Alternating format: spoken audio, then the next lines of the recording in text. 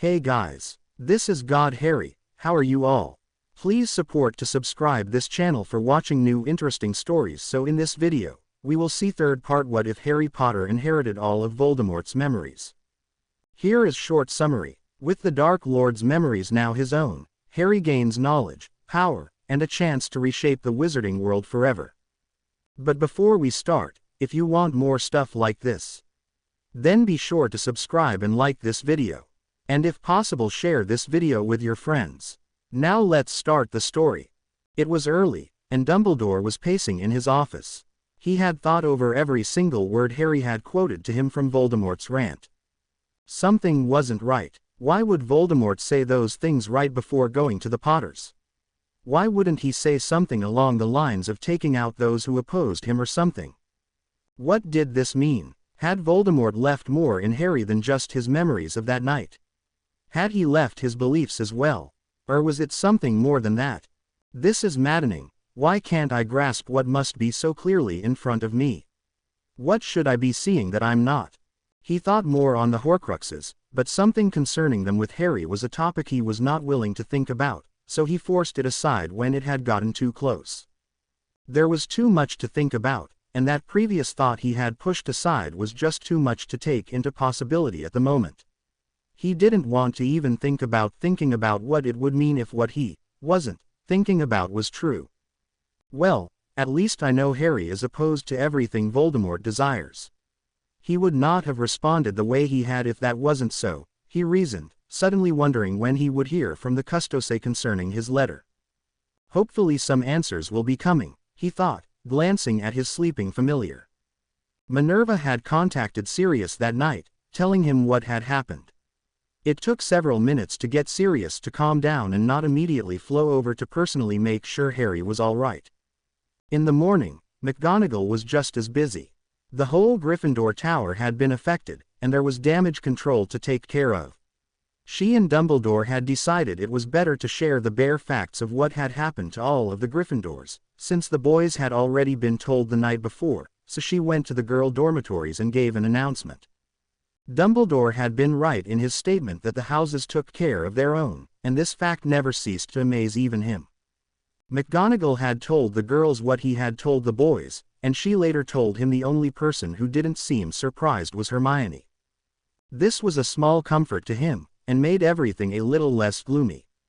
Harry had friends he felt secure enough with in sharing at least some things with. McGonagall also continued by telling the girls they could speak briefly about this to the Gryffindor boys in the privacy of the common room, since she knew they were going to anyway, but reminded them this was a Gryffindor matter, and should stay that way. Woe to anyone who let this leak to the other houses. Harry followed Ron and Neville down into the common room. He had been briefed with what had happened before he had woken up, including the appearance of Draco and what Dumbledore had said to the other Gryffindor boys afterwards. He had been intrigued by Draco's apparent new power, but was dreading having to face the Gryffindors. Everyone near was subdued, and Harry knew the events of last night were the reason. Continuing forward with Ron and Neville, Dean and Seamus already having left for breakfast, he saw Hermione by the fireplace, waiting. "McGonagall spoke to us early this morning, Harry," Hermione said softly as they stopped before her. "What?" Harry asked, as if things weren't bad enough. No wonder everyone's so quiet, he thought. Don't worry, Harry, this is something that will stay within the house. I've never seen McGonagall look so serious, and that's saying something. I know everyone saw that too, and looking at them. Hey, Oliver said, silently apologizing at interrupting. The others quickly pardoned him, and before Harry knew it, they had shifted away and allowed Oliver to guide him away to a more secluded spot in the common room, most having already left for breakfast. So you ready for this year's season of Quidditch?" Oliver asked, deciding to start the conversation there. "Yeah, I think so. Is the time of Quidditch practice what you wanted to talk to me about?" Harry asked, though pretty sure it wasn't. Not exactly. Harry raised an eyebrow, knowing Oliver wasn't doing this to be rude or nosy, but still getting a little annoyed. "I just wanted to tell you that if you ever need to, I don't know, blow off some steam or something, I'll be here to help you do that." I'll go get permission from McGonagall for you to use the Quidditch pitch, or anything else I can do to help. I also have some favors I can call on, so, yeah. I'm your captain, and that doesn't end at the pitch. Harry smiled a little, annoyance disappearing as he nodded, deciding to put Oliver Wood on his short list of possible candidates for future Custose or Amici. He would make a good member, but more importantly, a good friend. Thanks, Harry said, and with a parting nod, Oliver left for breakfast. Harry received solemn nods from the Gryffindors, all of them giving him the secret message that they would keep his secret and were proud to guard it. Harry returned them, much to his dazed amazement in seeing his house's response to his outburst of magic and learning the reason for it. Dumbledore had been right. At breakfast, Draco, Vincent, and Greg stopped by the Gryffindor table and simply said they would meet later after their classes. Harry and the others quickly agreed. Draco had received the letter from Snape that morning, and decided that after they figured out how he had popped, they would read the letter from Longbeard. At breakfast, the mail arrived, and Ron received a letter from his dad. He felt the prickle from the magic on the letter, instantly telling him this would concern the Custose, so he put it away for later, since it wasn't safe to open right there, obviously. He gave a nod to Harry and the others before they left for class. The other houses could tell something was different about Gryffindor House, but as the day went on, the trace of the oddity disappeared. Though the members of the other houses still asked their Gryffindor friends, if they had one, what the matter was. Every single Gryffindor answered simply, McGonagall held a house meeting. That was all that they needed to say, for they had their own head of house and knew the after effects of such boring meetings, and left it at that. Harry and the others were grateful. It was the hour for Dada, and, since they got their lessons from Snape during the weekends, Draco and Harry had that time free. They had agreed to meet at Hagrid's. Regulus had also decided it best for him to stay with Draco for that hour, and Neville heartily agreed, since him taking Regulus to class would not only look suspicious, but Regulus had admitted he didn't know if he'd be able to refrain from biting Lockhart. Harry and Draco's Dada lesson with Snape was still scheduled on Saturdays, and that seemed to work fine for them all, though the year had only just begun. "Come on in," Hagrid said, opening the door for them to enter. "Hi, Hagrid," Harry said. They shut the door behind them, Draco already putting up privacy wards and protections. "Usually havin' biscuits and tea don't call fair such precautions," Hagrid said with a half-amused, half-concerned smirk. "Well, we just wanted to tell you we're going to have a Custose meeting after the others get out of class, and we'll be meeting in the come and go room. We want you to come too," Harry said. "Since you're now a member," Draco added. Harry then gave a rundown of where the room was and how it worked. "Blimey, I've heard o' the room, but never had thought it could be real." "Thought it was a myth," Hagrid said. "Well, it's real, and the headquarters of the Custose now," Harry said with a smile. "So what is the meetin' today gonna include?" Hagrid asked. "A lot of things," Draco said. They then told Hagrid what had happened the previous night. From Harry's nightmare memory dream, Draco popping in and Dobby taking him back, to Dumbledore and McGonagall's talk with the Gryffindors. Hagrid had been startled about the dream, and sniffled, though he collected himself rather quickly. "Sorry ye had ter see that, Ari," Hagrid said gruffly. "And a basilisk. That's part of what we're going to discuss at the meeting, Hagrid. We are also going to try and figure out how Draco can now pop. We'll then read the letters that have just come in, as well as Longbeard's, and then discuss other possible new Amici and allies, you know, like Griphook and the Pixies. Well, Hermione already has 4 letters ready to be sent out, which we will as soon as possible," Harry said. "Wow, Harry, how do ya keep all this in line?" Hagrid asked.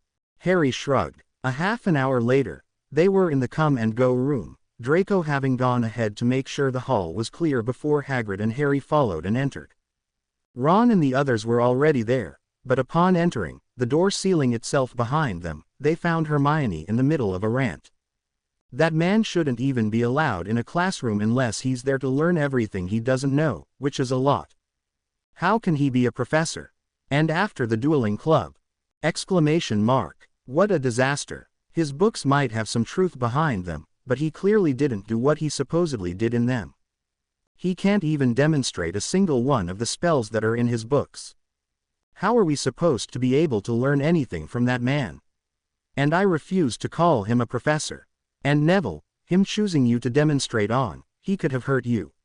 Leaping off of the table and accidentally knocking you over towards the desk, good grief. And after everything this summer, we need to know how to defend ourselves, and all we are learning from him is how to drop a wand and fall off a desk. We need to do something. Hey, Hagrid, Ron said, while Hermione had finally stopped ranting, now in deep thought. Hagrid returned the greeting while looking around in awe. Pretty cool, huh? Draco asked, revelous on his shoulders. Yeah, I'll say, Hagrid agreed as they gathered together and sat down on the couches, a very large lounge chair appearing for Hagrid. Neville shrugged, he being the one who thought of the chair for the room to provide. Seemed you might need it, he said to Hagrid. All right, Hermione said, we have a lot to figure out, and we need to get it done before dinner. Right. Oh, Dobby, Draco called, Vince and Greg on the couch beside him. Pop. Yes, Master Draco, Dobby asked with a bow. We are having a Custose meeting, and have some things you might be able to help us on. There's also some letters we'd like you to deliver, but that can wait, Draco said. Dobby is glad to help with anything, sir, he said. Well, any thoughts as to how Draco was able to apparate? Hermione asked them all. Yous all wanting to know how Draco can pop? Dobby asked, his eyes going slightly wide, as if surprised they didn't know. Yes, Dobby, do you know how that happened? Hermione asked. Dobby wringed his hands, still a little saddened by him knocking Harry to the ground during the summer. Dobby thinks he might, Dobby said. How? Greg asked. Dobby shared memory with Harry Potter, sir. Of course, Hermione said with a slight jump of aha-ness. The memory he gave you, Harry, included him popping himself and Draco to you, and we know that anything you see in Voldemort's memories you are able to do, because you are able to process it differently somehow. So, from seeing everything from Dobby's point of view and it being a memory, you gained that knowledge, she said. Hermione, Harry wasn't the one who popped, it was Draco, Ron said, a little confused. I was getting to that, she stated. And then, the bond, Harry finished for her. Exactly, she said. Then, would that mean Harry can pop too? Neville asked. More than likely, Hermione said, quite proud of herself for figuring it out, with Dobby's help of course. Harry Potter sir can, we house elves can feel that ability in others, Dobby said. Wow, Ron said, to pop, to appear and disappear at will. Well, now that we know about that, I suppose later you two will arrange a time with Dobby to practice that, but for right now, we need to move on, Hermione directed, gathering that popping was different than apparating, since one couldn't apparate within the walls of Hogwarts. Dobby beamed when Draco and Harry looked to him as if in permission. Dobby nodded excitedly before they continued on. All right, letters. Ron, you dad sent one, right? It's right here, he said, opening it and waving his wand over it to banish the protections, since it had been spelled only for him to be able to touch and give to the leader of the Custose. They then all quickly read it. Fire Ant, Iron Man has accepted, but requested me to ask for a face-to-face meeting with a Custose for him. He told me he desired to personally give the list to a Custose because of safety reasons and his own curiosity, to put it frankly. He was rather surprised about there being another group who opposed the Dark Lord, and was comforted by my assurances in the genuineness of our group. He told me to tell you he has 7 on the list and is willing to meet any time and any place. Torch. Well, I don't think he would take any of us seriously, that is, except, Vince began as they all looked to Hagrid. I'd be willin' ter meet with, could invite him ter tea, Hagrid said. I think having an or come here might look a little suspicious, Draco said. We could just have you go to his house. Just send a letter to my dad which tells Iron Man that Little John will meet him at his house at a certain time. You go and say the Custose greeting to let him know it really is you, and then talk to him and get the list, Ron suggested. Yeah, there's a self-updating housing location book in the library, Greg said. I'm sure his house is in there. Okay, that'll work, Hermione said, already nearly done with the little note. She then put it in the envelope and sealed it with all of the necessary protections, ensuring it would only be opened and read by Kingsley Shacklebolt. Neville picked up 4 letters from the coffee table in front of them. The 4 letters are pretty much done, just need their contacts. The letters are to Jean Bury, Bill and Charlie Weasley, and Professor McGonagall, Neville said, having helped Hermione in writing them. I can give the letter to Snape and tell him to give it to Dumbledore. He will then open the first part, which will ask him to give the sealed letter within to McGonagall, since she is the deputy headmistress, Draco said. So McGonagall's main contact is Dumbledore. We could then have Hagrid be her other contact, just not let her know Hagrid is a custose, at least for now. They all nodded in agreement. I can be Jean Bury's contact, since it won't be strange for me to write to her cause she's my parents' main nurse, Neville said. Dobby needs to deliver it though, since she needs to open it when she's alone. As for her other contact, we could give the second to her later, when we have a better idea of who's needed. Harry agreed, though he already had a few people in mind. He would wait, since they weren't amici yet anyway. All right, that leaves Bill and Charlie, Harry said. I can be their contact and our dad could be their second, Ron said. Okay, that'll work, Hermione said. Oh, and Bill's other contact will be Rook. I'll send a letter letting Rook know later today, she continued, sealing their letters after writing their contacts down, having come up with codenames for all of them earlier. Jean Bury's codename was Nightingale, McGonagall's was Cheshire, Bill Weasley's was Breaker, and Charlie's was Fireball. It would also be easier if Dobby delivered these letters too, Ron said, much to the excitement and eagerness of Dobby. Dobby is happy to help sirs and ma'am, he said to them, Ron and Neville handing him the letters, leaving the one Draco would deliver to Snape. Draco already started the part to Longbeard that would tell him to give it to McGonagall. Hermione read over what he wrote and was pleased with it so far. Draco then pulled out the letter Snape had given him and gave it to Harry, who in turn did what Ron had done to Torch's letter before they then read it. Head of the Custose Deluxe. After some diligent thought on my part, I have decided it would be a good time to share information. I assume you know a great deal about Riddle's background, considering your statements on his heritage and upbringing, but I will give you a brief rundown of what I know. Riddle was placed in an orphanage after his mother had given birth and sadly passed away. His father was a muggle and did not like magic, so had left Tom's mother. Growing up at the orphanage, he began controlling his accidental magic, which resulted in myself finding him. From there, I took him to Hogwarts and he became a gifted student, even becoming head boy in Slytherin. However, during his 5th year I believe he was the cause of a fellow student's death. I have no proof, only suspicions that became stronger after he left Hogwarts. I became headmaster soon after, and a few years later, Tom returned, asking to be the defense against the dark arts teacher. I refused. I believe the position is cursed now due to Riddle. Afterwards, Tom changed his identity and began his reign of terror, gathering allies and followers.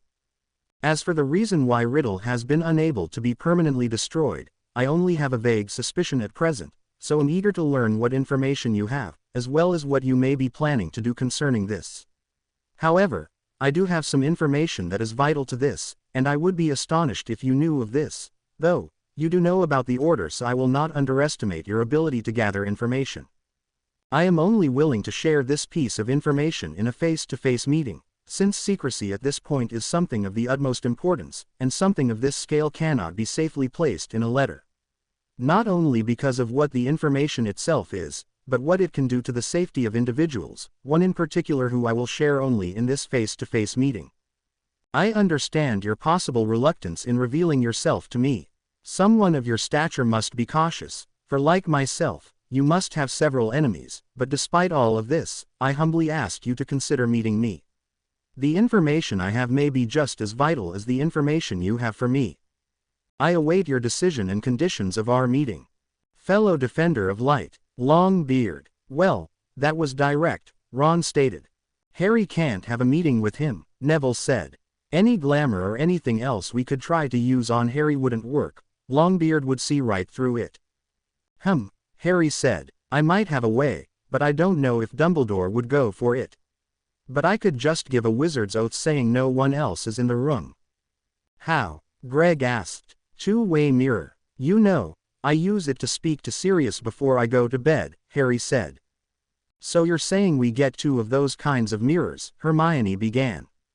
And give one to Dark Knight to give to Longbeard, and have a meeting that way? Vince asked, slowly getting it. We're going to have to think on this before we decide anything, Hermione said. They all agreed. But we can tell him it is being considered.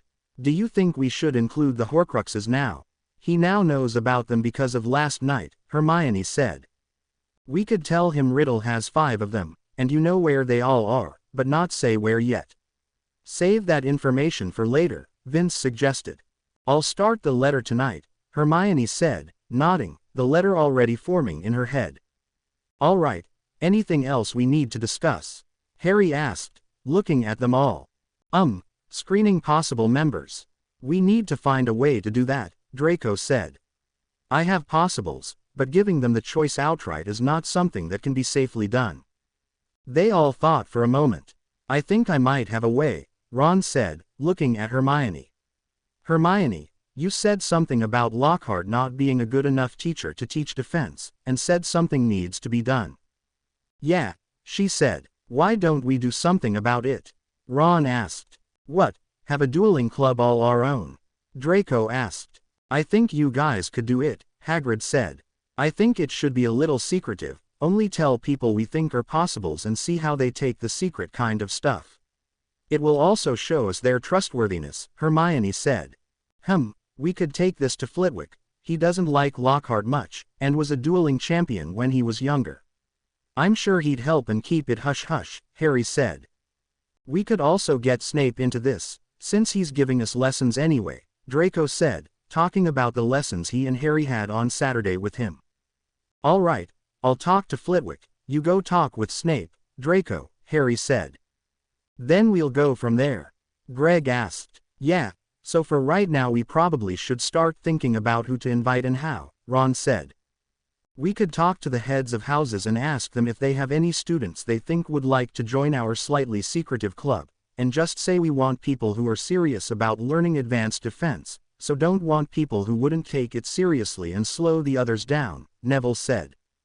Okay, we'll talk with Flitwick and Snape first, see how that goes, and then take it to McGonagall and Sprout. Hermione, you could talk with McGonagall. Neville, you'll talk with Sprout, Harry directed. Okay, they said. All right, now, before I forget, the basilisk, Harry stated, changing subjects. What should we do about him? Well, it's not like he's doing anything right now, and going down there probably isn't safe, Neville said. That's why Revlis agreed to go. He'll talk with the basilisk and tell him about us, Draco said, Revlis nodding in agreement. All right, later we'll send him down then, Harry said. Why do I feel like we're forgetting something? Ron asked. The bond. Revlis interrupted. Oh, thanks, Revlis, Harry said, looking to Neville. Notice anything with the bond between you and Revlis? Nope, nothing yet, just the slightly different feel to my magic, Neville said. Okay, we'll just have to make sure we keep an eye on it, Harry said. Yes, after what I've read so far, bonds can be a little unpredictable, Hermione said. It's nearly dinner time, anything else before we go? Harry asked them all. Avenue something, Hagrid spoke up.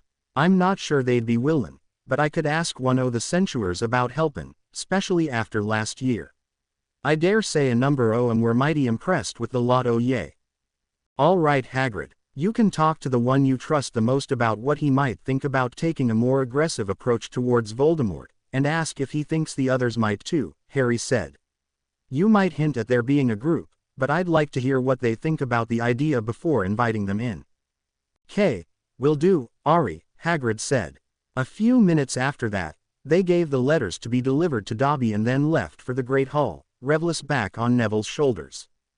On the way to the Great Hall, someone stepped out in front of them.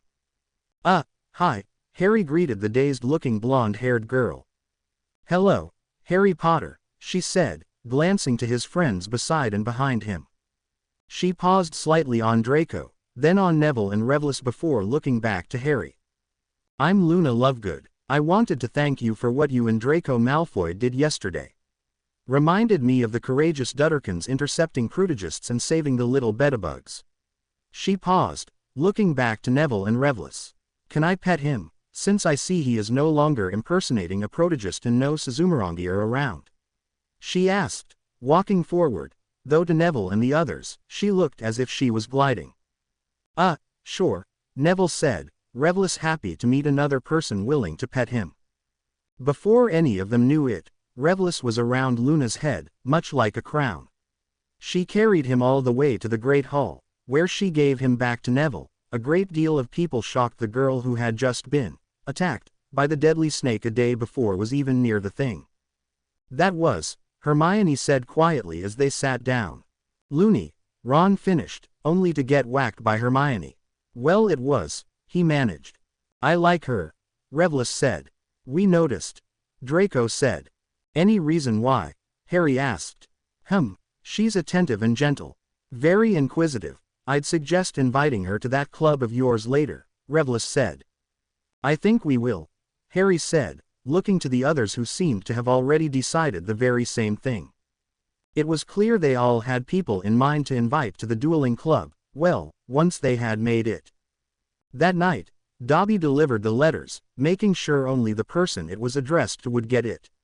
He had to wait nearly an hour for it to be safe for him to leave Charlie's letter, and another 2 for Jean Bury. Finally, he had delivered all 3, Bill's having been easy, having left it on his bed when he saw Bill enter the apartment and lock the door behind him. Draco knocked on Snape's door that night, Snape waving him in, everyone else having gone to bed. "Dark Knight, we are a formation of defenders. I am Tavi," he said, pulling out the magically sealed letter. "This goes to Longbeard. However, I was told this is not the letter replying to his last one, but is about a different matter." "Good night, sir." "Good night, Tavi," Snape said, taking the letter and allowing Draco to simply leave. Dumbledore's office. Snape entered, happy to see Dumbledore was alone. "Ah, Severus," Dumbledore greeted as Snape took out the envelope. Dumbledore instantly grew serious. "A custose matter, I see," he said, taking the letter from him. "It's not the letter replying to the one you sent. My contact informed me this concerns another matter," Snape said. "Thank you, Severus," Dumbledore said. Snape gave a departing nod and left. A few minutes later, Dumbledore fire called McGonagall, asking if he could step through. A long discussion after that. The Amici had a new member, Cheshire. The following week went fast. Custose. Business. Continuing to thrive, Hagrid carrying out his first true Custose mission just days after the long Custose meeting.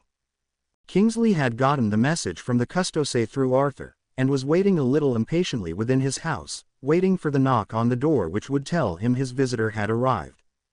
A few agonizing minutes later, a heavy knock on the door came, right on time. He opened the door, instantly taken aback by who was standing there. "Mighty good weather today. May I come in, or Shacklebolt? You were expectin' me if I'm not mistaken," Hagrid said, remembering the words he was told to use to let Kingsley know he was the Custose member. "Of course," Kingsley said, recovering quickly as he got out of the way, really out of the way. Hagrid was a big guy after all. Hagrid shut and locked the door behind him before following Kingsley into the living room. "No one else is here," Kingsley said, already waving his wand about to put up the precautions requested in the letter, and a few of his own, which was truly overkill. The Custose precautions were more than adequate. "Good," Hagrid said with a nod, waiting for Kingsley to finish. When he did, Hagrid stood up straighter, not that he really needed to, and said, "Iron Man, we are a formation of defenders. I am Little John, a member of the Custose. You requested a meetin'." Yeah," Kingsley said, slowly pulling out a handwritten list, a little intimidated for some reason besides by Hagrid's size. Here was a Custose member, a member of an organization Arthur Weasley said was genuine, growing, and powerful. And now, seeing firsthand the organization, formal and traditional type of greeting coming from Hagrid, someone he would have never thought able to apply himself that way, was a part of it. the umbrella that led and overshadowed the group he was now a part of, the Amici. "Here's the list," Kingsley said, handing it over. Hagrid took it and smiled. "Great minds think alike," he said, reading the list.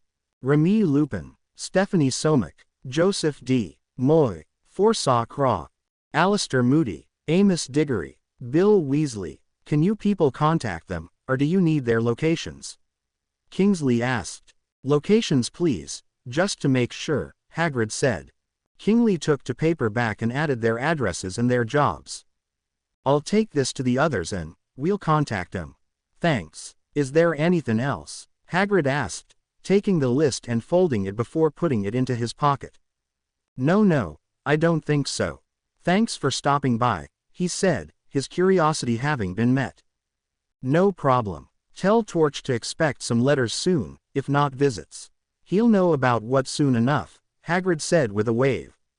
Of course, Revelus had also been sent on his first mission that first week, the very same day Hagrid had left on his. In fact, Harry, Neville and Hermione snuck to the girls' bathroom on the second floor, Harry knowing exactly where the entrance was.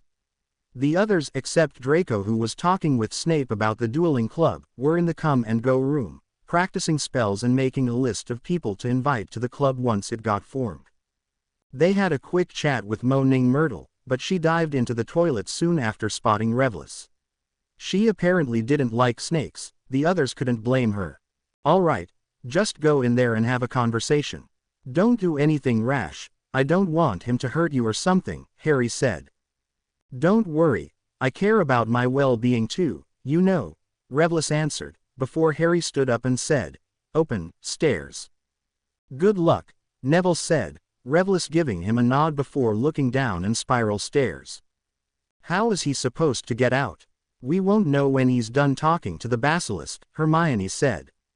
"The plumbing. That's how Riddle was planning to continue his attack before he decided to stop.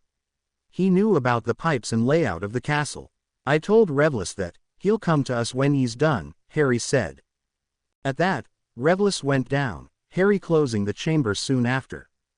The next day started out like any other. Draco and Harry were in the come-and-go room, this being their excused hour from Lockhart's class. Dobby was spastic, teaching them how to properly pop. "Like this, sirs. Pop. You focus, draw in your magics and then release. Intent is everything, sirs. You must want and need to be somewhere else," Dobby instructed. Harry and Draco both focused, trying to get on the other side of the room. But it still wouldn't work, no matter how they tried. They had been at this for 3 days now, and still no progress. Draco paced, Harry stubbornly still focusing as Draco paused at the other side of the room, wondering why he couldn't pop again. "Pop. You did it, Harry Potter." Dobby clapped. How?" Draco asked. "I focused." Harry paused, thinking, before an invisible light bulb turned on above his head. "I focused on getting to where you were," he said, both of them figuring out the problem. "Dobby, go over there, I want to try something," Draco said. Dobby happily obeyed. Pop. Dobby appeared on the far corner of the room. Draco closed his eyes, focusing on getting to Dobby. "Pop." "Yes," Draco shouted. "It's not a location, it's a person, an individual." "But house elves don't have to pop to people," Harry said, the three of them going to the couch. "Yes we do, Harry Potter. We come to our masters when we are called," Dobby said. "Very young house elves can only do that, until they get older and learn to pop without focusing on a person." "Dobby's sorry for not thinking about that," Dobby said, his ears sagging. "It's all right, Dobby, we didn't know either, and there wasn't any reason for you to compare us to young house elves," Harry said. "So, for right now, me and Harry can only pop to people?" Draco asked, deciding to continue the conversation in hopes of getting Dobby out of a possible depression. "Will we later learn to pop to locations?" "I think so, Master. It is just easier to focus your magic to a person since your magic senses them," Dobby said. "So, like a homing device?" Harry asked. "A what?" Draco and Dobby asked. "Oh, sorry, Muggle device. I mean, like a locator charm kind of." Harry asked. Dobby nodded. "And soon, When young sir's magic is strong enough, you won't need a, homing device, Dobby said. That would be cool, Draco said, noticing the time. Thanks for teaching us so far, Dobby. You're a great teacher, Harry said. Dobby beamed, depression diverted. Later that day, they met up with Neville and the others for another Custose meeting, save for Hagrid who had some work to do, and it only took one look for Draco and Harry to know something had happened. Oh man, guys, you should have been there. It was the only time I was actually glad I went to that man's class. Neville man, it was so wicked. Ron said. What was? Draco asked. Neville is like a chameleon. Ron said. Look, he said, taking Neville's hand. Go on, Neville, show them. Neville blushed, but did as he was told, making his hand fade into the background, which was the floor in Ron's hand. Whoa, Harry said, Draco's eyes widening. Do you think? Draco began. The bond with Revlis? Harry asked. That's what it is. Hermione got in. I looked up Silver Mambas, and they have the same ability. Awesome, Neville, Greg said, clapping him on the back. When do you think Revlis will be back? Vince asked. I don't know, but I'm getting a little worried though, Harry admitted. The others nodded. Well, he'll be back, but until then, I have good news, Hermione said. McGonagall has given us permission to hold the secretive club. She said the headmaster had particularly liked the idea. They had all spoken to who they had been assigned to talk to, and Snape had said he might make an appearance to give some pointers, including Flitwick, McGonagall, and Sprout, all of them making the silent vow to keep Lockhart out. Flitwick especially had been intrigued with the idea, and had given a list of students he felt would take this extra training seriously, understanding their desire to only take in people who would truly desire to learn this, and not for the simple, hey, I'm taking this, I'm cool, kind of reason. Flitwick also agreed wholeheartedly with Harry in his reasons for wanting to do this. After what had happened in the summer, they needed to be taught how to defend themselves and others, and he also acknowledged that it would not be wise to openly tell and include every student. Sadly, there were dark families, both in and outside of Slytherin. Great, Harry said, and we have a list of students, so now we just have to spread the word. McGonagall said she and the other professors would handle it. They'll hold certain people after class and tell them. Those people will then tell the others, Hermione said. Wicked, it's like networks within networks, and they don't even realize it, Ron said. It's getting a little hard to keep it all in order though, but I think it's worth it, Hermione said. Yes, it is. With the diary gone and Death Eaters within the Ministry, this is definitely worth it, Draco said. All right, I got a reply from Torch. They've accepted, Ron said. Breaker and Fireball are now in. Very good, Neville, Harry asked. She said she'd think about it, but not before telling me that this is serious and to make sure I know what I'm doing. She's a little concerned, but at least is taking me seriously, Neville said, talking about Jean Bury. All right, we might need to get her a contact sooner than we thought. We'll make sure that's done by next week, Hermione said. Draco. Snape said he's given Longbeard the letter replying to his last, with the face-to-face meeting. Oh, and McGonagall has accepted. She met with Hagrid earlier today, Draco said. Very good. I've finished a few more letters.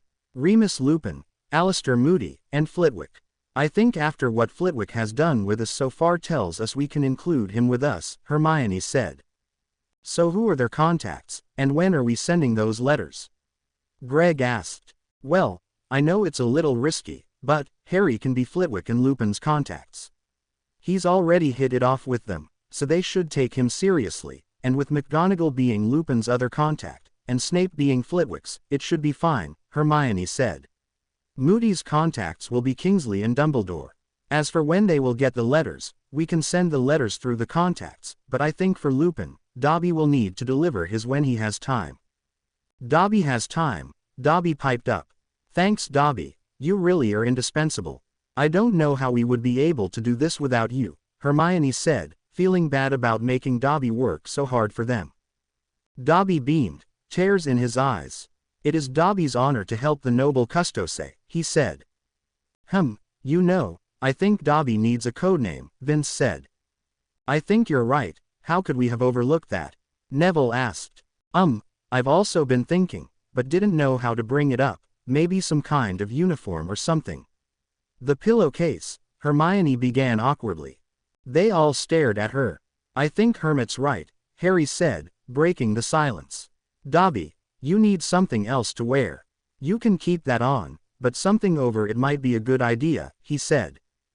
Dobby turned to Draco. Draco blinked. Postal, Draco said.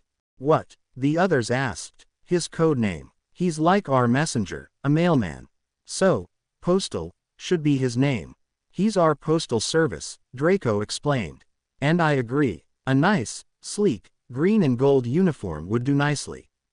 Master's giving Dobby clothes. Dobby asked, horrified. You'll still be in my service. Don't worry, I'm not setting you free, that is, unless you really want to be, Draco said, knowing Dobby wouldn't. Oh no. Dobby wishes to serve great Malfoy family, newly restored to the honor it was originally meant to have, Dobby pleaded. Very well then, I'll order a uniform for you, green and gold, Draco said, a little amused by his house elf. Dobby has great master, and master has great friends who are friends with Dobby. How can Dobby be so lucky? Good job, Draco. I think it's about time old families respected their helpers, Hermione said approvingly, though she didn't agree with Beeprey. After her time with Dobby, it was clear to her they didn't see it like that. Perfect, Harry said, though he refrained from giggling. Postal also referred to crazy, and after Dobby's recent demonstration, it was a dead match. Postal, Dobby breathed, eyes streaming with joy. I shall deliver the letter now, he declared. All right Dobby, you know where and stuff? Harry asked. Of course, Griffin, Dobby said, going all out with the Custose jargon. All right Postal, good luck, he said, handing him Lupin's letter. Pop, we'll tell Hagrid to tell McGonagall about Lupin, or rather, Lunar. And Draco, Hermione began. I'll tell the Dark Knight about Colossus, via Flitwick, being his new contact, Draco finished. I'll send the letter to Torch, who will go to Iron Man, and then to Moody, Ron said. Right, and Moody's codename is Peg, Hermione said, happy they were getting it. Then once we get their replies and they've said yes, hopefully, I'll make contact with Colossus and Lunar, Harry said. And while we're waiting, we will finish up the other letters, Hermione said. Do you think we made the right choice in the mirror idea with Longbeard? Ron asked. I think it was the only option. There's no way I can physically be in the same room with him. For us to really do what we plan to, he can't know, Harry said. At least, not for right now. We don't even know if he will agree to the two-way mirror idea, though, Vince said. Yeah, but I'm sure he'll take it, since we made it quite clear it's the only thing we will agree to right now, Harry said. A few days later, Revlis finally returned, slithering up and onto Harry's bed in the dead of night. Master Harry. A voice hissed by Harry's head on the pillow. Wake up, I'm back. Harry woke up to a flickering tongue brushing against his cheek. Revlis, you're back. Indeed, I have a lot to tell you. She is amazing. She? Harry asked, now sitting up, moonlight reflecting off of Revlis's silver scales. Madame Basilisk, she's gorgeous, Revlis hissed reverently. Harry smirked. Who would have thought snakes could have crushes? I'm sure she is, Harry said. So, how did it go? Well, she didn't like the idea of having a meeting with, a human, but I've convinced her she can trust you, or at least meet with you. I told her if she doesn't like you, she can bite you or make you look at her. Revlis, Harry hissed a little reprehendingly, worriedly. I'm just kidding, Jeesh. But I did say she could bite you if you did something stupid. Harry raised an eyebrow. It was the only way I could get her to agree, okay. Harry, who ya talkin' to? Neville asked in a whisper, waking up. I heard voices. Voices? Don't you mean hisses? Harry asked, teasingly. No, voices. You talking to Sirius? No, Revlis, Harry replied, now a little confused. I think he can understand me, Revlis hissed. Revlis, Neville asked, now able to make out the gleaming serpent on Harry's pillow. You heard Revlis, Harry whispered, glancing at the others in the room. They were still sound asleep. Can you hear me? Hello. Can my bonded friend hear me? Revlis asked, slithering towards the end of the bed to Neville, hopefully. Bits and pieces, you sound like a broken wizard radio, Neville said, trying to make out words within the hissing sounds. Neville, you mean, you can actually understand us? Harry asked. If you asked if I could understand you, then the answer is sort of. All I heard just then was, Neville, you understand we. Harry grinned and muttered at the same time as Neville, the bond. Harry and the others started their day, Harry and Neville telling them what Revlis had said and that Harry would be going down into the chamber after classes that day. It was Friday, and after class, the 7 of them would spread out, covering what they needed to do. Harry and Revlis would go into the chamber, since Revlis had only been able to get Madame Basilisk to allow for Harry to come. Draco would wait at the entrance to the chamber for their return, acting as lookout. Hermione, Crabbe and Goyle would be in the come-and-go room, researching spells, planning out possible new contacts and what else they should do in improving the Custose, since they had completed their homework earlier that week. In the time before Revlis returned, they had already figured out how to create the communicating mirrors like Harry's, Crabbe being the one to make the surprising breakthrough.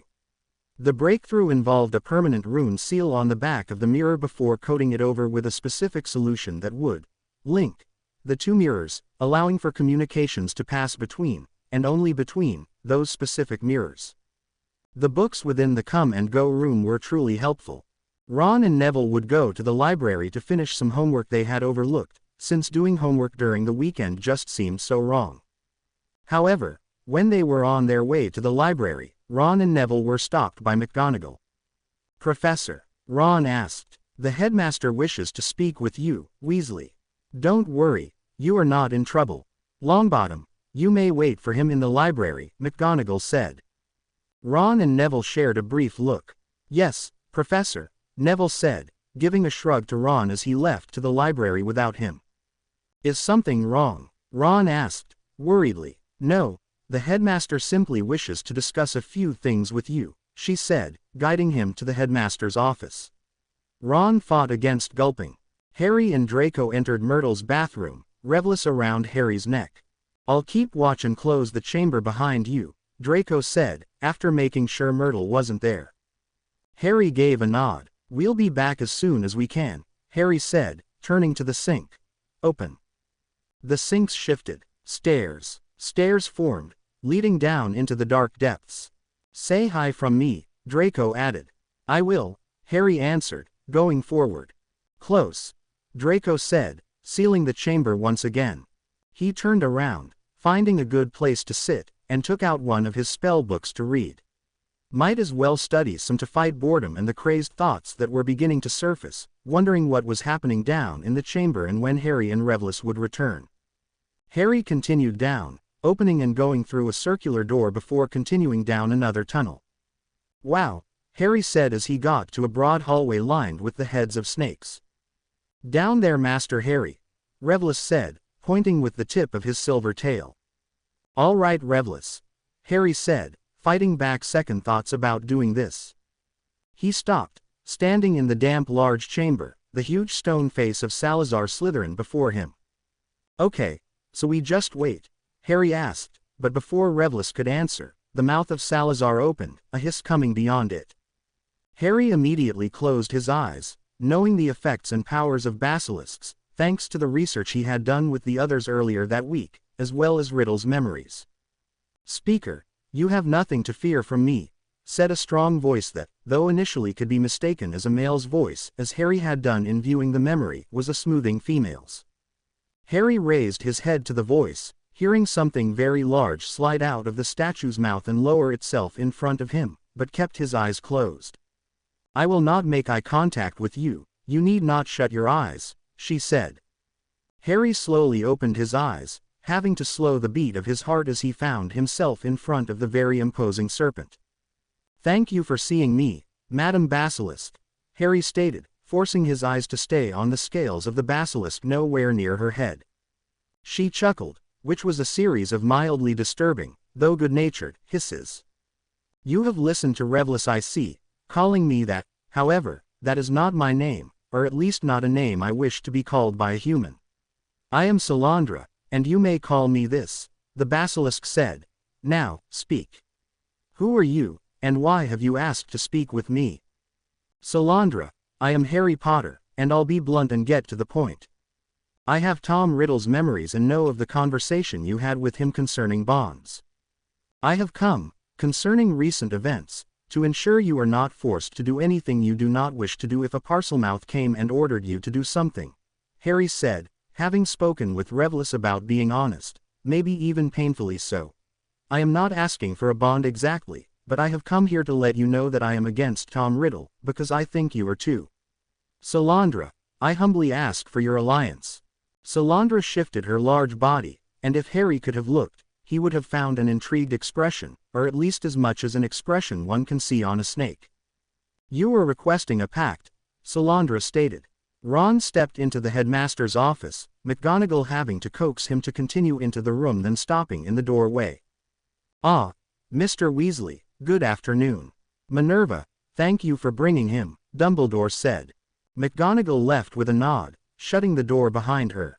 Please take a seat, my boy, and don't look so nervous, I assure you you're not in trouble, Dumbledore said as Ron slowly took a seat, cautiously looking around the room. After gazing at all the cool shiny things on the shelves he could see and glancing at the plentiful portraits around him, his eyes came to rest on Fawkes, before snapping back to Dumbledore.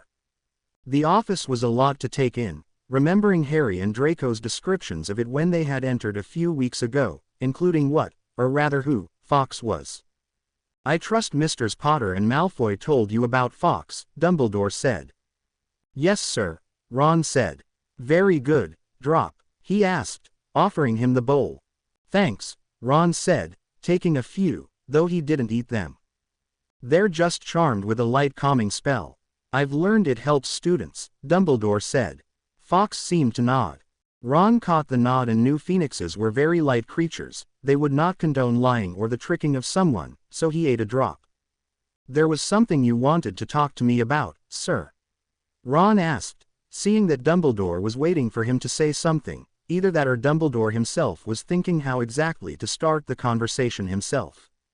Mr. Weasley, you are probably wondering why I really asked you here right now, clearly it wasn't to offer drops and share a purely light conversation. A little, Ron admitted. Ronald, I know you are deeply loyal to your friends and will not share things you feel they would rather you not, but I am honestly concerned and wish to help in every way I can, if I'm needed, Dumbledore said, folding his hands together, which only made his presence even more impressive. Share things? Ron asked hesitantly. How has Harry been? I ask you because you are clearly one of his best friends and probably know more about him than most. What I am most concerned about is how he has been sleeping. I don't want him to think just because the dorm has now been fortified and protected that no one cares how he is sleeping, or, rather, not sleeping. Headmaster, not to be rude or anything but, why not ask him? Ron asked, afraid to make eye contact but managing to somehow anyway. I had thought about that, but like other people, he might not remember he had woken from a dream by the time morning comes. He could have had a nightmare and woke up, only to go back to sleep and forget about even having one in the morning. This is why, Dumbledore said, understanding Ron's hesitancy and question. I think he's been sleeping well. I've only been woken up by him once after that night, but he seemed fine. He just sat up, looking startled. I asked him if he was okay and he nodded, saying, I just saw him again, but I'm okay now. He then laid back down, rolled over, and went back to sleep, Ron said, not mentioning the fact that though he hadn't been woken up by Harry the other times he had woken up from a nightmare, or whatever one should call them. Harry did tell him and the others that he got several more memory dreams during the previous week. I'm glad to hear that. Does he talk to you about them? Dumbledore asked, knowing he was treading on thin ice, but his concern made him continue. Ron met Dumbledore's eyes, silently hoping his occlumency wouldn't slip should Dumbledore try to graze, as he inwardly chanted, occlumency occlumency, calm, calm, occlumency occlumency, calm, calm. A little, he stated, deciding that was all the answer he would give. Dumbledore nodded, feeling a little better about the situation. Harry talking about his dreams would help, and Dumbledore was glad Harry had someone he trusted to really talk about things, even if it wasn't him, though he wished it was. He had some suspicions that Harry told his close friends about having these dreams, but having proof gave much more relief than hopeful suspicions ever could. He clung to this fact, though wishing he could help more himself. He refocused onto Ron, expecting to find an impatient, bored, annoyed or even curious face. Instead, he found Ron staring at Fawkes with an utterly dumbfounded look. A little, Ron muttered, for some reason finding these questions trying his nerves. Why was Dumbledore asking him these things? It just seemed wrong to be talking about Harry like this. Sure, Dumbledore seemed to be really concerned, and in a way this eased Ron's feelings about answering his questions, however vague they may be, but he couldn't help but feel annoyed with his headmaster for questioning him, instead of just talking to Harry about Harry's dreams. Do not judge Albus too much, young one. What the? Ron looked around, ignoring the fact Dumbledore seemed to be deep in his own thoughts, as he tried to find the source of the voice. I am speaking in your mind, if you are wondering. No one else can hear me. Who are you? He asked, strengthening his occlumency to the best of his ability. Occlumency does not work on me, just so you know. The voice seemed to chuckle at that before continuing. As to who I am Fawkes. Ron shot his eyes to the grand bird beside Dumbledore's desk and gaped as Fawkes gave him a nod, the phoenix's eyes betraying amusement.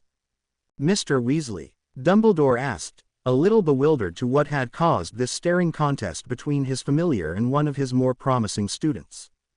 You might as well tell him. He will learn what is happening soon enough, Fawkes said, calmly resituating his wings. I think Fawkes is talking to me, Ron managed, not taking his eyes off the red bird. You think? Goodness child, how thick are you? I am talking to you, no need to say you think I am. I am. Ron jumped, Fawkes raising his head up, as if pleased he made Ron jump. Dumbledore looked at Fawkes over his spectacles, his eyebrows going up slightly. Fawkes gave him a quick glance and a nod to confirm what he was doing. Phoenixes, like myself, can choose to communicate with humans in a number of ways. Though for most humans this communication is limited to receiving feelings or random good ideas, there are a few, like you, who can receive more. Me? Ron asked dumbly. Dumbledore stayed silent, deciding it best to watch as this played out. Ron could hear Fawkes' thoughts. Even he couldn't do that, though he was able to receive more intelligible feelings and ideas from Fawkes than most. He couldn't transverse in actual word conversations. For Dumbledore, all conversations with Fawkes was one-sided. He'd talk, Fawkes would return feelings, not words. Fire child, do you think bright flaming red hair was just a simple family trait? It goes much deeper than that.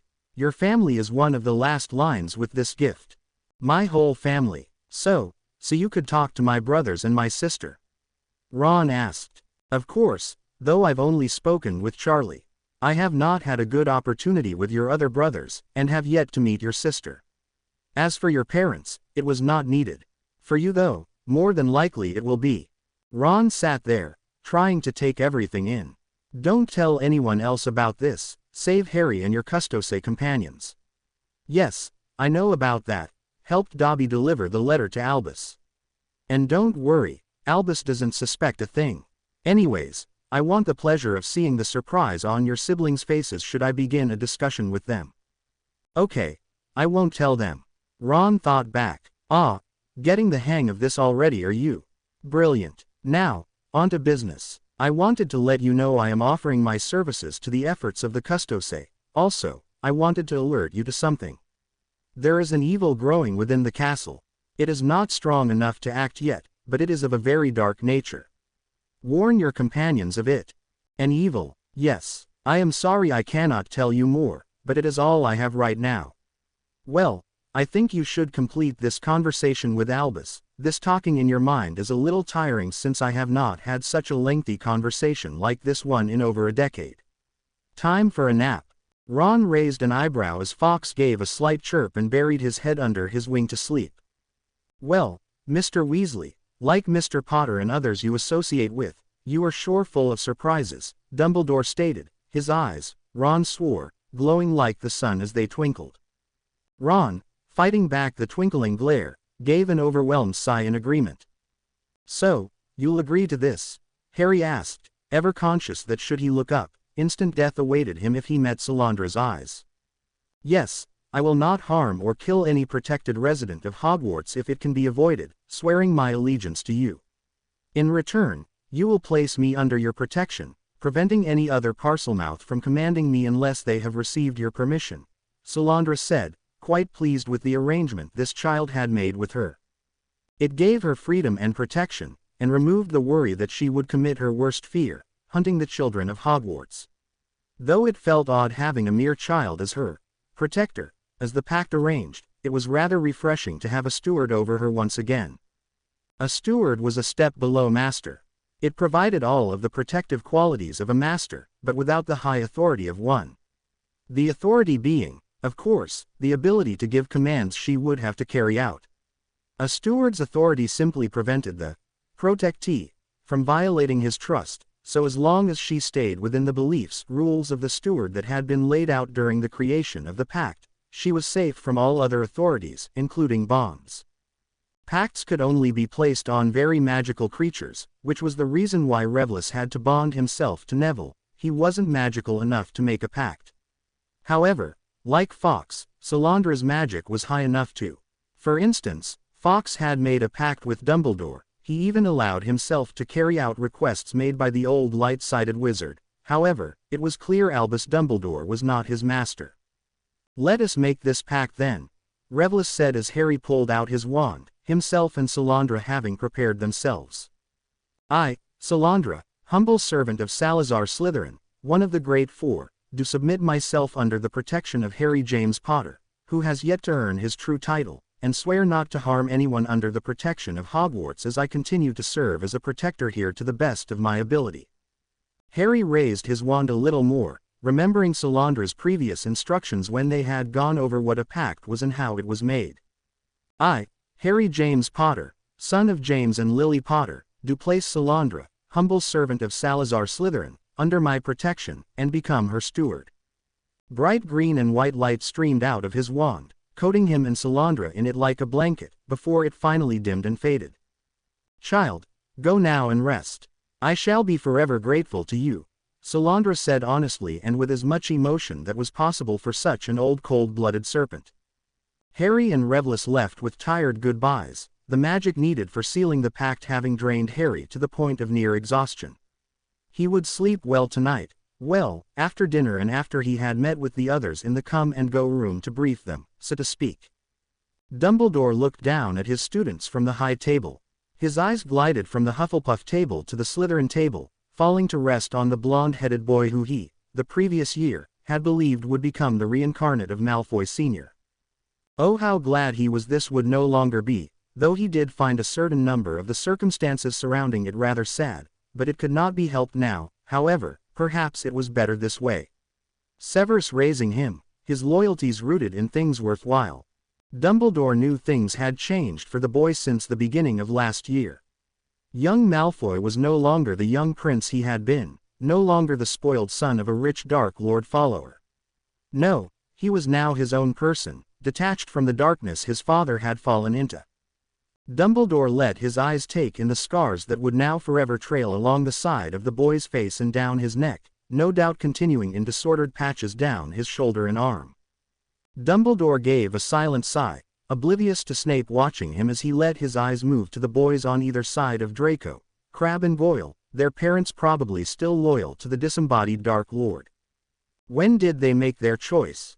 He wondered, but then remembered. When Harry had stopped Riddle last year. Upon that thought, his eyes went to the Gryffindor table, finding Harry and his friends in a light conversation. Dumbledore smiled to himself, recalling the conversation he had with Minerva about this secretive defensive club, no doubt in retaliation or in response to Lockhart's disaster. Dumbledore shook his head at that, wishing he had been able to find a competent teacher. Maybe next year. He looked to Hermione Granger. No doubt the organizer of this soon-to-be organization which would have its first meeting that Sunday, this day being Friday. He wondered idly what they would name it, should prove enlightening. He then looked to Ronald Weasley across from Hermione, a definite surprise in more ways than one. Sure, his loyalties were no surprise, but from his previous encounters with the lad, he had seemed, well, for lack of a better term, dense and unhelpful, overshadowed by his brothers. And yet, here he was, with Potter, Granger, Longbottom and 3 Slytherins no less, actually contributing something. Though what exactly, he was still a little unsure about that. And Weasley's ability to speak with Fawkes. That was definitely a surprise. Sure, he had had suspicions concerning the Weasleys in having that ability, but to have Fawkes actually open a conversation. That was the surprise. Dumbledore subconsciously wandlessly cut up his tender steak as he moved to Neville. Such a quiet boy, and being the grandson of Augusta, it was no wonder, but now, Dumbledore's eyes began twinkling more than usual. Now the boy was the perfect combination of his parents, cautious, bold, loyal and unyielding, at least when it came to the important things. Dumbledore was about to get a second helping of potato stew as, suddenly, Neville, it seemed, was in danger of choking to death, Ron practically beating his back with his fist. But after a few more poundings from Ron, an olive of some sort shot out of his mouth and pinged Harry in the head. Dumbledore fought down a chuckle as the Gryffindor table roared with laughter, Neville turning beet red as he started laughing too. Dumbledore focused on Harry, who was shaking his head good-naturedly, a tired smile on his lips.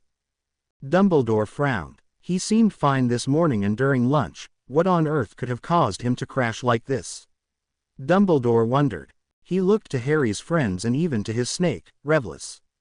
They seemed to not be worried, though earlier he could have sworn Hermione had dished something out onto Harry's plate from the corner of his eye when he was looking at the Slytherin table. And now that he looked closely, Revlis seemed to be wrapped supportively down Harry's arm, his head resting on the back of Harry's hand. Odd, Dumbledore thought as he realized Harry was raising his head, his green eyes not as bright as he was used to seeing. Dumbledore gave him his smile, though he wasn't entirely sure if he had been able to hide his worry in time. Harry smiled in return, giving a slight nod as he turned back to his friends, Ron having asked him something. Dumbledore sighed, hoping the boy was getting enough sleep as he turned his eyes to the other students before him. Cedric Diggory, a good kid, Sprout had given him the invitation to the secretive club, as well as several other upper years in Hufflepuff. That young man had a promising future, Dumbledore was sure. Oliver Wood, another one with a promising future ahead, and another student invited to the club. Fred and George had been invited as well, though Ron had done the inviting, not Minerva. There were several other students he pondered on, wondering what this generation would become, and what history would see them as centuries from now. He turned his thoughts away from that though as thoughts of riddles somehow surfaced. Before he knew it, dinner was over, and so, he cheerfully bid his students good night and dismissed them, his eyes following one tired Gryffindor out of the great hall before deciding one of his self-made isolated professors was due for a visit from him. Trelawney. Dumbledore made his way up the seemingly endless stairs, wondering again why he had ever agreed with Trelawney in letting her have this absurdly tall tower. He cast a re-energizing charm on his legs and a comforting one on his joints. Perhaps he should look into placing an elevator. Finally, he made it to Trelawney's quarters. Why on earth does she not have a fireplace? He wondered as he knocked. Ah, headmaster, please come in, I saw you coming. Tea, she asked, leading him into her sitting room before taking a step to her right and bumping into a little stand. Dumbledore fought off a smirk. Ah, Trelawney, yes, some tea is always good, he said, taking his normal seat across from her. He always made it a point to visit her, at least once a month, if not more, despite the long travel to meet with her. Yes, tea helps clear my inner eye, never fails, she said, spilling some tea as she poured some into her cup. As she was looking down, no doubt wiping up her mess, Dumbledore banished some of the smoke around him. Too much of the overbearing fragrance gave him a headache. Doing well, Sybil? Dumbledore asked. As well as I have foreseen, I have no troubles, she said, straightening the things on the small table as she took her cup and sat down. "Very good. Wouldn't want any of my staff to be ill," Dumbledore said, the smoke now returning around him. He had to consciously not wave a hand about to clear the area for some breathable air. "I don't think the staff will have much illness this year. My inner eye tells me we have a healthy year ahead of us," Trelawney said, taking a sip, her thick, larger-than-earth, glasses slipping down to the edge of her nose. Dumbledore continued simple conversation, as he always did, Trelawney, humming and giving an occasional vague, futuristic, statement. After several more minutes, Dumbledore casually looked at the time, seeing it was definitely time for bed. "Well, Trelawney, it seems time has snuck up on me, and I must retire to bed. Thank you for yet another splendid cup of tea," he said, standing up to go. Trelawney gave a nod, about to say goodnight as well, but then she went rigid. Dumbledore felt his chest tighten, having seen this before as she suddenly spoke, her voice layered with countless others, echoing about him. "As the season of growth begins, within the chamber of the Serpent Founder, the Dark Lord shall return. However, his equal will disrupt a ritual, but be forced into the realm of the dead, and there, he will be embraced." Dumbledore fell back into his seat, heavily, immediately going over the implications of this and coming to a fearful conclusion. After a moment of time he didn't notice go by, Trelawney came out of it, instantly sitting up and leaning towards him. "Albus, are you all right? You do not look well," she said, her voice cracking slightly with worry. "I'm all right, Sybil. I'll head to bed now." He stood up, forcing his legs not to crumble underneath him. "Thank you for the tea again," he said, closing the door behind him before Trelawney could say anything more. His mind now racing, he traveled down the stairs, the newly proclaimed prophecy ringing in his ears. "The Dark Lord shall return," he repeated. "His equal, a ritual, the realm of the dead. The season of growth, spring, March 20th, he concluded, barely realizing he was now entering his office. What should he do now? What could he do? The Custose. They must be told. If Riddle returns, they should begin preparing, if they are not already, and maybe they will be able to make a plan that can prevent this if I cannot. His equal, Harry. Dumbledore grabbed some parchment and quickly began writing, requesting the head of the Custose, if it would be possible, to move up their meeting, even through the mirrors, which he had already decided to agree to earlier that day. He then quickly placed it in an envelope, cast the necessary spells, and sealed it as he grabbed some flow power and stepped into his fireplace. Snape's quarters, he stated. Snape was preparing the lesson he would give to Harry and Draco for the next day, deciding it was time to expose them to some creatures everyone should know how to defend themselves from. It was nearly 11, his notes on the lesson nearly perfect when, suddenly, his fireplace flared to life, and out stepped a very troubled old wizard. "Albus," he gasped. "Merlin, are you all right?" he asked, immediately standing up to try and guide him to a chair. Dumbledore waved him off, lifting his other hand holding an envelope. He quickly waved his hand and rose several more privacy wards over the wards Snape always had up. "This needs to get to the head of the Custose as soon as possible. I have just obtained some disconcerting information." "Disturbing seems more like," Snape stated, taking the envelope. "What has happened?" Snape asked, wondering when Draco would be able to deliver this obviously vital information to the Custose and then how long it would take them to get it to the head. The Custose seemed to have a reasonably fast system, though, if time was of the essence, how fast could they be? "I returned from a visit with Sybil," Dumbledore stated. Snape startled. What had that magnified eyeballed lady with death proclamations for everyone say now? "I take it what she said wasn't good?" Snape asked in his toneless voice.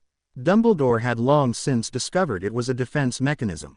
"It concerns Voldemort and Harry. We must prepare, Severus. I fear if we cannot prevent this, the previous war will be no comparison," Dumbledore said. The next day, Harry and Draco met up in the dungeons, wondering what Snape had for them this week. The previous lessons with the potions master had been reviewed, though they did learn new ways to use the spells they knew, and gaining experience in using them was always helpful. The previous night, after dinner, they went to the come-and-go room, quickly telling each other what they had been doing. Harry told them about Salandra and the pact he had made with her, which was the reason why he was so tired, the others already having come to that conclusion during dinner. Hermione, Crabbe, and Goyle told them what they had accomplished, having made them all mirrors, as well as the pair of mirrors Harry would use if Dumbledore agreed to meet that way. Crabbe and Goyle also happily told the others their apparent skills in runes, having come up with a few added precautions on the mirrors, such as shrinking them to more manageable size for travel, placing shatterproof charms on them, as well as some more secrecy spells, which would prevent magical manipulation from unfriendly sources. Harry smirked, pleased with the two who he had thought, when he had first met them, were brainless. It was clear to him now, they just hadn't been applying themselves. Ron then told them of his little chat with the headmaster, as well as with Fawkes. A rising evil, Hermione asked. He didn't say anything else. No, he said that was all he knew, Ron said. We'll just need to be more careful and watchful then, Neville said, the others nodding. Well, I think that's all for tonight then. Harry needs to get to sleep, Draco said, motioning to the barely coherent Harry. Harry was definitely more rested now. After an undisrupted sleep, he felt great. Stepping into the room Snape had made their classroom, Draco and Harry went and waited against the wall. There were a few desks against the wall to their right, a table among them, a chalkboard a dozen yards or so in front of them, and a standing wardrobe between them and the board. Harry and Draco glanced at each other, both wondering why Snape had placed a wardrobe in the middle of the room. Had he redecorated his quarters and needed a place to store his extra furniture? Wands out, Snape stated, the door slamming open as he stepped out, cape billowing. Harry and Draco shot out their wands, ever pleased with their wand holsters that held their wands against their inner forearms, ready at a moment's notice. You may be wondering why this wardrobe is here and not in someone's quarters. Well, that within. The wardrobe suddenly shook, something within not happy. You have studied, so should know how to get rid of it. If not, it should prove interesting, if not enlightening, he said, not jumping in the slightest as the wardrobe continued to rattle as he leaned against one of the desks against the wall. Harry and Draco looked at each other, wondering what Snape had put inside that wardrobe that they had supposedly learned about. Prepare yourself, he stated, flicking his wand, the unlocking on wardrobe door. Harry and Draco took a cautious step forward, Harry happening to take the bigger step. A small pale hand appeared, gripping the edge of the door as the thing, no, person, stepped out. Harry's blood ran cold, finding him face to face with Riddle's younger self before it got even worse. As the young Tom Riddle took a step forward, he seemed to gain years with each passing second, morphing into his older, less than human, self. Harry was unaware of the gasp from Draco, and unaware that his potions professor lost several shades of pigment. You have failed, Harry Potter. You have failed, you are alone, and I have no one else to kill, but you, there is no one else, because you have failed them. Avada Ked. Riddy, Draco began, stepping forward, suddenly realizing what creature this was. But before he could complete saying the spell, Voldemort shifted into someone else. A tired and worn Severus Snape stood, his blood-splattered robes torn and frayed, stubble beginning to cover his face, his wand, held tightly in his hand, covered in nicks. Keeping this information to yourself has done more harm than good. If you had told us this in the beginning, everyone wouldn't have died. The Dark Lord has won. It is your fault everyone is dead, your secrets have killed them all. Godson, the fake Snape spat, I regret having ever placed you under my care. Why didn't you tell me? Why didn't you tell us? The rest of his statement was a series of hollowed-out gurgles, which only led to high-pitched ringing. The fake Snape's lips still moving, but no intelligible words were coming out, at least, from the real Snape's point of view. Ridiculous, Snape shouted, slamming the boggart into the wardrobe and locking it within once more. Harry and Draco were now breathing heavily, though as quietly as they could, not daring to look up at Snape, believing their secret had been discovered. This will be all for today. Draco, come with me, please, Snape stated after a very very long pause in which no one had moved. Draco, Snape stated, though his voice was not angry, which only confused them more. Draco slowly followed, glancing at Harry, who was just as overwhelmed as him. After a pause, Harry tried to form words, to stop them from going into the other room, to explain to Snape or to try, but the door to Snape's quarters had suddenly shut and had been warded. Harry was locked out. Draco hesitantly followed Snape, his whole body numb. "Sir, Draco managed to choke out as Snape turned around suddenly. "Have secrets to keep. I now see how strong the oath you gave to the Custose is, Draco." Whatever that boggart said, all I heard was unintelligible garble. "The oath you gave to the Custose must have been very binding, Draco, and for you to have been able to make it, you are clearly loyal to them. Listen to me very carefully. Such loyalty can only be placed upon something worthy." "Trust me, I know," Snape said, thinking about his loyalty to Dumbledore, to the Order, and now, it seemed, to his godson. "As for what that boggart said about regret, never. I will never regret what I have done for you, Draco. I gave my word to your father, Draco, and, more importantly, I gave my word to you. Never question it again," Snape stated, his eyes alone proving his words. Draco could barely contain the tears welling up in his eyes as Snape mercifully turned to retrieve something from his desk.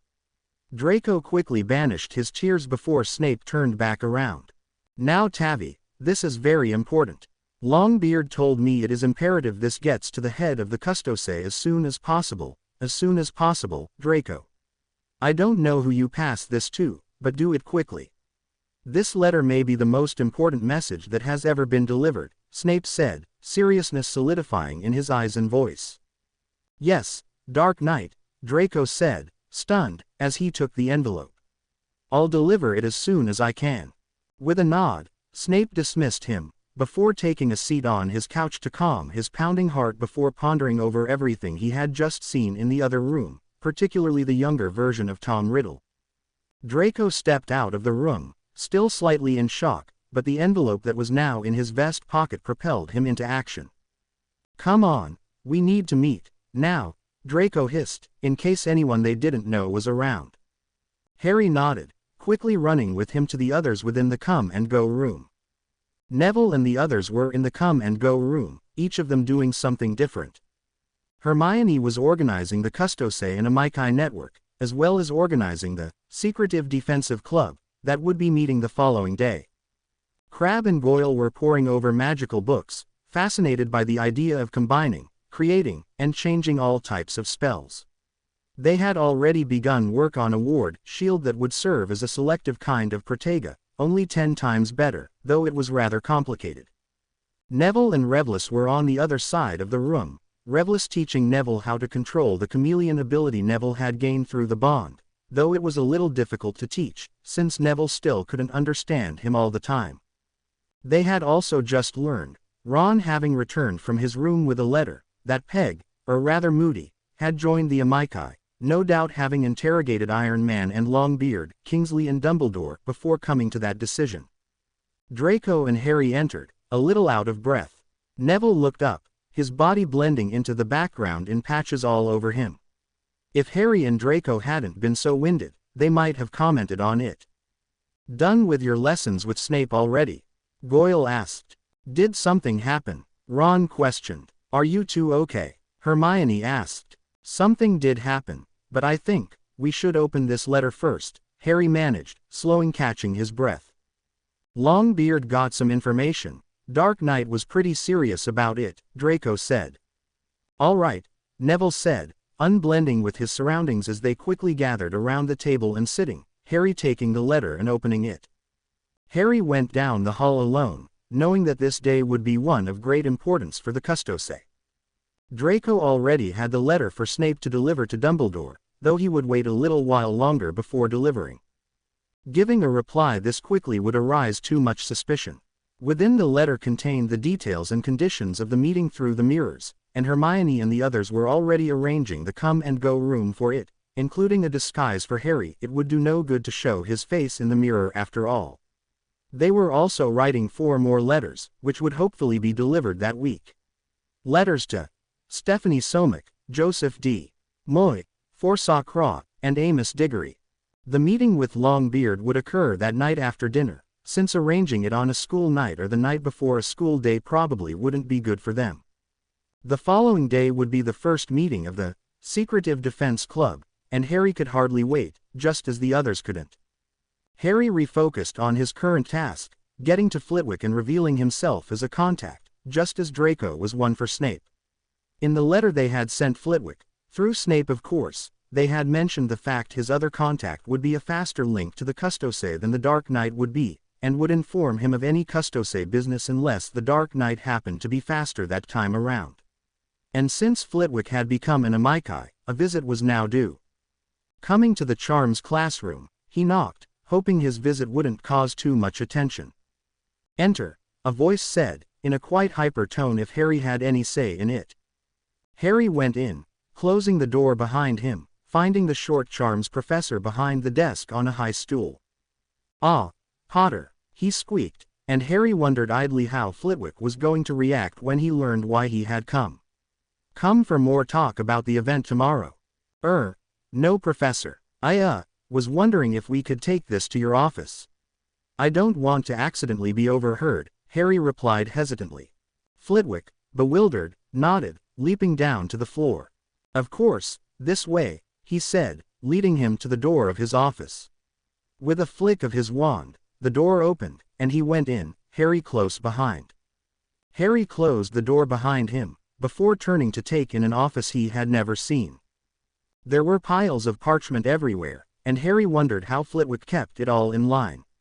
There was a desk with a red quill marking away, grading no doubt, and bookshelves full of old worn books behind it. There was a window overlooking a part of the grounds to the left, and pictures of, Harry could only assume was Flitwick's family, moving in their frames to the right. Flitwick turned and faced him, his eyes dancing with curiosity. "What is it, Mr. Potter? What can I help you with?" Flitwick asked. Harry took a calming breath, before pulling out his wand and expertly casting silencing and privacy wards and spells around after closing the curtain over the large window with a heavy wave of his wand. He had not anticipated having to do that spell, but it worked well enough, and with the other precautions, all was secure. Flitwick stared, amazed at the quick succession of advanced spells that had just been cast by a mere second year as Harry focused back onto him. "Colossus, we are a formation of defenders. I am Griffin," Harry stated, knowing there was no turning back now. "I am, as you now know, your other contact." Harry couldn't help but smile a little at how Flitwick was now openly, without restraint, gaping at him. "I'm here to tell you about another person who will hopefully join us, if you'd be willing to take on the assignment, I suppose you could say," Harry continued, hoping Flitwick was still listening. "You're an Amici?" Flitwick asked. Not exactly, but I am your contact to the Custose," Harry stated, hoping he wouldn't press. "Well, very good. I of course know to keep your involvement in all of this a secret, and am happy to do anything the Custose have assigned for me," Flitwick said, his voice squeaking slightly. Harry pulled out a charmed envelope. "I was told this person has already been contacted but doesn't wish to commit themselves because they are uncertain about our genuineness," Harry said. "I was told you may be able to relieve their hesitancy." "I will do my best," Flitwick said. Harry nodded. "The directions are inside. Inform me of whatever results from the meeting." "Thank you, Colossus." "You're welcome, Griffin. Send the Custose my regards." Harry gave a slight bow of his head, before he banished the protections he had recently cast, reopened the window, and left without another word. Flitwick stayed standing, watching Harry leave his office and his classroom, his eyes displaying a sense of pride he hadn't shown since another green-eyed student had graced the halls. Harry entered the come-and-go room after getting an interesting letter from a falcon that had intercepted him on his way from Flitwick. Opening the letter, he went and sat down in one of the couches the room provided. "What do you have there, Harry?" Ron asked. "Everything go all right with Colossus?" Greg asked. "It's a letter from Rook, and yeah, everything went fine with Colossus," Harry answered, breaking the seal and pulling out the tannish-brown parchment. Hermione and the others quickly gathered around, save Draco who had just left to give the letter for Longbeard to the Dark Knight. Unfolding the letter, Harry and the others read, "Griffin, I have come to a solution to the little problem concerning certain evil items, one of which has already been taken care of in my little experiment to prove the method I have come upon. To put it simply, the cup is no more and a perfect replica now rests in its place. I hope you do not mind, but there was only one way to be sure of its effectiveness, and after some thought, I believed this safer. I have secured 3 of these evil destroyers for your later use and shall happily give them to you in your next visit, perhaps during the holidays. Rook. After reading, Ron whooped excitedly, the others grinning equal elation. You know what this means, don't you? Hermione asked. Soon we can begin gathering the others. Yes, as soon as we get those evil destroyers, Harry agreed, relief he didn't know he'd feel at this news filling him up. Voldemort's days were numbered, now more than ever. Draco rejoined them later that hour, telling them he had delivered the package and all was well. The others then told him the good news. That's awesome. I have to hand it to you, Harry. I didn't know what to think when you told us you would be making a goblin an ally, but I'm sure glad you have now, Draco said. Yeah, and now I have even more reason to be eager for the holidays, Harry said. Crouch Manson. A month ago. Crouch Jr. and 6 other darkly robed figures stood around the table, a lone black book in its center, runes and scripts of dark text surrounding them.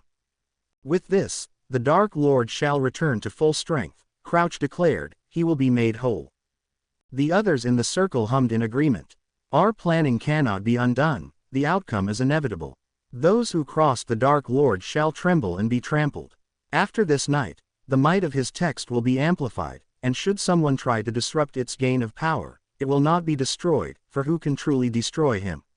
He who is immortal. The others in the room chimed in agreement, before Crouch Jr. raised his arms. Let us begin this then, he stated, before leading them in chants and casting. The diary glowed. Hogwarts. After dinner, Harry was anxious and extremely nervous. Not only had he just had to deal with a boggart that day, and in front of Snape no less, but he was about to talk to Dumbledore, as an equal. What if he messed it up? What if Dumbledore figured it out? Harry, Hermione asked. Huh? Harry asked dumbly as she continued applying makeup to his face. Just calm down, this is going to work, okay? Hermione said. Harry nodded, but then had to stop as she stuck on a mustache. They had cast a few glamour charms on him, of course, to change the color of his eyes and hair, as well as change the shape of his nose, but everything else, they decided, called for makeup, glue, and rubber, or at least until they felt confident enough in casting more powerful disguise charms. Harry now looked like a confident businessman with a very finely trimmed goatee and mustache. His hair was dark brown with a few streaks of gray, and his eyes were very light blue, so light Ron said they looked silver. Everyone thought they looked cool, so Harry kept them. Hermione had also cast a spell she had found to lower Harry's voice. A man with a young boy's voice didn't seem to provoke the strong image. All right, almost time, Hermione said. Ready, Harry? Neville asked, revellous around his arm. Harry nodded. Okay, then I suppose we'll wait for you in the dorm, Ron said. We'll see you tomorrow, Draco said, Vincent and Greg nodding in agreement, along with Hermione, who obviously wouldn't be waiting in the boys' dorm with Ron and Neville. Harry took a deep breath before giving them a wave to go. The others left without another word, knowing he was mentally preparing himself. After a few more minutes of silence, the come-and-go room now completely empty, the clock began to chime 9. It was time. Taking the mirror in his hand, and trusting that Dumbledore would be on time, he activated it.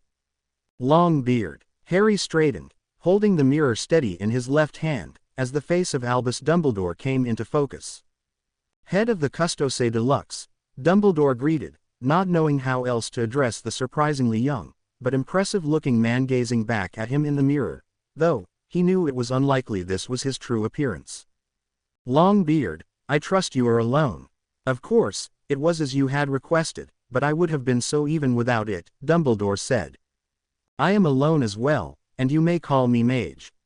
Now, you said you had pressing news to tell me, Harry asked. Yes, so I will get to the point. Do you know about prophecies? He asked, his eyes solidifying with seriousness.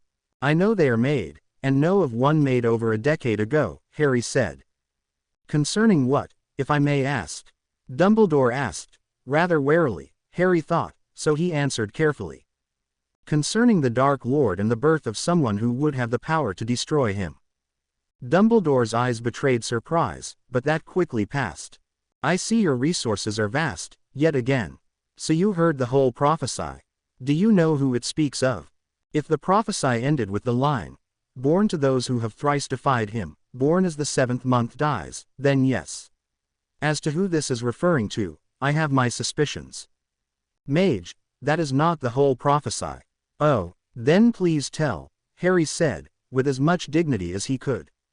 It continues by saying the Dark Lord would mark him as his equal, but he would have power the Dark Lord knows not, and that in the end, only one can survive. I thought as much. As for the marking as his equal in power he knows not. That is most curious. Is this what you wished to tell me?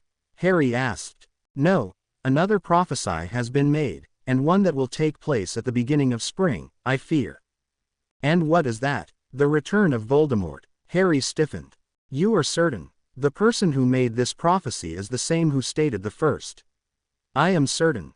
What did it say? Harry asked, already making plans on who to contact to begin organizing and truly preparing for the worst. As the season of growth begins, within the chamber of the Serpent Founder, the Dark Lord shall return. However, his equal will disrupt a ritual, but be forced into the realm of the dead, and there, he will be embraced. Harry blinked, instantly making the connection to the Chamber of Secrets before becoming further disturbed about his equal going into the realm of the dead. Am I right to assume you are making the same connections as I? Dumbledore asked, gauging the reaction of the fellow leader of light and deciding right then this person was someone he was glad he sided with. Mage was obviously troubled with this news, but he kept himself collected as he continued the conversation. I am certain this refers to the Chamber of Secrets, which had been opened when you were the Transfiguration teacher. His equal is the boy who lived, Harry Potter. And if this prophecy is to be taken at face value, Mr. Potter will die, Mage stated, his voice void of emotion, mainly because if he had allowed any to come through, it would have revealed how alarmed he was.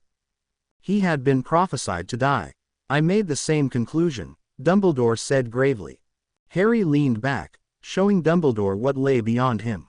Dumbledore, though troubled, was observant enough to make out a dimly lit study with leather books covering the wall behind Mage. Have you taken any precautions? Have you thought about telling the boy? Mage asked, trying not to be too familiar with, well, himself. I have alerted my staff to be more observant, should something happen before the spring. As for telling young Potter, minutely, Dumbledore admitted. He does not know of the first prophecy, though he knows about his unfair task. I did not wish to burden him further, and I still don't. I am sure you understand. I do. But we all must carry burdens, and though it's not fair, I think keeping these things from him, however noble the intentions may be, is preventing preparations he could be making, Harry said softly, wondering where such words were coming from. But then, having the memories of a man above 50 were bound to have that effect, no matter how good or evil that man was. You wish me to tell him, Dumbledore stated, as if it caused him pain to even think about doing so. I am not telling you to do anything. Do you truly want me to tell a child that he might not see the summer? That he is destined to die before he has even truly lived? Dumbledore questioned, his voice alone displaying the sorrow within him. Harry was shocked, though he hid it well. Dumbledore's confident persona was cracking. He, Mage, Harry Potter, the boy who lived, the leader of the Custose de Lux was seeing Albus Dumbledore as his true self. A leader, much like Harry, with troubles, uncertainties and undesired duties. I can honestly tell you, if I were the one this prophecy pertained to, I would want to be told, whether or not it foretold the end of my life. I would rather the confidence of my headmaster and probable mentor to tell me himself, than for me to be likely blindsided by the event, Harry said. And Longbeard, perhaps the prophecy is not foretelling what we think it is, he added, though more to ease his own pounding heart than Dumbledore's. Harry did not want to die, he had too much to do. I hope you are right, Dumbledore sighed. Well, if I think of anything that may help, I will immediately share it with you, but for right now, I am afraid we must move on, Harry said, though with a slight strain in his voice. Yes, I have been curious to learn what things you know, Dumbledore said, putting something yellow in his mouth, which Harry immediately gathered was a drop. Knowing Dumbledore already knew about Riddle having Horcruxes, Mage decided to just throw it all out there. I trust you know what Horcruxes are. Well, Riddle has several Horcruxes, 5 in fact. Well, he used to. I am happy to tell you an ally of mine has recently destroyed one of them, and will soon give me the means to destroy the others, Harry declared gleefully, the prediction of his death having been pushed aside for right now. 5. Dumbledore gasped, though he now seemed just as excited as Mage upon hearing they had destroyed one. Riddle was planning on making it 7, it being a magic number and all, you see, Harry continued, though conscious of how much he gave away. Do you know what the others are? Do you know where they are? Dumbledore asked, leaning forward slightly. Yes, I do, but until I have the means to destroy them, gathering them up will have to wait, though I will begin this undertaking soon, Harry said. How? Dumbledore asked, amazed. Contacts, Harry answered evasively. Leaning back, slightly disappointed at not being told, Dumbledore relented. Well, anything I can do to help in this task, I will gladly participate. I appreciate that, Harry said honestly. Dumbledore gave a slight nod. Is there anything else, Longbeard? Harry asked, knowing it was getting late, and that he would definitely need to use his invisibility cloak to get back to Gryffindor Tower. No, but for future meetings, Dumbledore began. I will send the next possible time to Dark Knight, and if you need to speak with me before then, repeat what you had done this time. As for possible emergencies, I will link this mirror with one of my trusted contacts.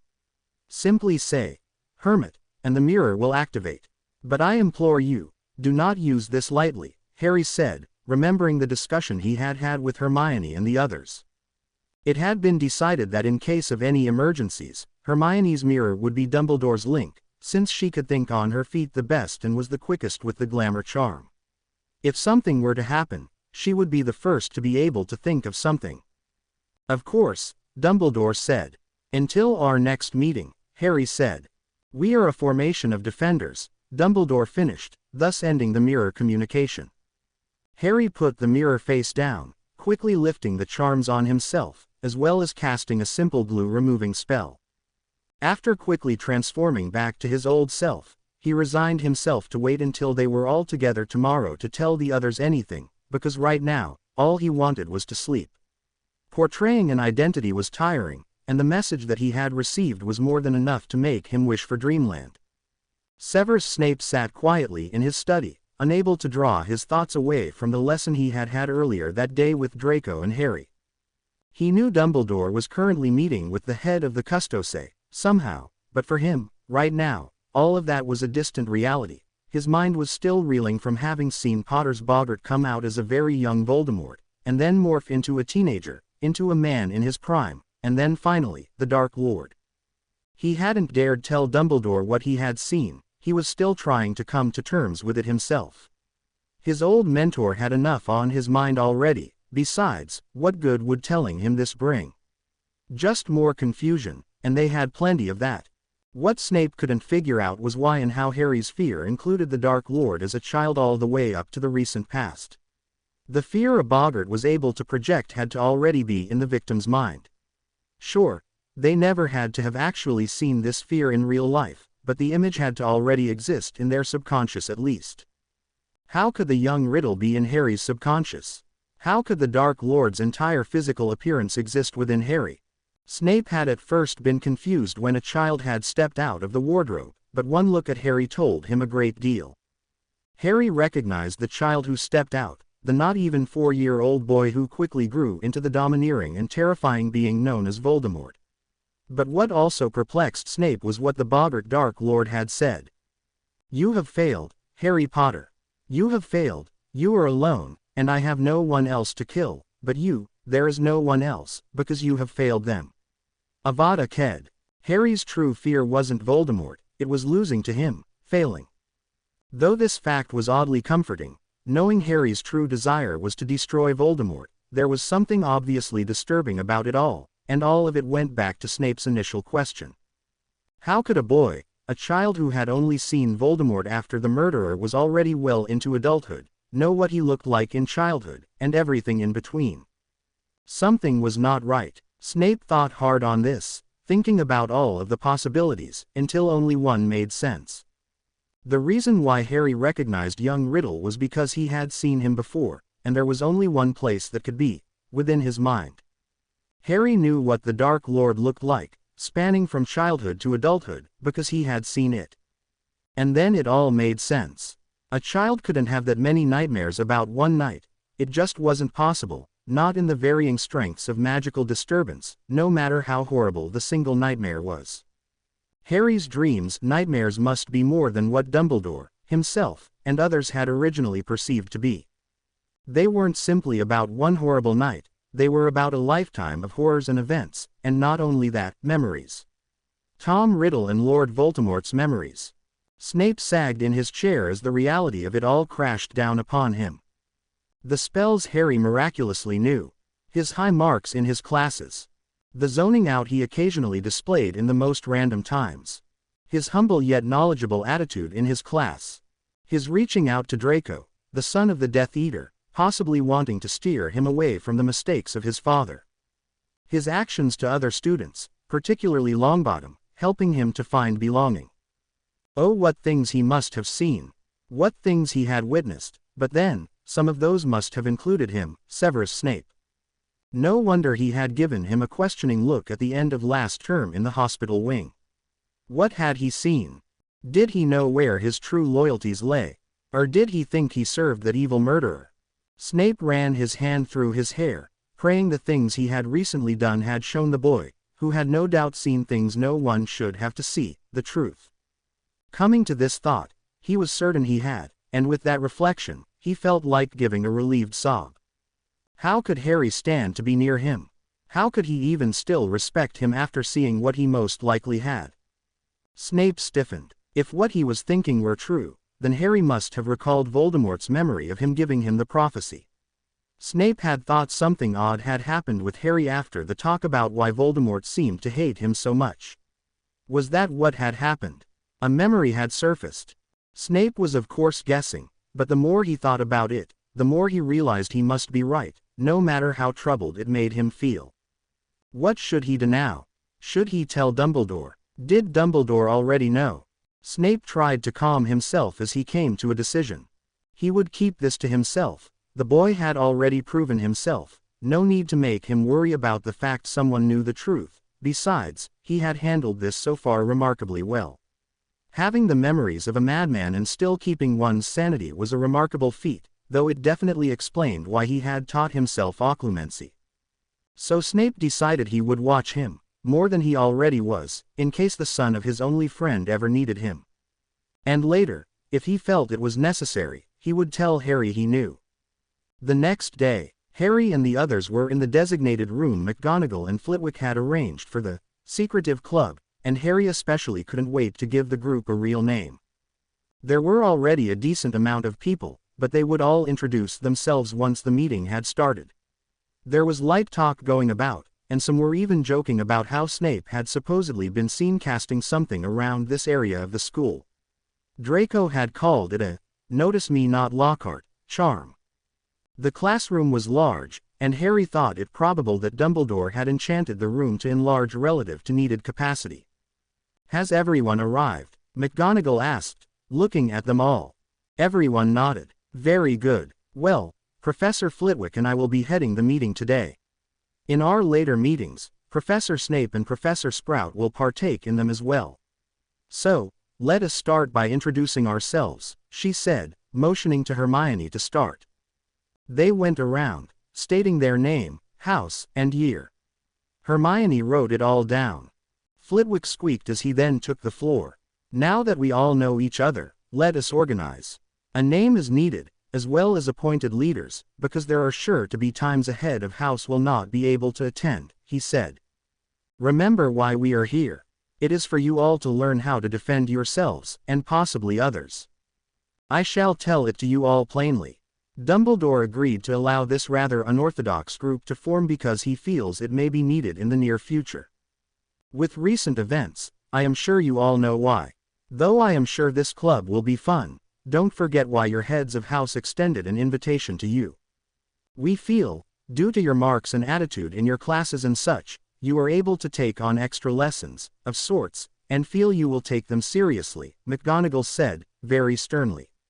Also, I do not want to see any outrageous house rivalries here. You have all agreed to come a part of this new group, so let's just focus on the thing you all have in common, the fact you are all students of Hogwarts. Everyone nodded, blinking slightly at how fiercely she had spoken. Ideas for names? Hermione asked after a moment, her quill ready.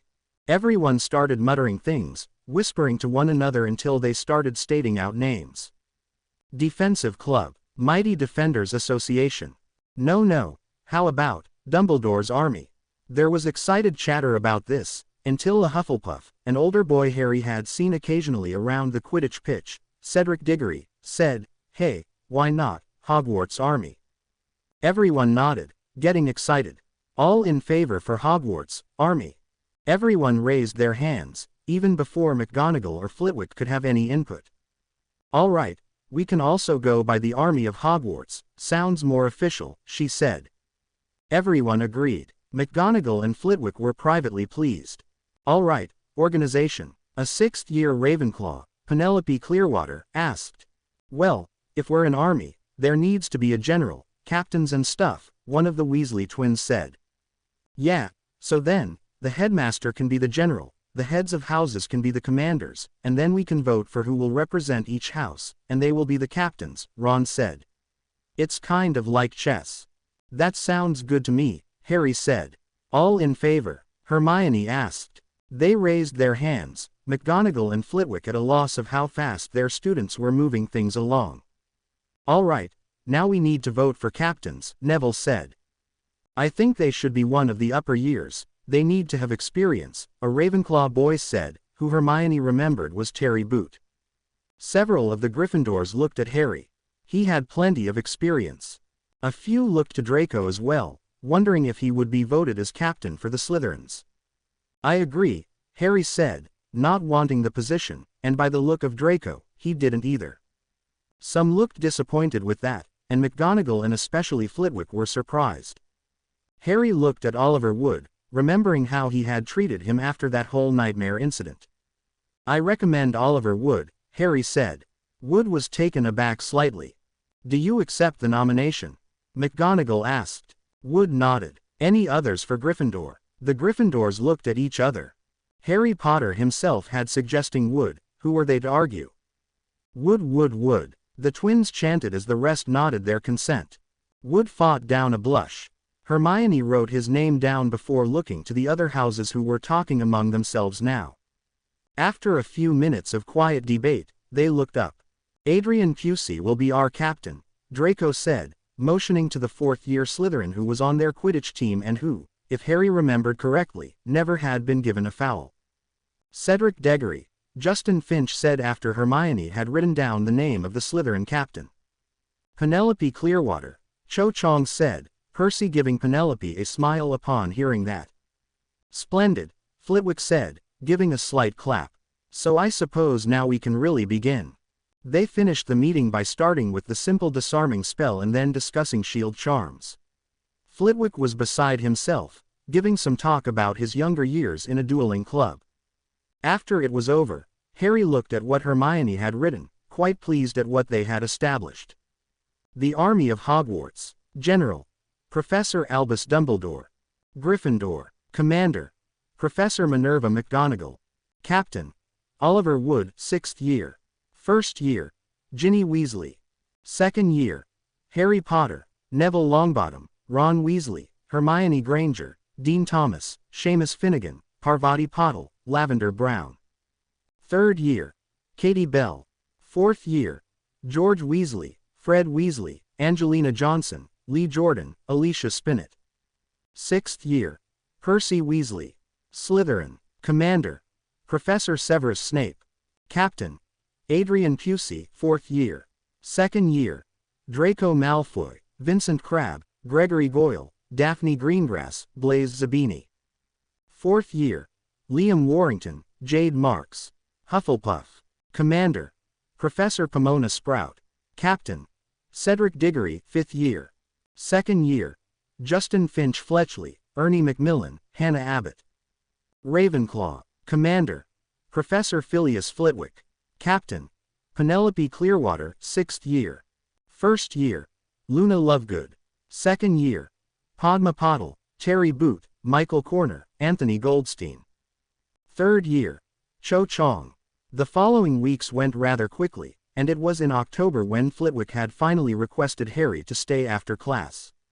After he had led Harry into his office and cast the appropriate charms, did he tell him his mission was a success, and that Harry could tell the Custose that they had a new Amici member. Harry was as delighted as Flitwick, and went and told the others. Snape was the same as ever, and Draco and Harry continued going to his lessons on Saturdays. Harry and Draco thought it odd though that he never brought up their boggart lesson. It was almost as if it had never happened. They were thankful, and just assumed Snape thought it best to just let it go.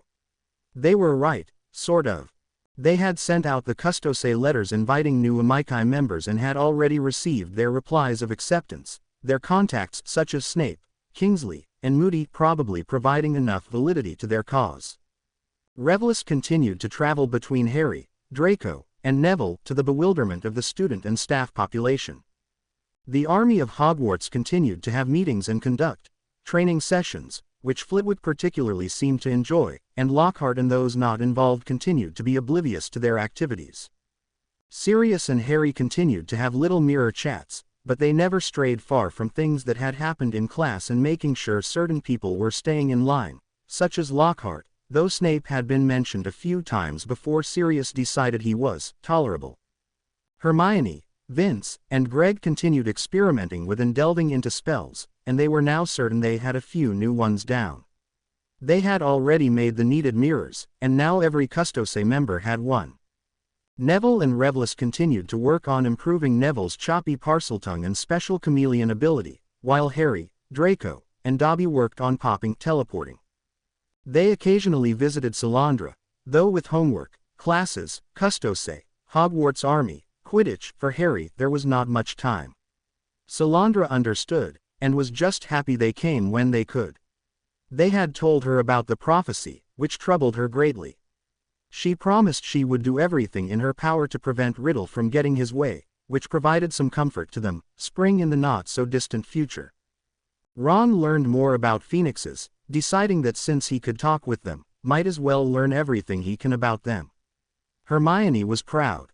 Dumbledore had yet to talk with Harry, not that he was surprised, but he had hoped Mage had been able to get through to him.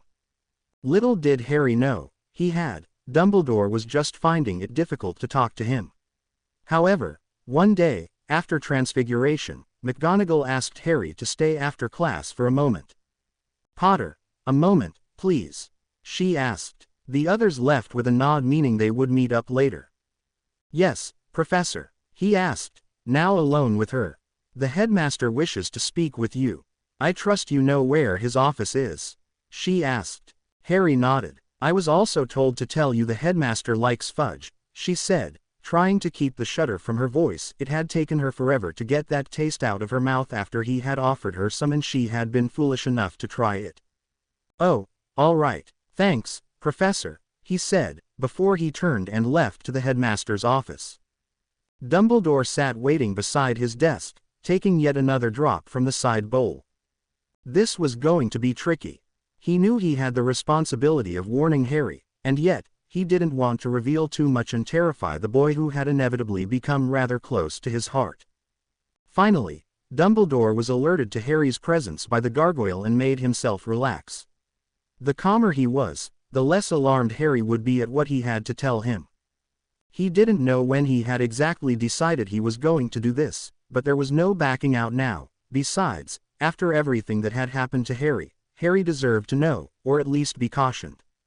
Harry knocked on the door and he quickly beckoned him in. "Hello, Harry. Care for a drop?" Dumbledore asked. No thanks, sir," Harry said, shuffling his feet slightly. "Why, take a seat, my boy," he said as he sat on the chair across from the chair he had motioned for Harry. Harry obliged, wondering a little about why Dumbledore wasn't sitting behind his desk, so he wringing his hands slightly before glancing up at Fawkes, who seemed to nod at him. Dumbledore didn't appear to notice. "Harry, I asked you here to speak about a few things with you," Dumbledore began, leaning forward slightly, his eyes lacking their usual twinkle. "Things?" Harry asked, forcing his legs not to swing from the chair since his feet barely touched the floor. "Well, first to congratulate you and your friends on founding the Army of Hogwarts. It would not have been possible if not for Ms. Granger's organization and your and the others' participation. I have heard many great things about it, some even from Professor Snape, and I need not tell you what high praise that is," Dumbledore said, his eyes sparkling with their usual shine for a moment before going back to their previous seriousness. "Thanks, sir," Harry said, though he knew this was not the main thing he wanted to talk to him about. Dumbledore folded his hands in his lap. "Harry, after some advice from a friend, of sorts, I have decided something. Remember the question you had asked me at the end of last year's term?" Dumbledore asked. "The one about Voldemort, and you said you couldn't tell me?" Harry asked. "Yes," Dumbledore said, though by his voice it was obvious he had hoped Harry wouldn't have remembered. "What about it, sir?" he asked, though he had his suspicions. "What do you know about prophecies, Harry?" Dumbledore asked, quite bluntly, probably because he just wanted to get it over with, like removing a band-aid in one swift movement. "I know the Ministry keeps the ones they were able to document," he said with a shrug. Hermione had said something about it after she had done some research on prophecies after he had mentioned his memory to them.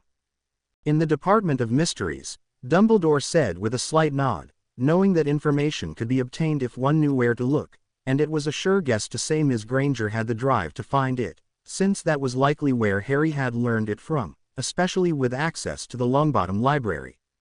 Harry nodded. "Before you were born, a prophecy was made," Dumbledore said softly, knowing this wasn't even the hard part, what was to come. Harry raised his eyebrows at that. He was actually going to be told something other than, "Be careful," and, "Be on your guard."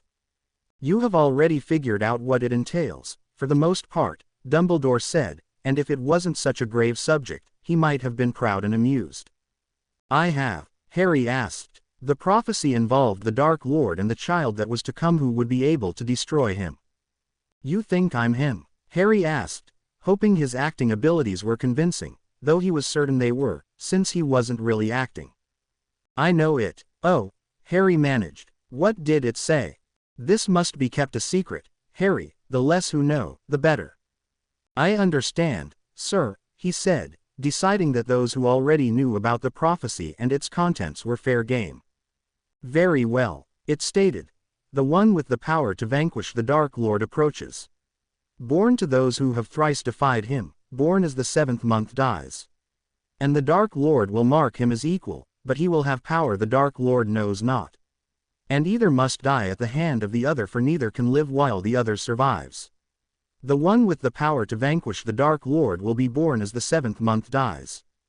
Dumbledore became quiet, certain Harry would need a moment to digest it. "So, I was right with what I said earlier this year?" Harry asked, already knowing half of the prophecy at that time, but still amazed with it all. Hearing the actual words were frankly chilling. "Yes, which was part of the reason why I decided to tell you this now," Dumbledore admitted.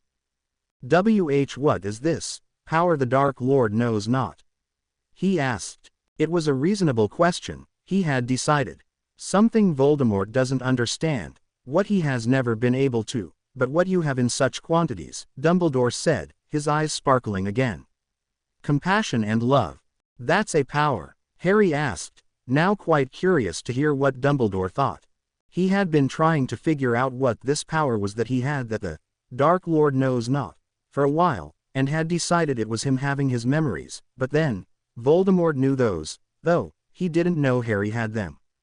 "Yes, Harry, it is the driving force of everything. These two go hand in hand. Without compassion, love turns into lust, which Voldemort has for power. But you have both love and compassion, evidence of this is your action of befriending Draco last year. But the best example I have to show of this power is your mother. You are here because of this power, Dumbledore said. So, it is more powerful than death. That's why the curse didn't work on me? Harry asked, wanting to make sure he was following what Dumbledore was saying. Yes, but why hasn't it happened before or since then? Harry said, recalling the times he had seen the killing curse used on people who had had others shielding them moments before from the same curse. My mother's act couldn't have been unique. Others must have done the same for their loved ones. Why weren't they saved? Harry had always wondered about this, and now that he had the perfect opportunity to ask, he wasn't about to let it pass without trying to get an answer. I don't know the answer to that, Harry, but, though I am sure you are tired of hearing it, you are an extraordinary child, special. I believe, with or without the prophecy, a similar event would have happened to you, though I wish it hadn't been so. The only thing the prophecy did was alert us to the fact someone would be born who would be able to defeat Voldemort, and how to identify them, Dumbledore said. Harry looked at his hands, not knowing what to say. Why me? He wondered. So, I take it Voldemort knows about the prophecy? Harry asked. Only part of it. He did not receive the portion about you having powers he knows not, or him marking you as his equal. I'm sure if had known about that portion, he would have responded differently. Harry nodded, looking back up again, feeling stunned, yet utterly grateful, for the trust Dumbledore was giving in telling him this. Harry, this was not the main reason for your visit with me today, however, Dumbledore said, releasing what Harry was surprised to realize was a sigh. I must admit, I never thought I'd be sharing this amount with you, but not to would be, as you said last year, dangerous, he said. He looked at Harry over his lenses, as if he was hesitating, which he was. Sir? Harry asked, if possible, even more surprised than before. Another prophecy has recently been made, and if what it seems to state happens, dire events will occur, events I do not wish to happen, he said finally. What did it say? Harry asked, not knowing what he would do if Dumbledore actually told him. I will not state its exact contents, for I wish to spare you from things you don't need to know, but I will say it involves Voldemort and you. And something very bad, Harry whispered. We do not know that, Dumbledore said. But you wouldn't be worried if you didn't think it was, Harry thought. What do you want me to do? Harry asked. I mean, I am truly thankful for you sharing this with me, but now that I know about the first prophecy and a little about this second, what am I supposed to do? Is there a way to avoid the prophecy? I want you to be on your guard, for I don't think there is much else you can do right now but know that there are people here you can rely on, who you can come to if you need help.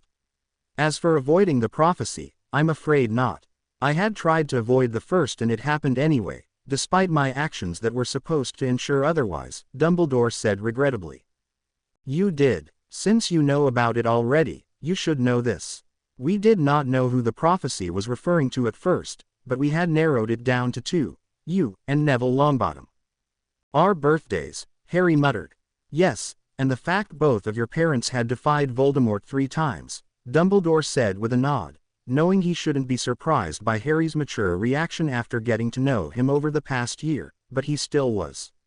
I had asked them to go into hiding and had suggested using Fidelius charms. I had thought that would work, but it failed both your and young Longbottom's families. He watched Harry, deciding a moment of silence was warranted as Harry lifted a hand to his forehead, no doubt thinking about the thing that told Dumbledore and others who the prophecy was referring to. His bangs were easily brushed aside, revealing his scar, his fingers tracing it as he came to a sudden enlightenment of sorts, his eyes no longer looking in Dumbledore's direction, but off to the side. Dumbledore waited, knowing he would want to hear what Harry was about to say. People look at this in awe, some even with jealousy and fear.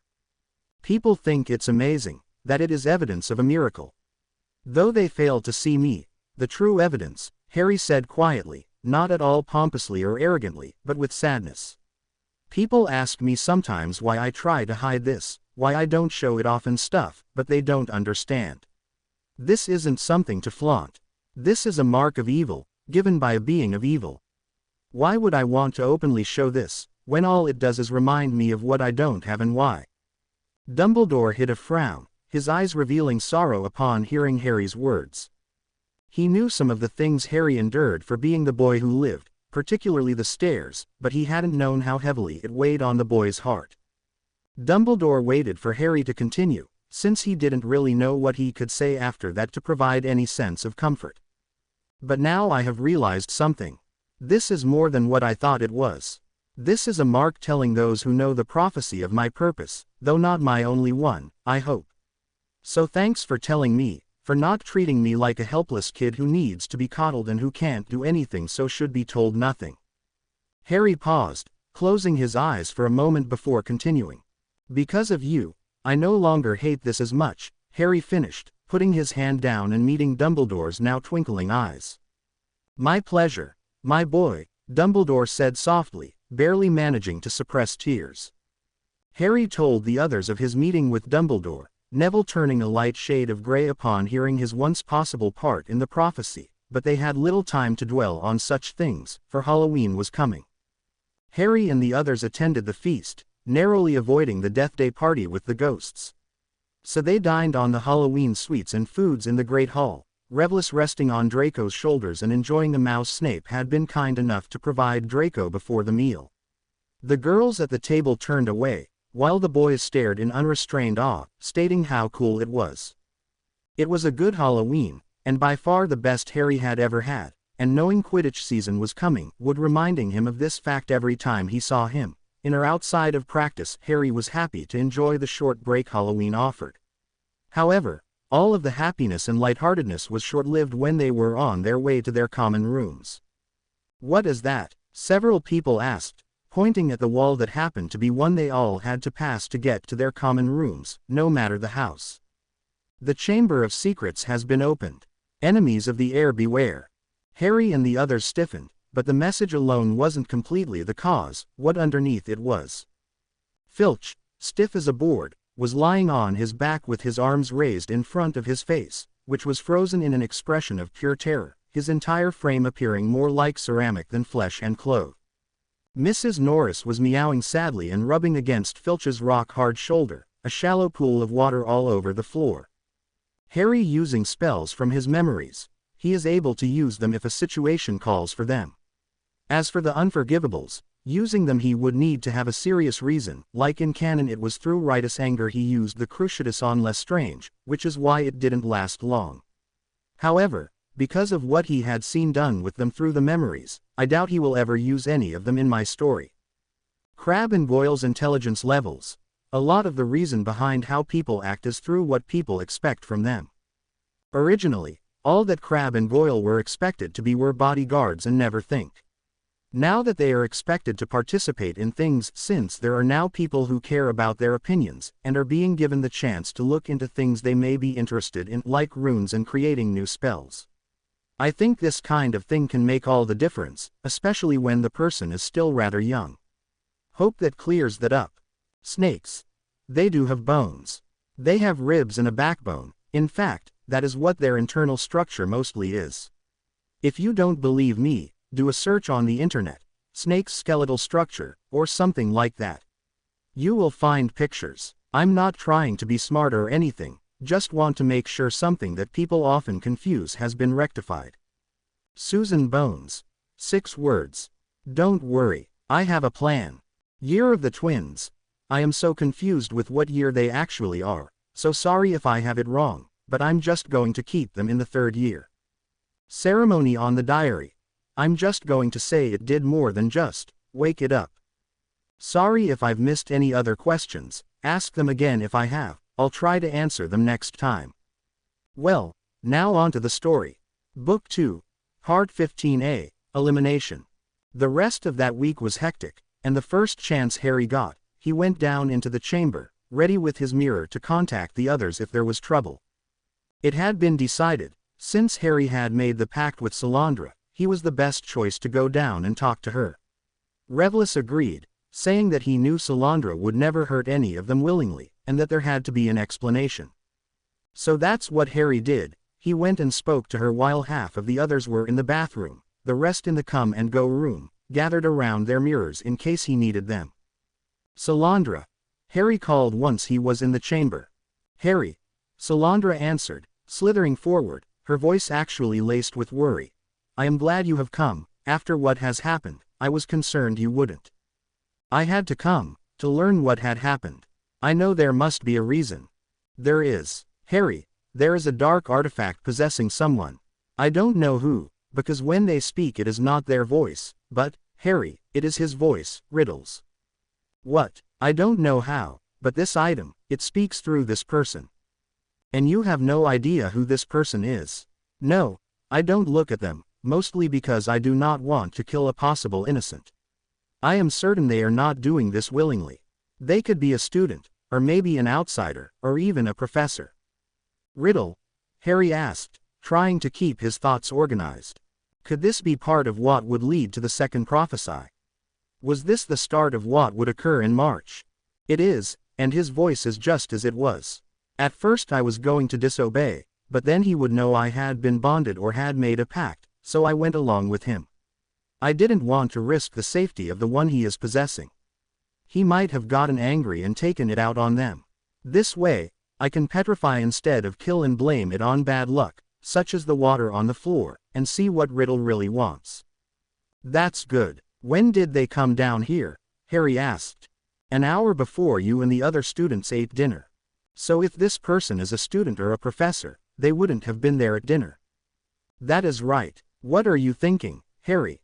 I think me and the Custose can narrow down who this person could be, if they're an insider and not an outsider. I also know what item to look for. You know what the dark artifact is. Yes, it is one of his Horcruxes, his first actually. His diary. I just hope we can find it before they come back down here again. What do you wish me to do if they come down again?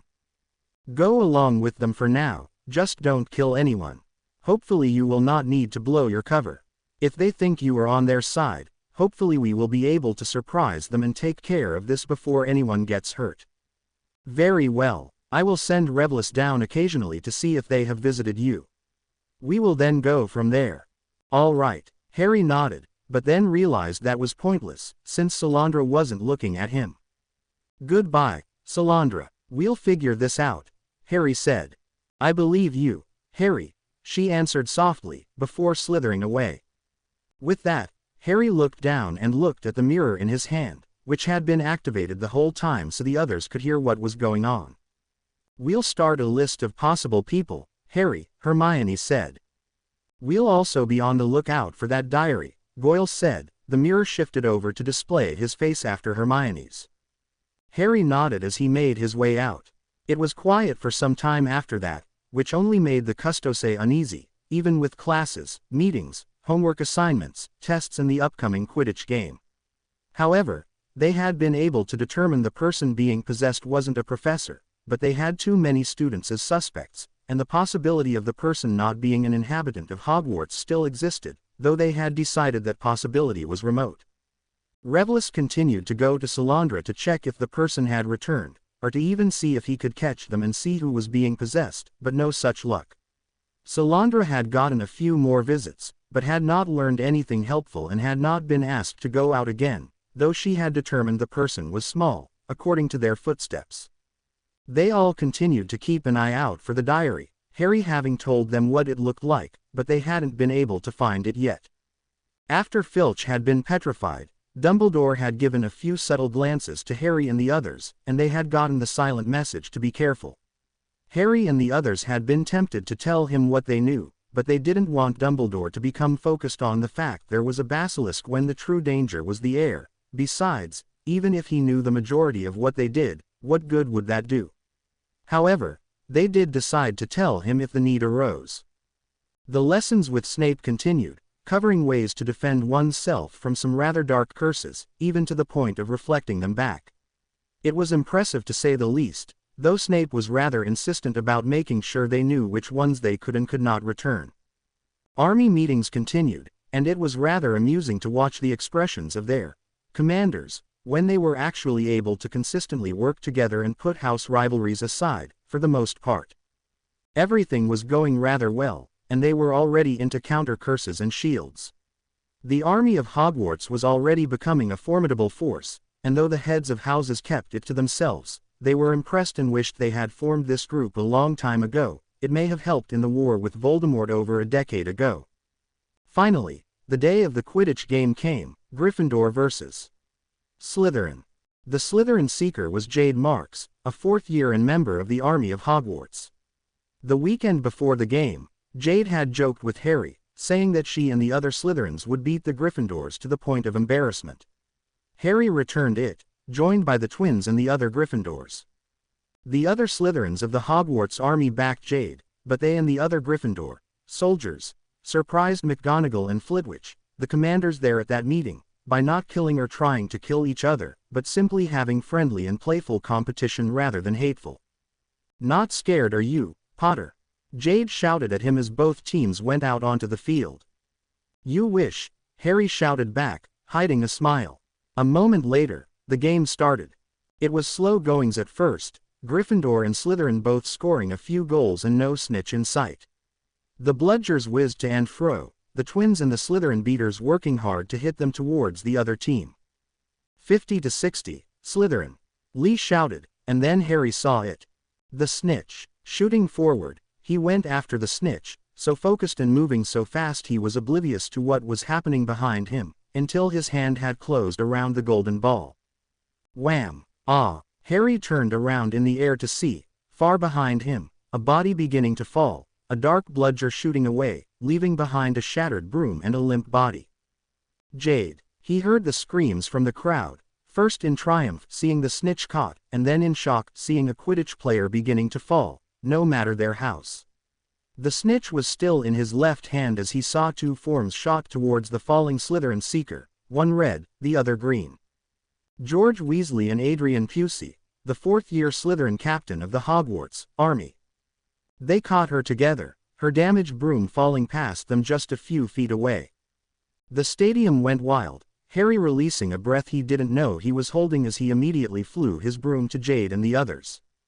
"How is she?" Harry asked. "I'll live," she breathed with her eyes closed, cradling her side with her left arm, her right arm over George's shoulders, his right arm around her back while his left hand gripped his broom. Adrian had her legs. They quickly went down, setting her down on the ground, several people pouring onto the field. "You got the snitch," Jade managed, holding in a grimace. "Yeah, but I think more people are focused on what happened to you," he said. "So that's what that cheering was about," she said, both teasingly and seriously. "Those in the army definitely weren't," George stated, before any non-members were in earshot. "That bludger came out of nowhere," Jade muttered. "They usually do," Adrian agreed. "Got me right in the ribs before bouncing into my broom handle," she finished. "Pomfrey will take care of it, don't worry," Harry said as both of their teams gathered around. "I can fix her injuries in a jiffy," a cheerfully cocky voice stated, suddenly coming through the Slytherins and Gryffindors. "Just perfect," Jade hissed quietly, her eyes narrowing. George and Adrian moved closer to her as Harry turned around and stood up, snitch still in his hand. The game was obviously over, but something else was clearly about to start. "I'll heal your wounds, no need to worry," Lockhart said as he went forward, Harry standing partly in front of Jade, blocking Lockhart from really getting a good view. "No, Pomfrey will fix me," Jade stated flatly, those in Hogwarts army nodding solidly, the others shocked she wouldn't want Lockhart to heal her since she was in obvious pain and Lockhart was famous. "With all due respect, I don't want you to heal me," she continued. "Poor girl, she doesn't know what she's saying," Lockhart said as he continued forward, only to bump into Harry who had decided not to move. "Now young Harry, I know it is a shock to see someone almost die like that, but you mustn't let it freeze you like this," he said pompously, trying to move around Harry, but Harry sidestepped with him, as if by accident. "Didn't you hear her, sir? She wants to be healed by Madame Pomfrey, not you," Harry said. "It's within her rights to choose who will heal her." Harry had been listening to serious, legal advice, since both he and Sirius had decided it was something good to know. "She's delirious, doesn't know what she needs right now," he barely managed to recover. "More reason to get her to Madame Pomfrey, she needs to feel safe so she will be able to calm down," Harry said, before Lockhart stiffened. "Potter is correct," a voice said from behind Harry. Harry turned slightly to find Snape right behind his left shoulder. How did he get there so fast? Harry wondered. I will accompany Ms. Marks to the hospital wing, Snape stated, eyeing Lockhart dangerously. Of course, Lockhart managed. Harry glanced back to Jade as Snape levitated her onto the stretcher to see her mouth, "Thank you," to both himself, George, and Adrian. He gave her a short nod in return. After the game, things fell back into a routine, though Harry and the others never let the prophecy stray too far from their present thoughts, though Ron was a little more concerned about the random spiders that seemed to be fleeing the halls of the school. He wasn't overjoyed with seeing them, but seeing them leave was a plus. Jade was healed by Madame Pomfrey, leaving most of the school wondering why Harry had practically stood against a professor, and for a Slytherin no less.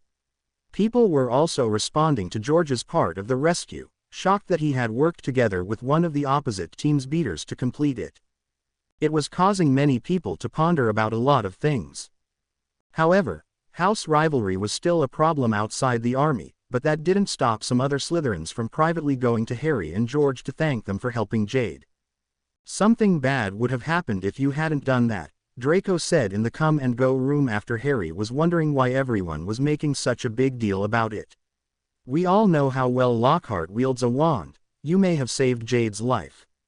Slytherins know that, even the ones who don't like you, forget about the fact you stood in the way of a professor. That's why it's a big deal."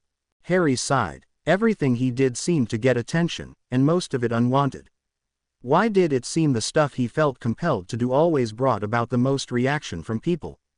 It sure was getting old. Ron suddenly snickered. "You know, George and Jade seem to be getting along well now, if you know what I mean," Ron said suddenly. He asked her out. "What did she say?" Hermione asked, clearly interested. "Yes, of course, we Weasleys are studs." Hermione rolled her eyes, while the others held in smirks and snorts. Guys, I've been thinking," Neville said after a pause. "Yeah, Neville, about what?" Vince asked. I think my Gran should become an Amici. She'd be helpful, and she's influential in the ministry and stuff," Neville said. "You know, Neville," Hermione said, "I think that's a good idea." "Yeah," he asked. "You'd have to be one of her contacts though. Do you think you could handle that?" Harry asked. I think so," he said. "But I don't think she can know about me being a custose, at least for right now." "Yeah, you're probably right," Ron said. "Well, Neville, if you feel she should be added, we'll send her a letter." "Augusta Longbottom will soon receive a letter from the Custose Deluxe," Hermione declared. "You'll make contact during the holidays," Draco said. Neville nodded. "Who should her other contact be?" Ron asked. I think Jean Bury would be good, but I think she will need someone more, well, important like," Neville said. "Dumbledore?" Draco asked. "Moody," Harry said. They all looked at him, remembering how Moody and Madame Longbottom had gotten along. "Moody," they all said together, agreeing. Later that week, they received word from Peg Moody that Lioness had accepted. Augusta Longbottom was now a member. Contacts: Peg, Nightingale, and Flytrap. It was a week before Thanksgiving when it happened.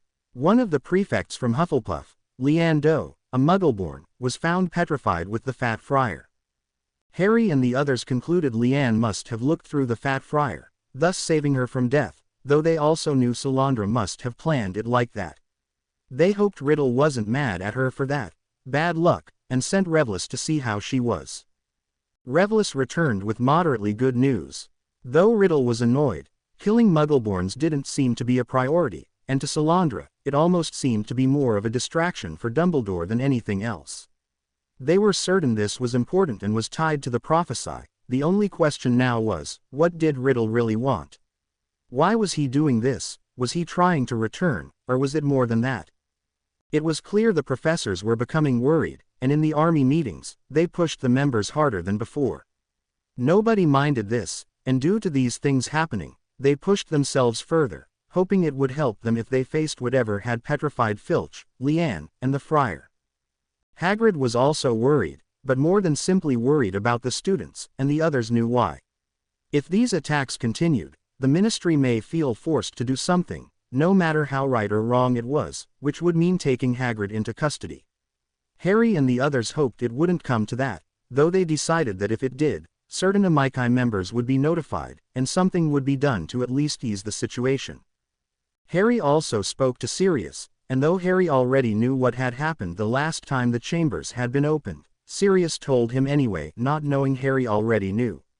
Sirius was understandably concerned, but after Harry convinced him Dumbledore would take care of it, Sirius calmed down, though made Harry swear to get help if he needed it. Harry and Sirius' chats soon turned towards the holidays, which were just around the corner, but before it arrived, Dumbledore called Harry to his office again. It was a day before they would be leaving for the holidays on the train, and Harry couldn't help but fidget as he made his way to the door leading into Dumbledore's office. "Come in, Harry," Dumbledore called. Harry stepped in, wondering what Dumbledore was going to talk to him about. Dumbledore motioned him to take a seat with a small smile. It was clear he was worried about recent events, but he offered a drop anyways. After they got settled, Dumbledore started. "I don't think I need to explain why I've called you here, Harry," he said. Harry nodded in agreement. "After recent events, I believe it is clear that things pertaining to the prophecy are in motion. I know you already know to be careful, within and outside of Hogwarts, so since there is nothing more for me to really say, I must ask you, Harry, whether there is anything you'd like to tell me," he said gently. "Anything at all." Harry looked down at his hands and thought. There had been a second attack. Should Dumbledore be told a little more? What if something were to happen that Harry could have prevented if Dumbledore had been informed? Could he live with himself if that happened? Coming to a decision, Harry looked up and met Dumbledore's solid blue eyes. "I think I know some of what might be going on, sir," Harry said, his heart silently racing, part of him so glad he was finally going to tell Dumbledore something, but at the same time terrified. "Oh." Dumbledore leaned forward slightly, no doubt interested in what Harry had to say. "The monster's a basilisk, but she's really not. She doesn't like doing this, she's being told to," Harry blurted out, unable to contain himself any longer. He had been wanting to tell Dumbledore at least some of what had been going on, but at the same time, he was concerned about what may happen to Salandra. It had been eating at him for several weeks, which was why he said what he had, immediately trying to explain that it wasn't the basilisk's fault. Dumbledore blinked. He actually blinked, a long slow blink. "I'm sorry, Harry, but as an old man, I have to double-check things I may not have heard correctly." "Could you repeat that?" "Slytherin's monster, the one this heir is using, she's a basilisk," Harry said. "How do you know this, Harry?" Dumbledore asked seriously, though he didn't seem as surprised about the basilisk as Harry had thought he should be. He had been surprised about the second half of Harry's statement. "Me and Draco, we can hear her," Harry said, being as vague as possible, letting Dumbledore fill in where and when they had. "How do you know she doesn't like doing this?" "By what we hear and how she says stuff," Harry said. "Like what?" "Like, I hope this will end soon. I hope he won't suspect me and accept the petrifications just as bad luck or coincidence, and the children of Hogwarts are mine to protect. I will not kill them," Harry said, recalling things he had heard her say, and what Revlis had relayed to him. Dumbledore leaned back, clearly thinking. "Mirrors," Dumbledore whispered. "Sir?" Harry asked. "Thank you, Harry. I had my suspicions about there being a basilisk, especially with the sudden deaths of the roosters, but now that I know her intentions, I can provide some precautions to aid in her not permanently harming students. Prefects and those who patrol the halls will now be given a mirror to look around corners. For I believe that is how Ms. Doe became a victim. I am just thankful the friar was with her," Dumbledore said. Harry knew exactly why he felt that. Moaning Myrtle hadn't been so lucky. "Yeah, well, Harry, I will let you go now. Have a good Christmas with your godfather," he said. "Thanks, sir. Have a good Christmas too," Harry said before leaving. Harry and the others all went home for the holidays the next day, spending time with their families, Revlis going with Draco, but promising they would arrange a time to meet together, especially about Custose matters, for Harry would reveal himself to Lupin as a contact, and get the weapons from Rook Griphook to destroy the Horcruxes. Harry stepped into Diagon Alley with Sirius and Lupin after they had gotten him from 9 3/4. "Gringotts, Harry," Sirius declared happily. "We'll be getting a few things, and then we'll be going to my place, which I have fixed up, for the most part, and enjoy the holidays together," he declared. They entered the bank, Harry hoping Sirius and Lupin would allow him to meet with the goblins alone again. They went up to the counter, the goblin peering down at them. "Ah, Mr. Potter, Griphook is waiting for you. Freety shall escort you," he said. "Oh, thanks," Harry said, hurrying towards the goblin, who was apparently Freety, before Sirius or Lupin could object. "He did that last time, he'll be fine," Sirius muttered to Lupin with a shake of his head. The goblins seemed to like him. Lupin had the decency to look confused and simply nod. "Yeah, I don't understand it either, but I'm not going to question it," Sirius finished. Harry was led into a chamber, and then into a ruined room where Griphook was waiting. "Thank you, Freety, I will take it from here," Griphook said. Freety nodded and closed the door as he left. "Griffin," he said, motioning to a seat beside him. Harry quickly took it. "Here are the items for you," he said, sliding over a box. 3 special goblin daggers, and the original Hufflepuff cup. "I merely want you to see the cup, for proof these daggers work," he said. "Thank you, this will prove very helpful. We will be able to eliminate the other Horcruxes quickly now," Harry said, opening the box. There within lay 3 daggers with short narrow blades with decorative handles. Their blades were barely longer than his hand, but as he took them from the box, he knew they would do what he needed them to do. Their holsters are included, and can blend over both cloth and flesh, if need be, depending on where you decide to secure them. Harry took them, and quickly secured them under his robes to be retrieved later. "I am honored you and your people are allowing me to use these," Harry said, knowing the goblins probably wouldn't allow them to keep them indefinitely. "I will return them as soon as the threats have been taken out. They are gifts from one nation to another. May future years be prosperous for both our people." Harry was stunned. Rook was letting them have goblin blades. Thanks, Harry managed. "I do have a requirement, however," Rook said. "Yes, these blades are not to leave the Custose or her allies." "They won't," Harry promised. "Send me word when they have been used," Rook said. "I will," Harry said as Rook stood up. Harry followed suit. Rook gave a short bow as they exchanged farewells, and before Harry knew it, he was walking back to Sirius and Lupin to shop, the weapons capable of destroying Voldemort forever secured to his chest under his robes. Harry followed Sirius and Lupin into Grimmauld Place after reading a note and watching the home appear. Stepping in, it was clear Sirius had been busy cleaning and preparing the place while Harry was at school. He had also gotten a job at a legal firm, giving advice to clients who were previously screened by him. He has a gift for seeing true guilt innocence, and knows how to get certain potions when needed, about what they should do legally about whatever issue they may be having with the ministry. Harry thought this was rather humorous. Sirius even had an in now with some of the prison guards at Azkaban. After some of them had learned he was truly innocent, they promised that if he needed anything, just to ask. They seemed to remember he wasn't a horrid prisoner like the true criminals were. Lupin was living at Grimmauld Place as well, paying for his rent by helping Sirius fix up the place. He also was working part-time with Sirius, taking care of the paperwork in Sirius cases. "Harry," Sirius whispered, "be quiet when you enter, and in this area of the house, we haven't been able to remove my mother's portrait, and she wasn't a very kind-hearted lady. Actually, I doubt she even had a heart," he said, motioning to a curtained portion of the wall. Continuing down the hall, which had recently been cleaned, they made it to the kitchen. "The place isn't finished, but much better than it was. I still have a few things to clean out, particularly with a certain house elf, but all of that will be taken care of soon.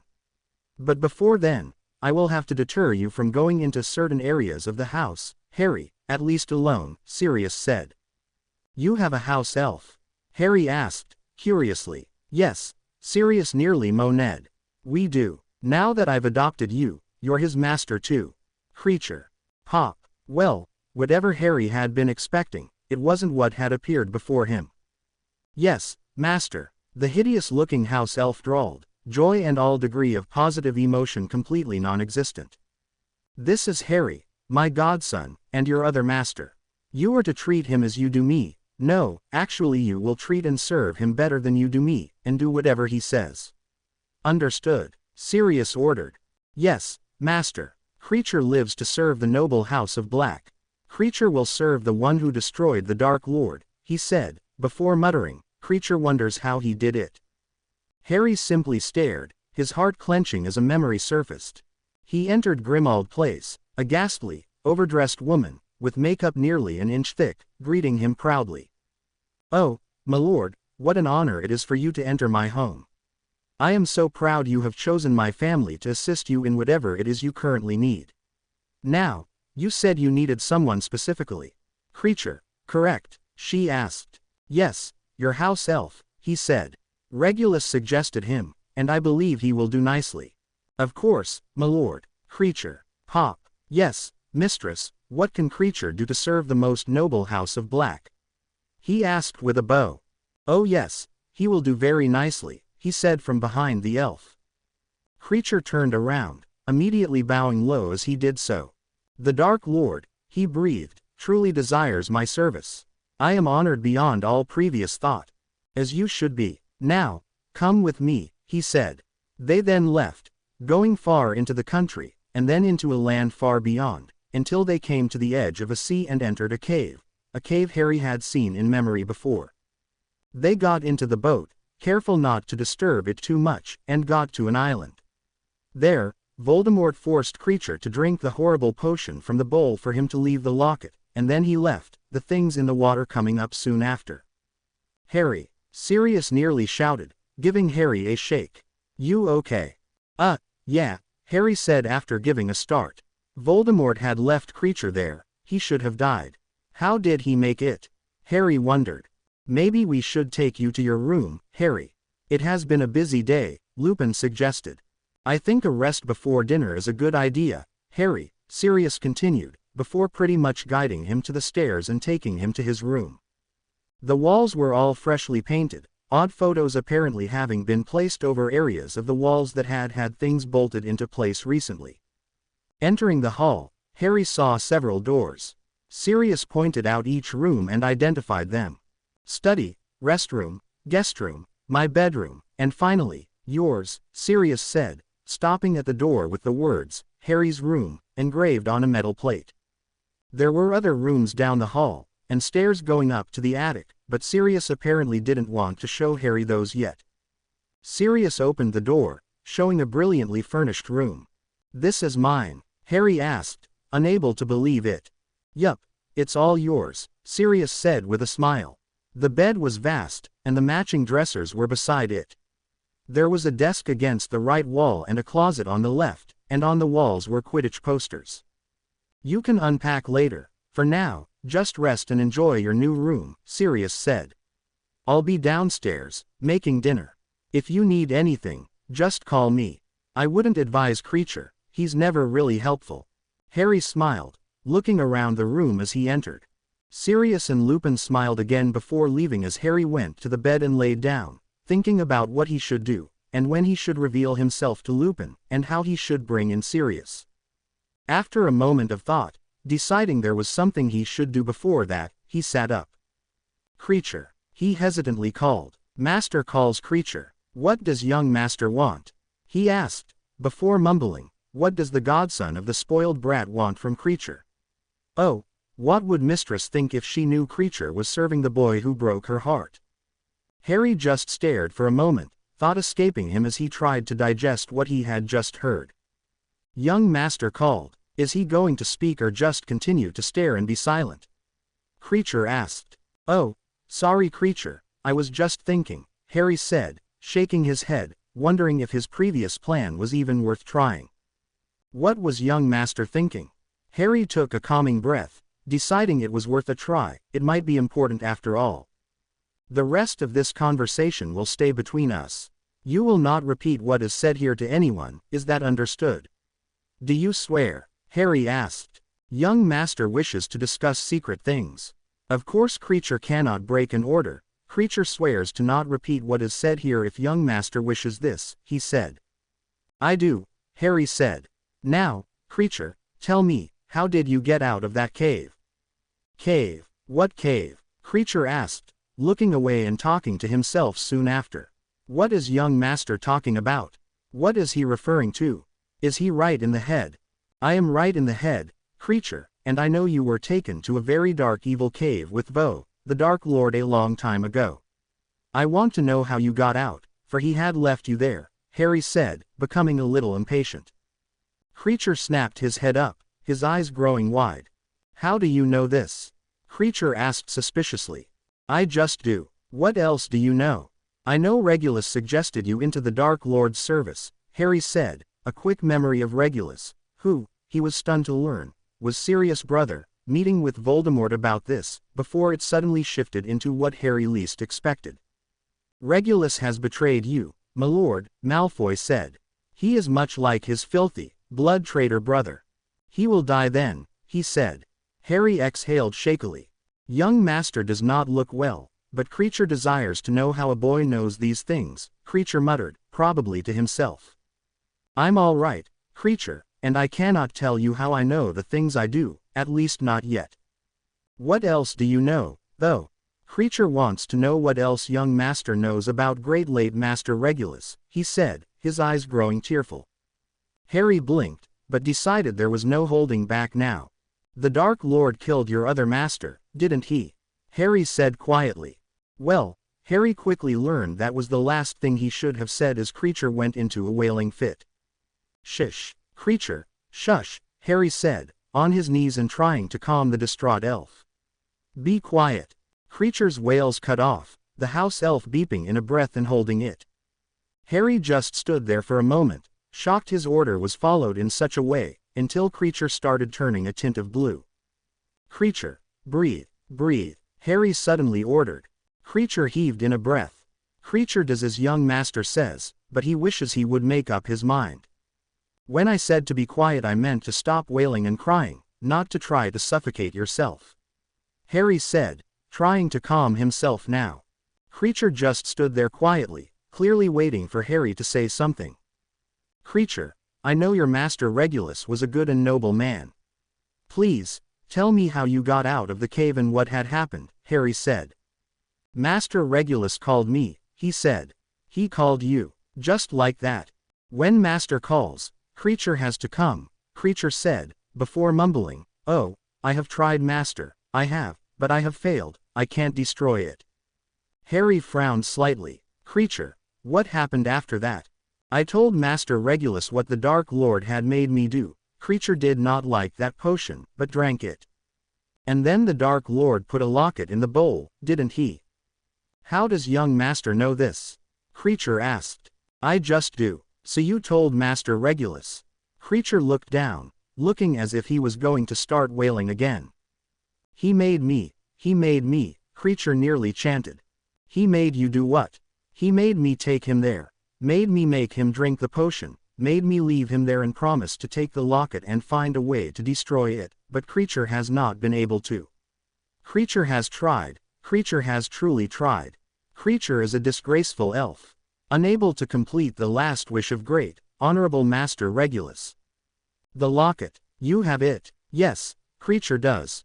Harry paused, thinking. Creature, Harry said, getting to his eye level. I know a way. Let me help you complete Regulus' last wish. All you have to do is bring me the locket, and I promise you, it will be destroyed. Creature's eyes widened in awe and gratitude, things Harry had initially thought impossible to see on the face of this house elf. Pop, pop, Harry could barely breathe. The locket, being held tightly in the elf's hand, was there. One of the Horcruxes he had thought would be the hardest to get, was here. Harry reached into his robes and took hold of one of the daggers, his favorite one, if he admitted it to himself. Creature stood frozen, clearly in fear. What is young master going to do? He asked. Put the locket on the floor, creature, Harry said. Creature obediently did, but he probably didn't want to. Harry wondered if he needed to do anything, and then remembered Voldemort's memory of making this Horcrux. The locket was heavily charmed to protect from outside attacks. It would need to be opened. Harry smirked. Open! He hissed, making creature nearly jump 10 feet in the air, but after he landed, he stayed rooted to the spot, seeing that the locket had opened. Harry moved closer. raising the blade slightly, until he looked up to Creature, deciding something. Creature, Regulus was against the Dark Lord, I assume you are too. Whatever mighty Master Regulus was against, Creature is, he said stiffly. Harry smiled, knowing that admission was enough to make Creature a technical ally, so his promise with Rook was safe as he moved the dagger towards Creature. Then use this dagger, fulfill Regulus' last order. Destroy this locket, Harry said. Creature looked at the dagger, and then back up to him. Go on, Regulus wanted you to destroy it, Harry said with a nod. Creature carefully took the dagger, reverently taking hold of the handle with both hands and aiming at the locket. Be careful though, Creature, I don't really know what will happen, Harry cautioned, moving back a little and pulling out his wand, suddenly realizing it was probably a good idea to cast protection spells and a silencing spell just in case. Is young new master ready for Creature now? Creature asked. Yes, do it, Harry said. Creature took a deep breath, tears in his eyes, before thrusting the dagger down hard, putting his whole weight into it. The blade's point made contact and quickly pierced the metal, but something more. A hideous, terrifying scream suddenly echoed around them, and Harry wondered if he should have put up more silencing spells as Creature raised the dagger up as black mist rose out of the locket. Harry and Creature stared as the scream went silent and the mist disappeared, leaving behind a clearly stabbed and unhorcruxed locket. Master Regulus, Creature has succeeded, Creature breathed. Bang bang bang. Harry, are you all right? Sirius said, banging on the door as Harry suddenly realized he had locked the door. Harry quickly unlocked it, Sirius and Lupin nearly falling into the room soon after. We heard screams and, Lupin explained, only to cut himself off as he saw Creature with the dagger. Harry looked over at Creature as Sirius and Lupin pointed their wands at him. No, wait, Creature was helping me, I was helping him, I mean, we were helping each other. Harry tried to explain. Lupin looked down at the damaged locket, then at Creature, and then at Harry. Sirius was utterly furious and confused. Put that dagger down, Creature. Sirius ordered. Creature dropped it. Harry quickly grabbed it before they could. Harry, what on earth is going on? Sirius asked. Harry shuffled his feet, looking down at the blade in his hands, to the locket on the floor, to Creature, and then at his shoes. Should he just spill it all out right here, right now? Was that the easiest and best way to do this? Well, what else could he say to explain what he was doing? Say, oh, well, I had something against this locket and wanted Creature to destroy it. No, better just say the truth. He finally looked up at Sirius, and then at Lupin, remembering the fact he had already placed protection spells around, though they probably weren't needed since the place was under the Fidelius charm. Meeting Lupin's eyes and straightening up to his full, however short, height, he spoke. Lunar, we are a formation of defenders. I am Griffin, your other contact. Sirius looked back and forth from Lupin and Harry, utterly lost, and even more lost as Lupin replied, bloody hell. They all were quiet for a long moment, until Sirius couldn't take it anymore. What the heck is going on? He asked. What were you and Creature doing? And what was that bloody terrifying scream we heard?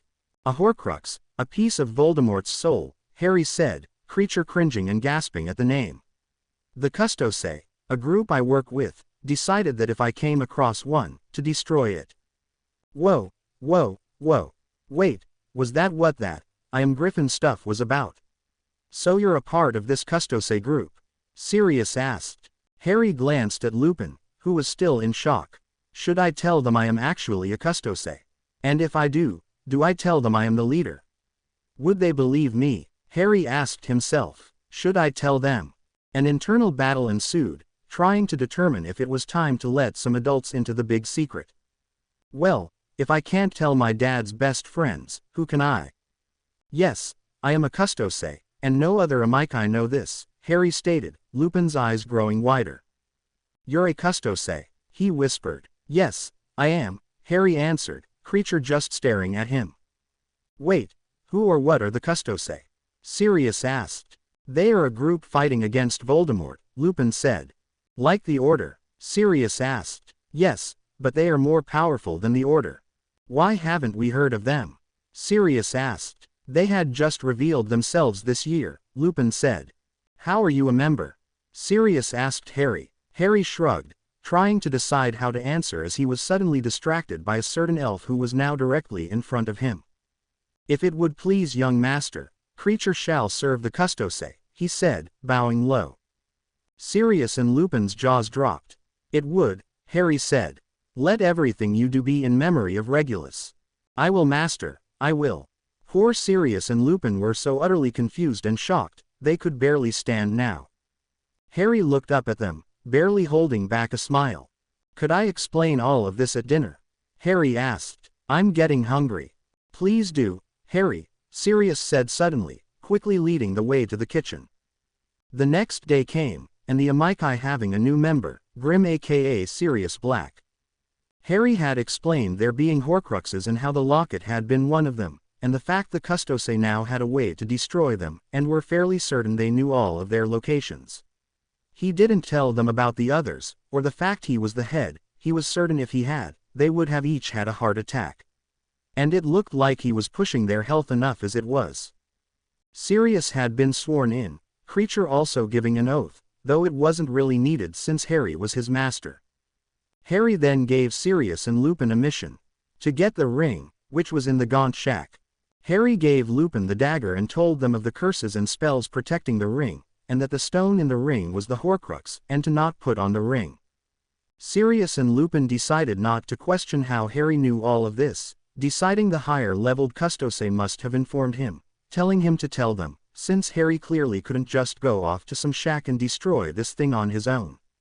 They decided they would go and carry out the mission later during the holiday break, and during that time, Harry would stay at Neville's house or something. So that is what they did. The days at Grimmauld Place were great, creature even talking some sense into the portrait of Sirius' mother, telling her how Sirius' godson, Harry Potter, had been noble in helping him carry out Regulus' last wish. That seemed to calm her down for the most part. At least she didn't randomly start screaming or go off at any sudden noise, though she wasn't suddenly a grandmotherly sort at all. Christmas came, and Harry got some books, candy, and a few rather random gifts from his friends, Lupin and Sirius. He had of course sent out some gifts to Ron and the others, including charmed letters about what had happened, and that there was now one less Horcrux, and that another would soon be following. He also got a cheerful letter from Neville, telling how he had told Lioness, and how proud she was that he was following in his parents' footsteps. Harry was happy for him, silently wondering what her reaction would be if she were to learn Neville was one of the leaders of this group. After Christmas, the day Sirius and Lupin had chosen to carry out the mission came, Harry and the others already having arranged for them to meet at Neville's house. Everyone made it to the Longbottom mansion on time, Sirius and Lupin giving the excuse that they needed to get rare materials to continue the repairs on Grimmauld Place, which wasn't exactly a lie. They would get the things after completing the mission. Harry and the others played Exploding Snap for a time, read a little in the library, and played Quidditch for a while. It was a few hours after lunch when they decided to take a break and take things easy for a little bit, and relax in the living room before dinner. Hermione was reading up on some upper-level spells, Greg and Ron were playing chess with Vincent Draco watching, and Neville Revlis around his arm, and Harry were just thinking on the couch. Augusta had been hesitant about allowing Revlis into her house, but after seeing how Neville and the snake got along, she settled on watching the thing like a hawk, instead of banishing it to some frozen island. Snape was also in the room, having come to a decision earlier that week he couldn't go back on now. He had decided he should tell Harry he knew about him having the Dark Lord's memories. Something had been bothering him for the last few months that he couldn't shake himself away from. What if Harry needed to talk to him about something he saw that only he, Snape, would understand or be able to explain or help him cope with? Didn't he owe Lily that? To help her son, wouldn't she had wanted him to? Potter, a word alone? Snape asked, coming towards the couch and making Neville startle slightly. He had been dozing. Of course, sir, Harry said, a little uneasily. What was this about? Harry stepped out with Snape, going to one of the guest rooms after receiving some concerned glances from the others. Snape shut the door behind Harry, expertly casting privacy spells before turning to Harry. Snape just stood there for a little bit, which only made Harry even more uneasy. I am not one to provide a lengthy preamble to help soften a discussion or attempt to make something seem less upsetting, so I will just state what I have decided needs to be said. I know that you have the Dark Lord's memories, and I have known for some time. I figured it out soon after that boggart, and had thought it best to keep this fact to myself, even from you, but have now decided that it would be best for you to know that I know. You need not worry about keeping your secret from me any longer, Potter. Also know that it is safe with me. You are the only one I have spoken to about this, and it will stay that way unless I deem it necessary to share it with another, which would probably only be the headmaster if it were to come to pass, Snape said. Harry was numb, completely in shock. He knows. Heck knows. He knows. He knows. What should I do? You should probably breathe, Potter. It is vital you do so to continue living, Snape stated, barely revealing a smirk. Harry beaked in some air, which sounded like a reversed gasped sigh. After regaining some pigment, Harry was able to form some words, Snape being surprisingly patient. I don't know what to say, Harry said finally, shakily placing his hand on the nearby dresser. You don't need to say anything, Snape said, his eyes refining in something Harry had never seen from his professor before, or most anyone for that matter. A level of protectiveness aimed right at him, laced with a look of having succeeded in something. Harry felt it come, but for some reason, he felt no desire to fight it, so he let himself fall completely into this memory, feeling no inclination at all against doing so.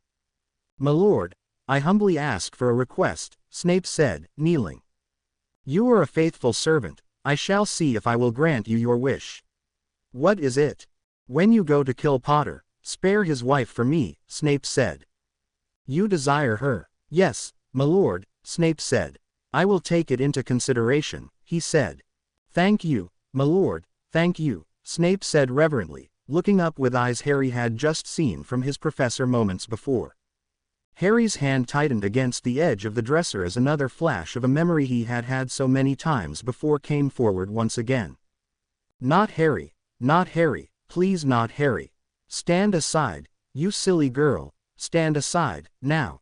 Not Harry, please no, take me, kill me instead, not Harry.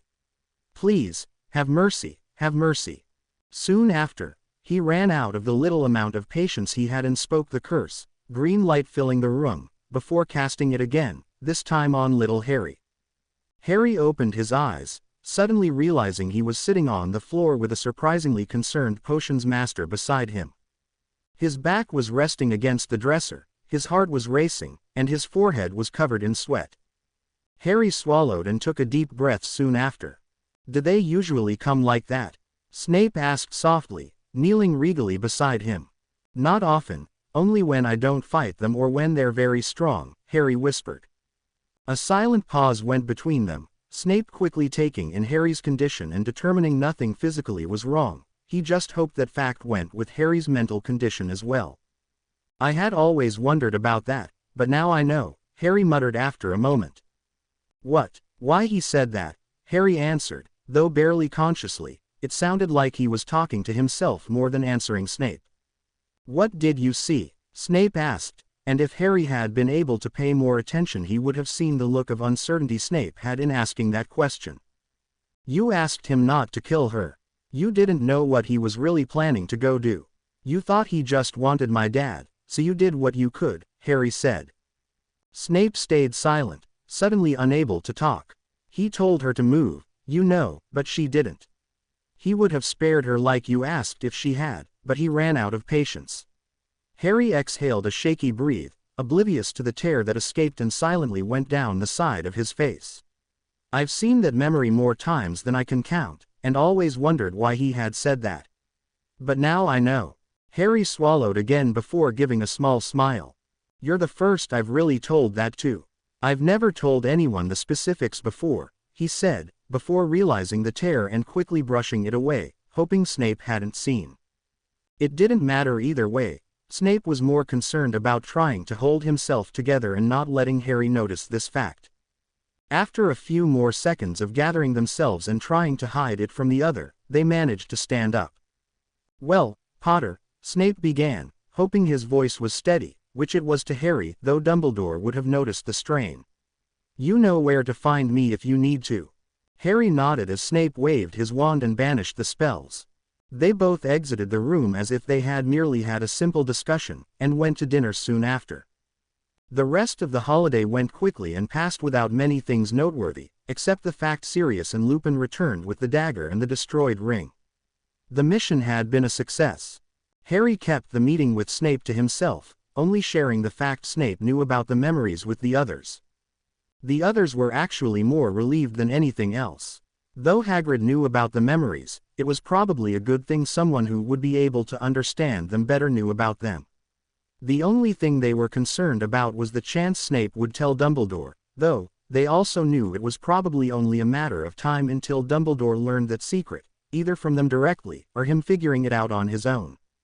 Classes started again, and the first chance Harry and the others had, they went to the come and go room, Harry leading the way and having concentrated on asking the room to form into the place he needed. Harry had given Draco and Ron each one of the daggers, which they would carry with them everywhere. Harry had the third, deciding that if they were to happen across the diary, they would immediately destroy it and ask questions later.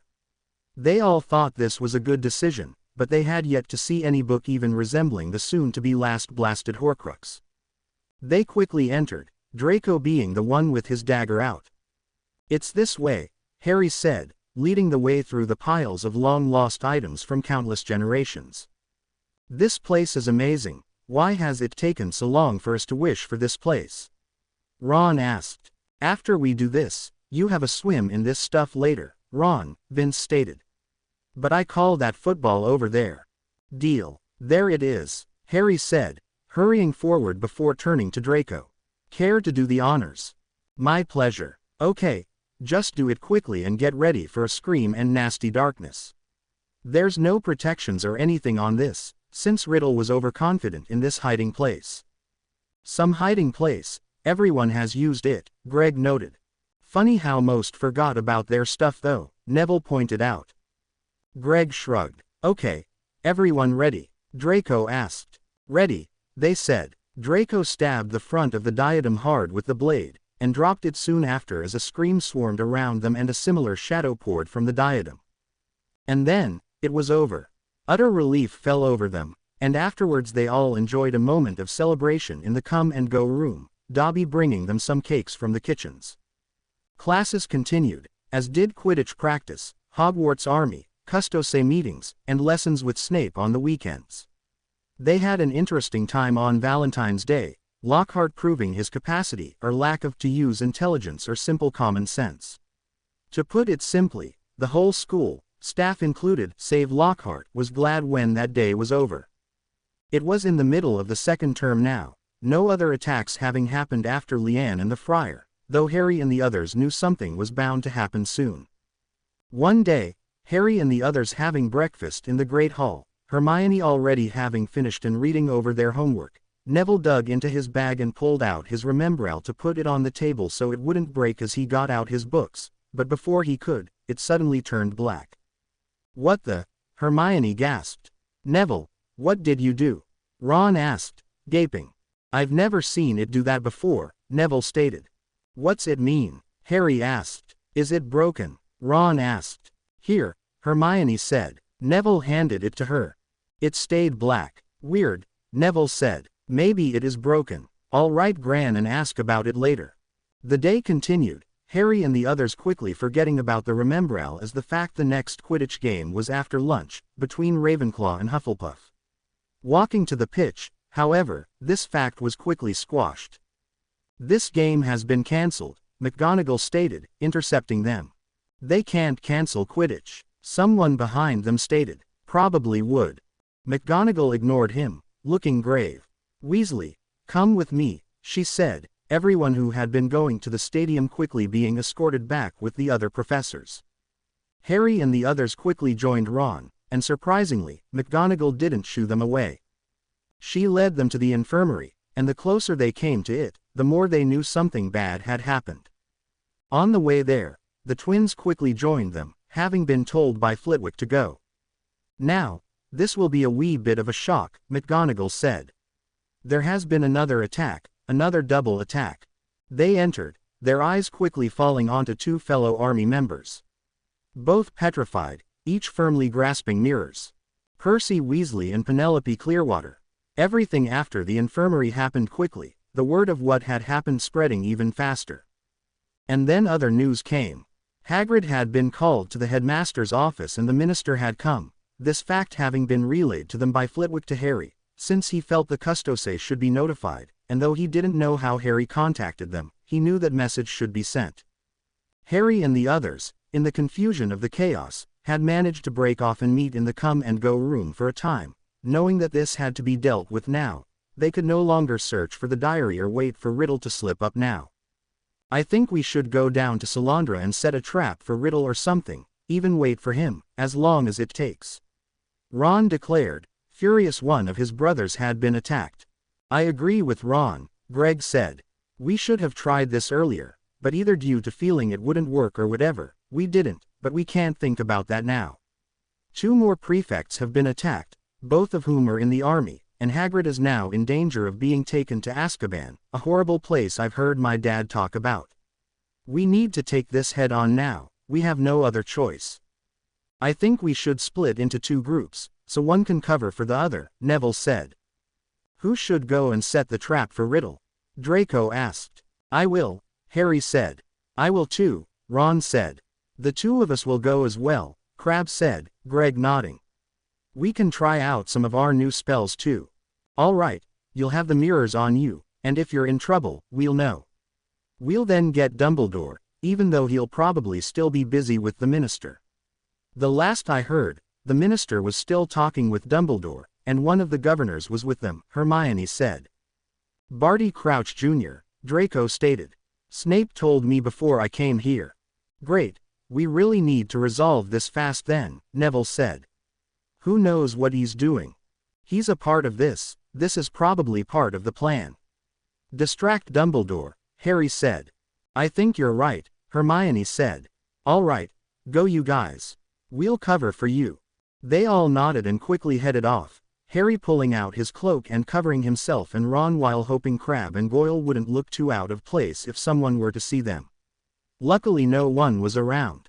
They entered the chamber quickly, going down quietly. Shish, Harry said, motioning them to slow down with his hand just outside of the cloak, for he had heard voices. Soon, a young male voice said. Harry and Ron under the invisibility cloak, with Vince and Greg, having cast disillusionment charms on themselves, snuck forward, careful where their eyes were focused in case Salandra was looking their way. They went down the chamber's hall with the statues of snake heads, their eyes falling on a still form on the floor beyond, the black book in her grasp. Susan Bones, unconscious on the floor, a quiet Hufflepuff second year they barely even knew. It was actually surprising they even knew her name, and that was only because of who her aunt was. Harry looked around, knowing Riddle had to be around there somewhere as they continued forward. He didn't see Salandra anywhere, and wondered where she could be. Had Riddle hurt her? I know you are there, a voice said to their left suddenly. Come, show yourselves. Harry and the others moved closer, already thinking about what to do. Man, if we would have known he would have already been down here, why didn't we think about that possibility? Harry internally kicked himself. And then his blood ran cold. What day was it? No. I will not wait around forever, you know, Riddle said, moving forward and revealing himself. He was handsome, not at all how he looked later in his life. He was slightly see-through, which was better than him being solid. Harry grudgingly took off his cloak, revealing himself and Ron. Crabbe and Goyle banished the charms on them, there was no point in keeping it on now. Ah, I should have known, Riddle scoffed. Harry Potter, the boy who lived. Harry and the others just stood there, waiting for the moment when they could make their move. Harry and Ron were glad they had decided on keeping the daggers with them at all times. And who are your friends, Potter? Fellow pathetic heroes like yourself? Riddle asked. Something like that, Harry answered, before glancing at Susan. Poor Susan Bones. She fought hard too, but she was simply too weak, just like all people who have such weak beliefs, he said. But soon it will all be over, and it won't matter either way. Why are you doing this? Who are you? Harry asked, deciding a dialogue might help them more than listening to a rant by the young madman to be. I am the heir of Slytherin, you foolish boy, Riddle spat. Funny, you look like that Riddle kid Dumbledore told me about, Harry lied, kind of, as Ron and the others slowly spread out. Dumbledore is an old fool, Riddle said. If he's a fool, what does that make you? A brainless lunatic, Harry asked, knowing angry foes are more likely to make mistakes, thanks to Snape's lessons. Riddle's eyes narrowed. I am the greatest sorcerer in the world, the greatest there has ever been and ever will be. Those against me will fear and tremble at the mention of my name, and purebloods will take their rightful place by my side, for I am Lord Voldemort, the heir of Slytherin, Riddle declared. And you shall be the first to experience this in my return. Riddle turned, facing the great face of Salazar Slytherin. Speak to me, Slytherin, greatest of the Hogwarts Four, he called. The mouth began to open, and after that, none of them would separately be able to discern what exactly happened next. Now, Harry shouted, pulling out his dagger as he continued with, Accio, diary. The diary shot towards him as Harry thrust out his dagger, causing the diary to pierce itself with the dagger. No, Riddle screamed, but he was still there, still almost solid. Kill him, Riddle ordered Salandra, her head and part of her body just now coming out of the statue's mouth. Harry, using his wand and the dagger, dragged the blade along the diary, slicing through it, dragging the blade all the way to and beyond the diary's binding. Harry heard Riddle scream, and would have celebrated, but his gut was telling him something was not right. Something bad was about to happen. It was not over. He barely registered Ron screaming his name as a large shadow fell over him, the diary landing with a thud just feet to his right, ink having been sprayed into the air and landing on his face and arm. He barely had time to look up as he heard Salandra hiss two words. For Hogwarts. After that, he could not make out any sound, save for the sound of tearing cloth and the sound of his own scream. He felt one of the fangs go into his shoulder, the other grazing his arm. He dropped the dagger, and soon after, Salandra released him and disappeared back into Slytherin's mouth without a word or a glance. Harry collapsed, falling into somebody's arms as muffled voices went in and out of his understanding. His fuzzed vision revealed that Ron had caught him, and that there was some sort of dome-like thing above them and perhaps around, completely over them. Boom, boom, hold on, Harry, Ron shouted, his voice sounding all warped. Pop. Ron saw Salandra's head go down, and he could do nothing as he shouted Harry's name. He saw her bite and release him, before immediately turning away and leaving. He charged forward, catching his friend as Crabbe and Goyle began shouting odd words behind him as he heard Riddle shout, I'll kill you all. Boom. Ron caught Harry, turning his head towards the loud sound to find Crabbe and Goyle with their wands raised, some sort of shimmering dome having materialized over them all. They had just used one of their experimental spells. The shield that was between a ward and a shield, a creation that they had crafted with Hermione months ago. Boom, boom. He saw a fuzzed form of Riddle just beyond it, but soon after, he saw him flee, screaming in anger. He looked back to Harry, whose wounds he quickly realized were bleeding profusely. Hold on, Harry, he shouted, Harry's eyes sort of open. He didn't know if Harry could hear him or not, only hoped he could. Pop, Draco, help, Salandra bit him. What? Draco shouted, helping Ron lay Harry down as Ron immediately placed his hands on Harry's shoulder, trying to slow the bleeding. She just bit him and left. And I don't understand. Harry destroyed the diary, but Riddle didn't die or disappear or anything. Ron exclaimed, glancing up at Draco for a second. I felt that Harry was in trouble after we heard Riddle from the mirror and started towards the headmaster's office. The others are getting help right now, Draco said, pulling out his custose kit. I don't know what we should give him. Harry was getting hot, and his breathing was shallow. Stay with us, Potter, Draco muttered, glancing over at Susan Bones, who had suddenly moved. Crabbe and Goyle were now suddenly there, having lowered the ward shield moments before. Riddle had left. What should we do? Greg asked as Vince knelt down beside Susan, who was clearly weak and shaking. Harry suddenly started coughing, and it didn't look good, especially when his nose started bleeding. Shush said. For Hogwarts, he gasped. Salandra, Draco asked, leaning forward. Harry barely nodded, his breathing continuing to slow. Hold on Harry, help is coming, Draco said, grabbing hold of Harry's left hand, Harry's right side being what had been struck. I see, Leet, Harry breathed, as if in wonder. Harry's eyes glazed over as his breathing became nearly non-existent. Draco squeezed his hand, willing him not to die as he felt something within him fade. It was the only way he could describe it. He focused more, trying to figure out what this feeling was, until he realized exactly what it was. The bond. It had once been like a pipe of running water, only instead of water, it was magic, but now it was barely trickling. The bond was fading, dying. No, Harry, stay with us, Ron ordered, his hands still trying to slow the bleeding before suddenly thinking of something. Fox, help. Not even a second later, Fox flamed right beside him. Help Harry. The basilisk bit him. I'll try. Draco and the others turned and watched as Fox leapt down beside Harry's shoulder and bowed his head. The tears fell, dripping onto the wound on Harry's shoulder. Several more fell, pooling up into the wound, the bleeding having stopped. But the wound didn't start healing. What's wrong? Ron asked, not even bothering to think to Fox now. Fox gave a sound of a slight gasp. Why'd you stop? Keep on. Maybe he just needs more or something. Ron nearly shouted, quickly growing hysterical. Fox raised his head, his eyes actually looking sad. He barely shook his head. No, you keep on trying. Ron shouted, his voice cracking. Don't stop. It is too late, he is already beyond and in the realm.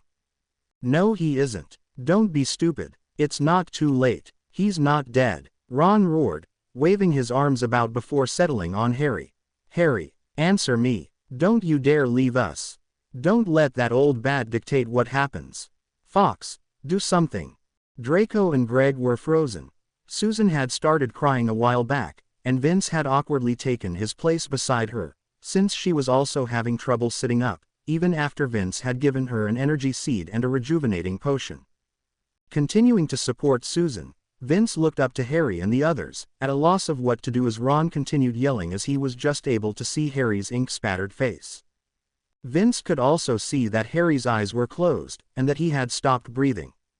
Meanwhile, Hermione and Neville, Revlis on his shoulders, ran to the headmaster's office, the gargoyle immediately moving aside, and they were too anxious to question why or how as they ran up the stairs and began pounding on the door.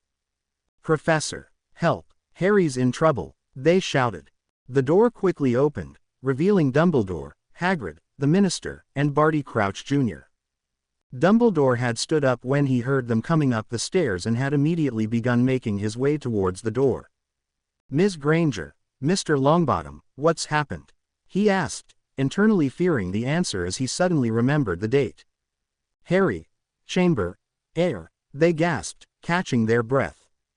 Dumbledore's eyes widened, and if they had known him longer, they would have been able to recognize his expression as fear. Barty, go back to the ministry and report to them what has recently happened. I shall remain to hear what has happened now, Fudge stated. Barty didn't need to be told twice. He quickly left, a little too quickly. Neville, Hermione, and Dumbledore thought.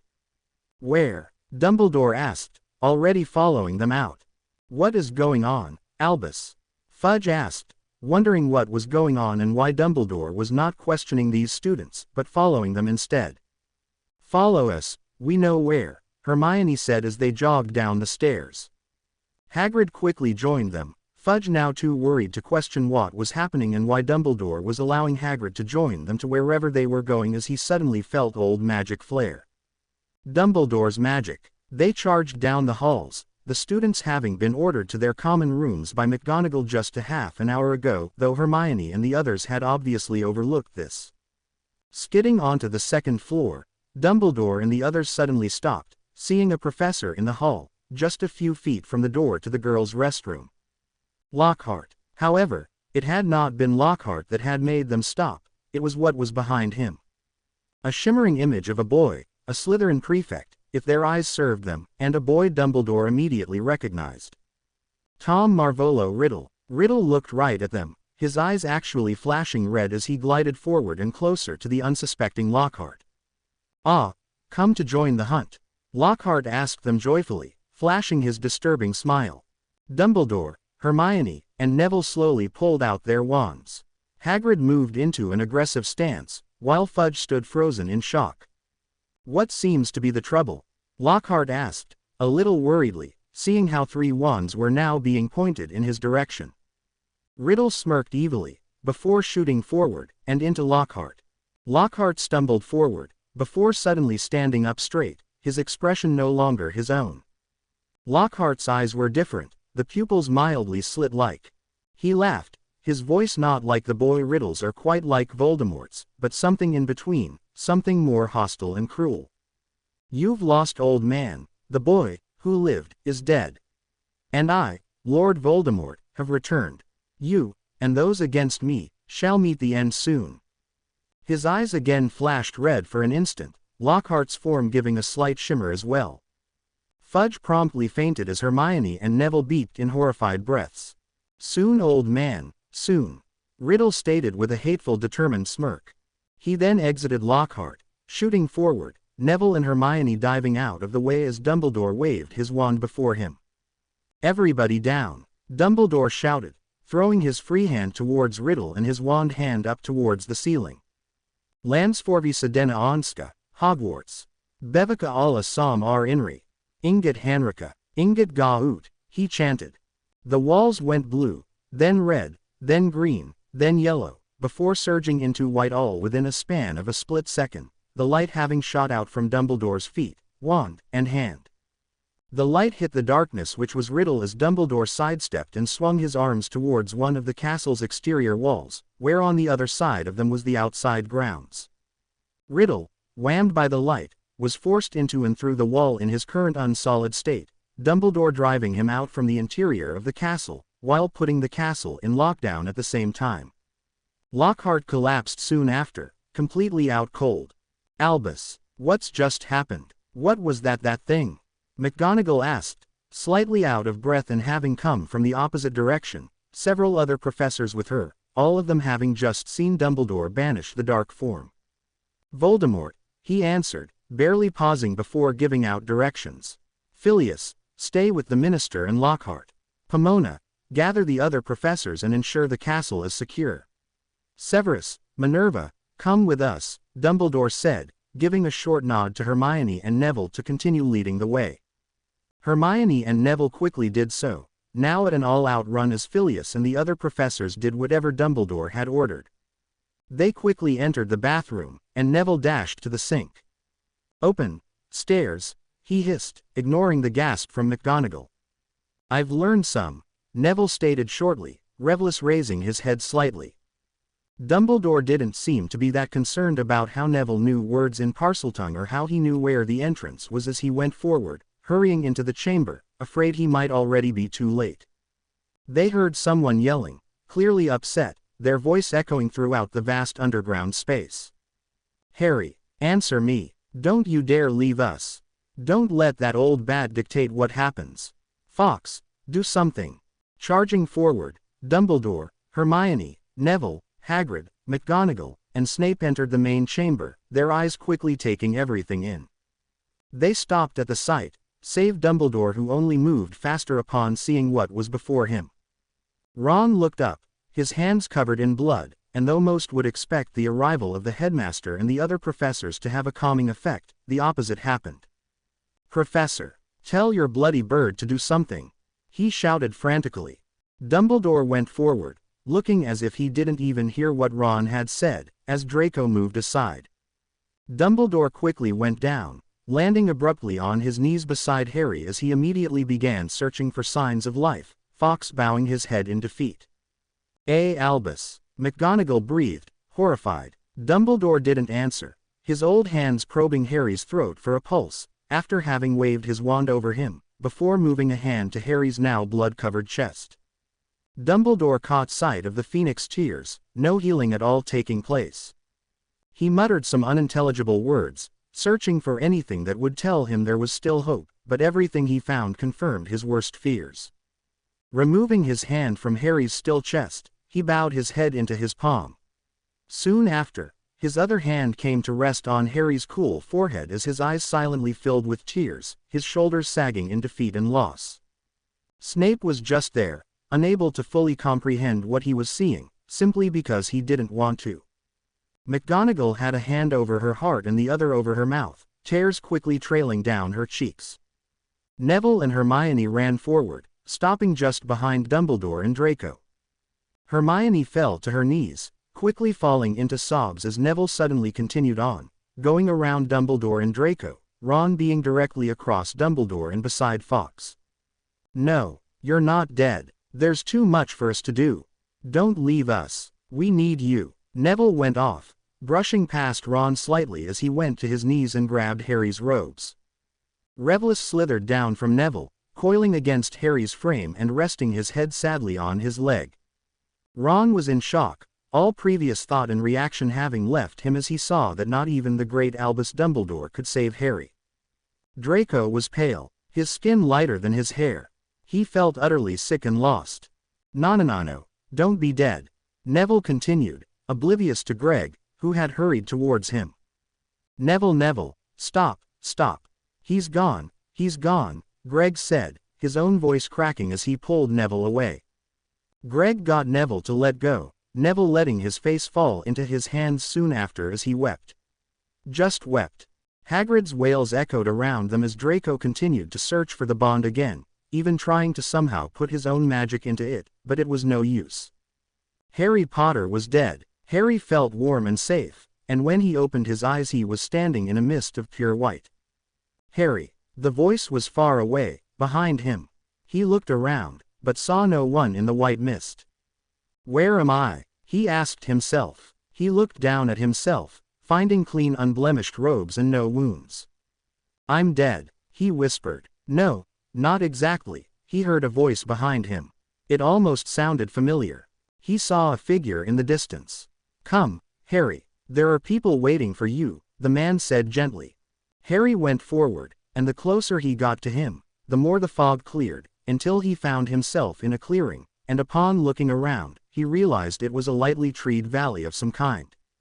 The sky, or rather skies, was layered, the beauty of it unrivaled by all the things of earth. The only thing he could compare it to was a sunrise, only this looked like 7 of them, overlapping and weaving over one another. It was purely awesome.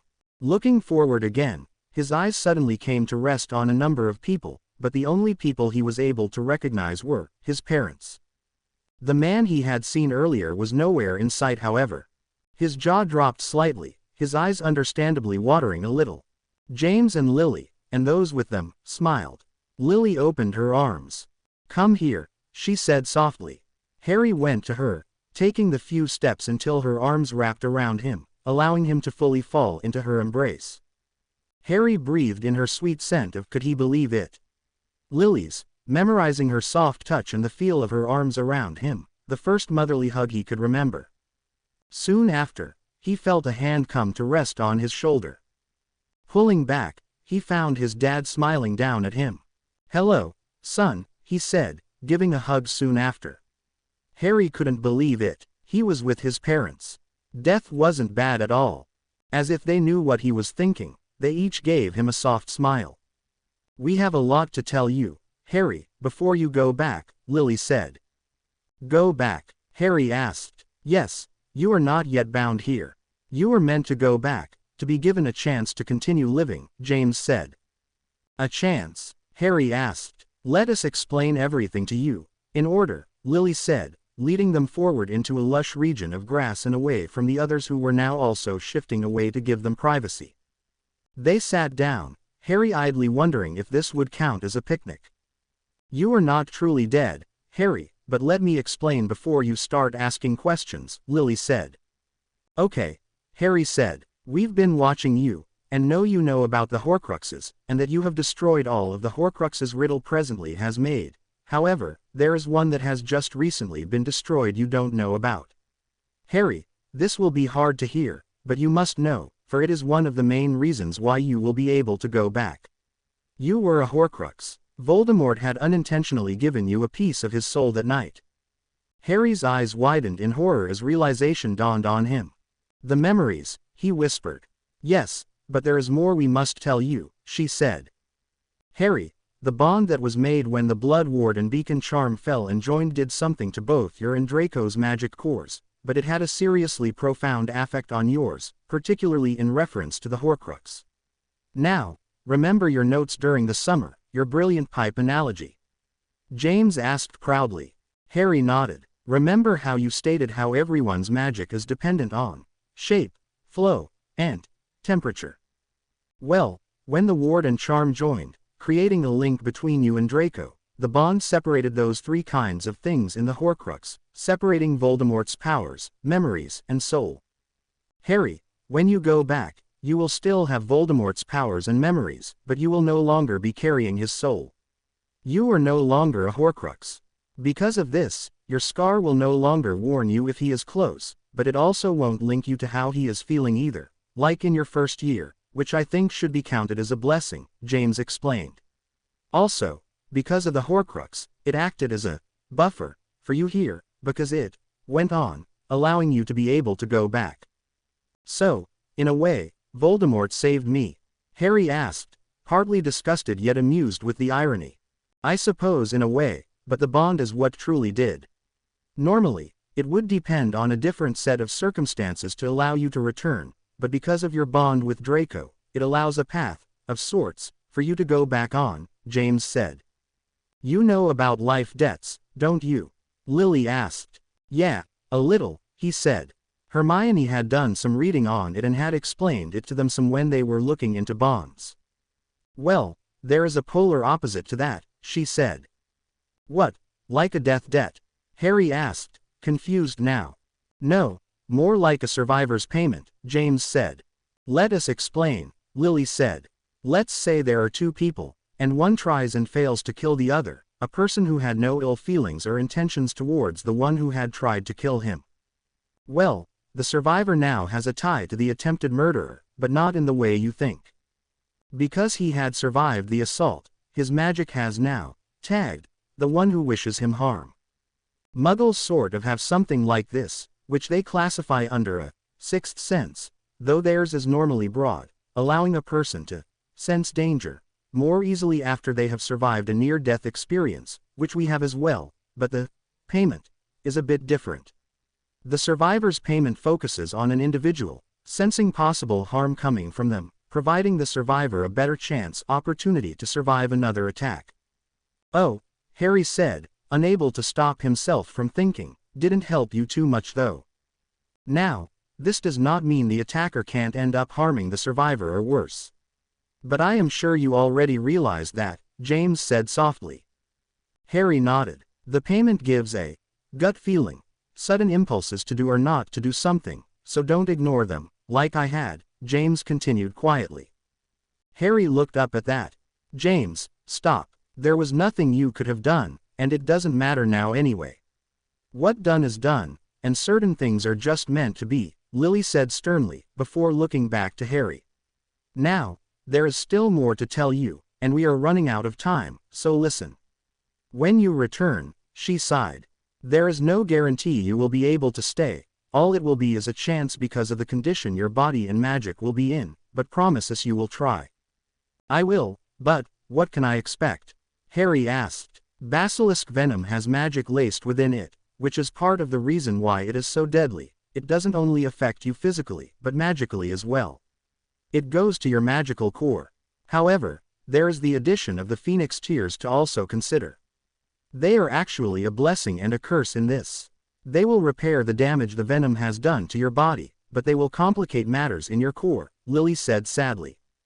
What your mother is saying is that the magic in the venom and the tears are not meant to coexist, but once they have entered your core, they have to remain because within the core they can't cancel each other out, and removing them would mean completely removing your magic, which would end up killing you, James continued, since Lily had been unable to. So what's going to happen to me? Harry asked. We can't really be certain, but there will have to be something done to integrate them within your core, to make them accept each other and stop fighting. This will not be able to be repaired or done overnight, this is going to be a long and hard process, and I'm afraid you will not be able to use your wand until it is over. Your magic will be in chaos, and wielding a wand in that state, particularly one that has a phoenix feather as its core, is definitely a bad idea."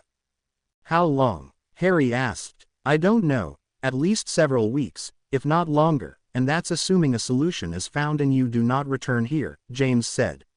"We are being honest with you, Harry, you are going to be very sick and very weak for an unknown amount of time, both physically and magically, if this works."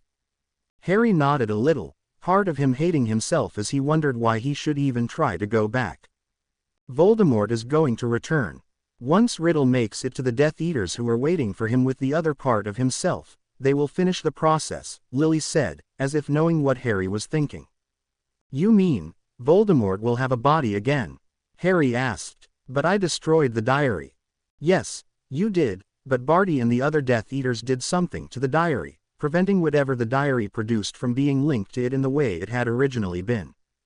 Originally, young Riddle would have disappeared, crossed over the moment you destroyed the diary, but the Death Eaters made it more powerful, and you will see what I mean when you learn about Susan Bones. They enabled the diary, and when I say the diary, I mean Riddle, to absorb magic at a faster rate so that his return would occur quicker," James said. "They also made Riddle be able to keep the energy he had gained for a longer amount of time, in case things didn't go the way they planned, which they didn't, thanks to you. However, the magic he drained from Susan is a part of him now, and though some will continue to drain off until he has a body, he is sadly not in danger of becoming seriously weak because he had also drained Lockhart in the process of possessing him." "Will Susan be okay?" Harry asked. "Only time will really tell," James admitted sadly. "Riddle took a great deal of her magic, but she fought hard, and that is actually the only reason why she is still alive. We should have realized something was wrong, or seen the diary with her or something," Harry muttered. "Riddle knew what he was doing, Harry, don't forget you and your friends are still only kids, though quite mature. He is an evil being with the cunning and drive that makes all other Slytherins seem like pushovers in comparison. You stopped the ceremony, Harry, which will buy the light some time." "Don't be so hard on yourself," Lily said. "It's hard not to be," Harry mumbled. "I know," Lily said, before moving to stand. "Well, there are some people you need to meet before you go back," she said. Harry and James got up, quickly following Lily. Harry stopped as his eyes came to rest on two people he had seen a great deal of in the memories. "Mr. Potter," Lucius Malfoy stated in a kind of soft whisper. Harry didn't know how to respond, so he just stood there. "It is understandable that you are surprised in seeing my wife and myself, and there is little I can truly say to explain why I am here, only that I am," he stated, making no move to offer his hand. Lucius looked to his wife. "We understand you have a limited amount of time, so we will make this quick," she said, before Lucius continued. "Draco made the right choice, and we are proud he did. The sins of the father will not rest upon the son," he stated. "Let him know this." "I will, sir," Harry managed, deciding this was probably the weirdest conversation he had ever had with someone. Lucius and Narcissa then turned and walked away, Lily and James now leading Harry elsewhere. Young Mr. Potter, an extremely old man, greeted, taking Harry's hand before James could even try to say any introductions. "I am Philly's George Fudge." "Hello, sir." Harry said, a little overwhelmed. Phillies was a little taller than Harry, balding slightly, and had this aura that reminded Harry of Mad-Eye Moody. "If you are wondering if I desire you to send a message, you are correct, but more of a message to be given if it is needed or if you have the opportunity. My grandson, Cornelius, I admit, is a simpleton who can be easily coerced into possibly anything. However, I wish you to remind him who he has descended from, so he might be able to think for himself and make the right decision. Tell him he has the opportunity to bring the Fudge name into an age of respect and honor, instead of cowardice. Remind him I did not ignore or hide from Lord Yarlaith, and I expect him to respond to, you know who, with the same conviction I had with Yarlaith. Oh, and you can tell him I said Voldemort's dashed nickname sarcastically. That whole thing is a great mound of hippogriff dung and just as disgraceful. Well, now that you have listened to an old man's rant, I bid thee farewell, Harry Potter, and I expect to see you again when you look as old as me and not before, understood? He asked, shaking his old finger at Harry. I'll try, sir, Harry said, going into a position of attention. Good lad. Phillies gave a nod, and then walked away, disappearing as he did so. Mr. Potter, a voice asked. Harry turned with his parents, finding two men who looked like twins, but upon closer examination, one was slightly taller than the other, and Harry knew he had seen them before in the memories, however briefly. Yes, Harry asked, not annoyed but wondering when he had turned into a messenger, of sorts. We are Fabian and Gideon Pruitt, and simply wish Molly, our little sister, and her husband to know we are exceedingly proud of how they are raising their family. Their work will be made evident in their children's actions soon, Fabian said. Do tell Molly that protectiveness is understandable and warranted, though, but that overprotectiveness can be dangerous and a hindrance. Children are meant to grow up, and in certain situations, grow up sooner than we would like, just like we did, but it is just the way it is, Gideon said. I don't know when you will find an opportunity to speak with Molly, just keep this message in the back of your mind, Harry, Fabian said. I will. Is there anything else? Harry asked. Tell our nephews and niece we expect them to pound in some Death Eaters, Gideon said. Harry said, smiling. Oh, and nice going with the Death Eater through the wall during the summer, Harry, Fabian said. It was rather funny, watching it from here. Thanks, Harry said. Until you see us again, Harry, Gideon said. Continue what you've been doing. Harry nodded, watching the brothers turn and walk away before disappearing as Philly's Fudge had. Soon after, Harry found himself in front of a family of three. The father was a tall, thin, blue-eyed man, with slightly graying auburn-colored hair and a full beard. The wife had equally graying blonde hair with pale blue eyes. Between them was a girl who, if Harry had to guess, was about 15. Harry, meet Percival, Kendra, and Ariana Dumbledore, Lily said, standing aside, introducing the father and mother first. Harry gaped. He couldn't help it. Ariana smiled a little. You all are Professor Dumbledore's family? Harry asked, lifting up his previously hanging chin. We are, and it is very nice to meet you, young man, Kendra said, extending a hand. Harry took it, only for his hand to be taken by Percival soon after. Well, Mr. Potter, Percival said, patting his daughter's shoulder slightly. Someone wishes to have you send a message. Ariana met Harry's eyes, and Harry minutely gathered she was a little different as she took his hand, stepping away from her parents. And Mr. Potter? Percival asked, before they moved too far from them. Yes, sir. No, the missus and I fully support her message. Yes, sir. Harry looked to his parents, wondering what this was all about, but they just nodded him on. Not knowing what else to do, he let himself be led a distance away with Ariana before she stopped and looked at him. You want to send a message? He asked. She nodded, before moving closer to him and whispering in his ear. Harry listened, her words quiet but strong, and he quickly devoted her words to memory, for as he continued to listen, he knew this was important. I will, he answered her. I promise you, even if things don't work out well, he'll be told. She smiled, giving him a hug before running back to her parents, his own parents coming to his side now. Ready, Harry? James asked. It's time for you to go back now.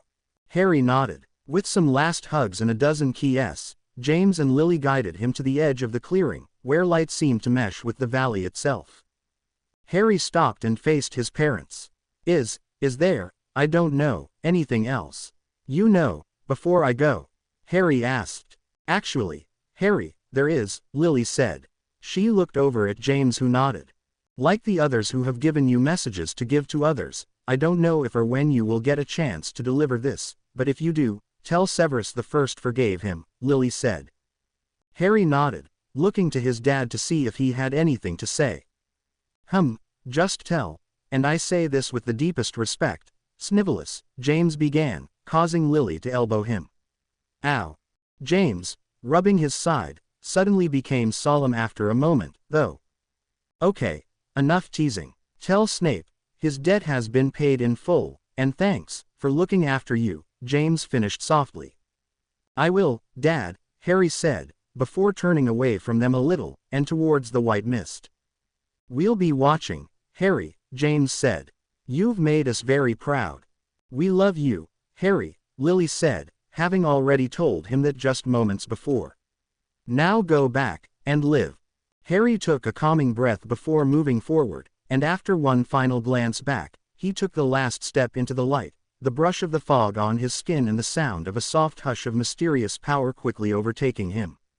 He was going back. He felt himself being carried, felt the soft and powerful rhythm of tread that he had felt before. Dumbledore. Dumbledore was carrying him. As his mind took in that fact, he quickly felt how weak and sick he was, and he suddenly felt like he was forgetting to do something. He was too tired to open his eyes, but seeing the darkness behind his eyelids, he felt something growing within him. Numbly, he realized that had to be his core, and now that he was back, the tears and venom were fighting, but as he continued to focus on it, he realized that it was more than that. His magic was pulsing, almost like a deep low drum, but each pulse was getting stronger, and the gap of time was growing between each. He now began feeling his arm and shoulder beginning to tingle. The tears were slowly healing his wounds. Dumbledore suddenly stopped, causing Harry to remember what he had been forgetting to do. Dumbledore and the others were now going down the hall, towards the infirmary. Dumbledore had decided against placing Harry's body on a magic stretcher, feeling that it just wasn't right to do something so impersonal. But there was more to it than that, but he didn't feel like thinking about it or trying to explain it. The others just let him, too caught up in their own grief to say much of anything.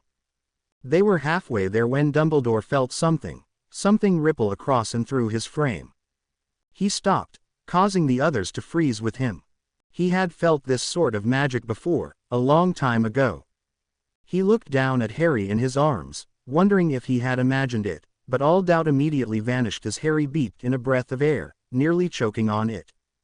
Harry managed to open his eyes, finding Dumbledore cradling him in his arms, white beard, blue, star-covered robes and all, his eyes filling with renewed hope as well as worry, and, if Harry was correct, fear.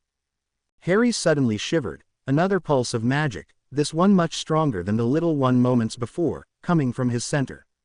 He slammed his eyes shut, his whole body tensing, his hand of his uninjured arm swinging up and gripping onto the layered scruff of Dumbledore's robes as the wave continued, and then finally stopped. Dumbledore exhaled slowly, and when Harry opened his eyes again, he realized something had just happened to Dumbledore's robes. They had changed. They were pitch black, speckled with moving images of yellow Lego blocks, both building and falling apart. Those behind him gasped, "Minerva, Snape, come with me. Hagrid, take the other children into a secure room within Hogwarts. It is best most be kept away until we understand what is happening," Dumbledore stated, his voice carrying quite well despite how quiet he was speaking. Dumbledore then immediately went into action, gripping tightly onto Harry as he dashed to the infirmary. Snape, who had a floating Susan Bones beside him, and McGonagall right behind him. Ron and the others were about to protest, but by the sound of the headmaster's voice and the speed in which he and the others with him had moved, they didn't. However, Ron was about to charge after them, but surprised everyone as he came to a sudden halt, nearly tripping on his own feet. "Stop, you must take Hagrid and the others into the come-and-go room. Harry's life depends on it," he heard Fawkes declare in his head. "What? We must make a potion to save Harry. Come quickly, I am already here." "We don't have much time," Fawkes said urgently. Ron turned towards the others, who were utterly confused. "Come with me," I just heard Fawkes. "It's to help Harry," he said, already running the opposite way and towards the come-and-go room. The others didn't argue, but hurried after him. McGonagall opened the doors for Dumbledore and Snape, before closing them behind them. Snape guided a now sleeping Susan onto one of the closest beds, those petrified on the beds down the same row. "Albus, what is good Merlin? Is as that?" Fudge asked, suddenly seeing that Dumbledore was carrying someone, and that someone was an extremely injured Harry Potter. "Cornelius, I will explain everything soon, but right now, Harry must be tended to," Dumbledore stated, gently taking Harry past him and laying him on the bed at the far corner of the room. Madame Pomfrey hurried forward, Snape already examining Susan. Oh, of course, Albus. Is Hogwarts still locked down? He asked as Dumbledore began quietly speaking with Pomfrey over Harry. Dumbledore paused and looked to Fudge. Yes, and it will stay that way until I am confident that Voldemort will not try to breach the walls. His current state is not yet physical, but as you saw yourself, he is no less dangerous, Dumbledore said briskly. Dumbledore glanced to the bed that was at the opposite end of the room bearing a still unconscious Lockhart. I heartily agree with you, Albus, Fudge said, saying that which showed there was at least some sense in that tiny little mind of his. But are we sure that was, you know who? Dumbledore completely faced him at that, his eyes solidifying in an unwavering blue. As I live and breathe, that being, whose true name is Tom Riddle, grew to become Lord Voldemort. I will be very clear in this, Cornelius. Voldemort had created safeguards in ensuring he was bound to this world. That spirit you saw possess Mr. Lockhart is a piece of Voldemort's very being. In all the things that matter, the being we all saw is Voldemort. And now he has gained the necessary power to return to a physical body, whether we are ready to fight him or not. This is no time to doubt if the enemy is real or not, especially when we have seen him with our own eyes and have seen what he has done. And I need not remind you of the actions of his followers during the summer, Cornelius. He has been leaving clues to his growing power and those of his followers. None of this has been random. Please, do not lose face. Fudge lost several shades of pigment, having winced every time Dumbledore stated you know whose name and mentioned the recent dark events, all the while begrudgingly admitting this to himself. Dumbledore is right. However, young Mr. Potter and the actions of others have given us some time to prepare, but I will discuss these things with you later. Right now, I believe it would be best if we provided you with a room, until the lockdown has been lifted. Minerva, please escort the minister to the guest chambers, Dumbledore said. The house elves will be happy to provide you with anything you may need, Cornelius. Thank you, Albus, he managed, before looking to Harry. Harry, do get better. Harry gave a little nod, but did nothing else to confirm he had heard the minister, save give him a confused and dazed expression, as if he was thinking hard about something. McGonagall then led him out, the door closing solidly behind her. Dumbledore and Pomfrey immediately went to Harry. Where does it hurt, Potter? Pomfrey asked. Where did it not hurt? Would probably have been a better question. Coming back to life was definitely harder than dying, and much less enjoyable too. Inside, Harry decided, feeling the phoenix tears at work on his arm and shoulder as something raged within him. Harry scrunched up his eyes again, feeling another wave about to come. Poppy, move back, Dumbledore stated suddenly. Harry's hands took hold of the sheets, squeezing for all he was worth as the intense pulse came forth. Don't fight it, Harry, just try to relax. I know it's hard. It's almost over, Dumbledore said gently.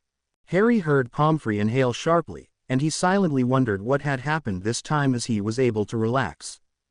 The sheets had turned blue and had unraveled, lying as loose threads under him. Chaotic magic, Pomfrey breathed, Snape staring silently by Susan's bed. Harry just laid there and tried to catch his breath, the pain in his arm nearly gone. They've been getting stronger, but the time between them has also been getting longer. I'm going to contact someone who may be able to help in this. I will return as soon as I can, Dumbledore stated. Do not do or give him anything that will affect his magic. Pomfrey shook herself as Dumbledore quickly left, and went to Harry's side. Just try to rest, Potter. We'll figure this out, she said, beginning to remove his outer robes to get a better look at his shoulder. Ron and the others were hard at work. Fawkes speaking to Ron before Ron relayed the directions to the others, all of them carrying out tasks to complete the potion in time. This potion isn't going to get rid of or counteract the venom. Instead, it is going to allow the magic within Harry to coexist with it, including the Phoenix Tears, for that is where the problem is, Ron said, repeating what Fawkes was telling him. Now we just need a basilisk scale, Ron said. Dobby, Draco shouted. Master has called Dobby. Has something happened? All of Hogwarts, house elves feel something has. How can Dobby help? Dobby asked, his eyes wide. Here, Take Revlis and go down into the chamber and find one of Solandra's scales, but if Solandra comes, run. Solandra's intent was not to kill Harry, but to save him, I believe Fox said. Didn't mean to kill him. Are you chirpin' mad? Ron shouted. Harry's condition previously was complicated. It's complicated now, Ron said, confusing the others who couldn't hear what Fox was saying. What did he say? Neville asked. Ron repeated his statement, though in disbelief. Well, just be careful, Revlis and Dobby. We just need one good scale to complete this potion, okay? Draco said. Yes, Master. Pop. Hermione suddenly jumped. They all looked at her. Is something wrong, Hermione?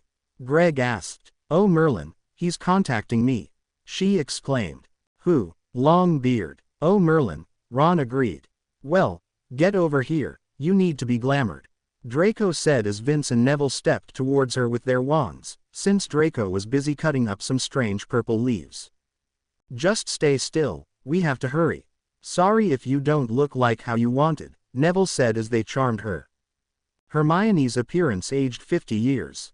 Her hair went short and spiky and turned sky blue. Her eyes were light green, and her face was lightly covered in wrinkles.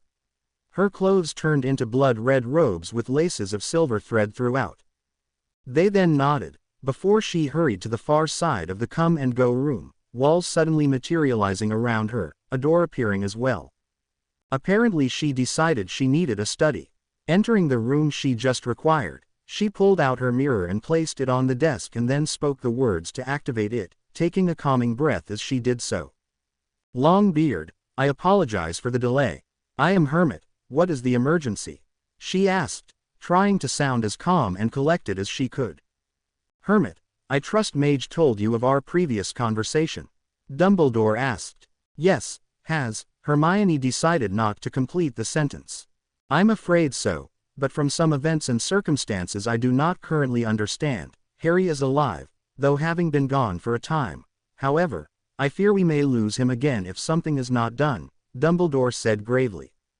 What is his condition? Hermione asked. He is conscious, but his magic has gone into chaos, and I know the magic in the basilisk venom will soon take its toll, both despite and because of the Phoenix tears.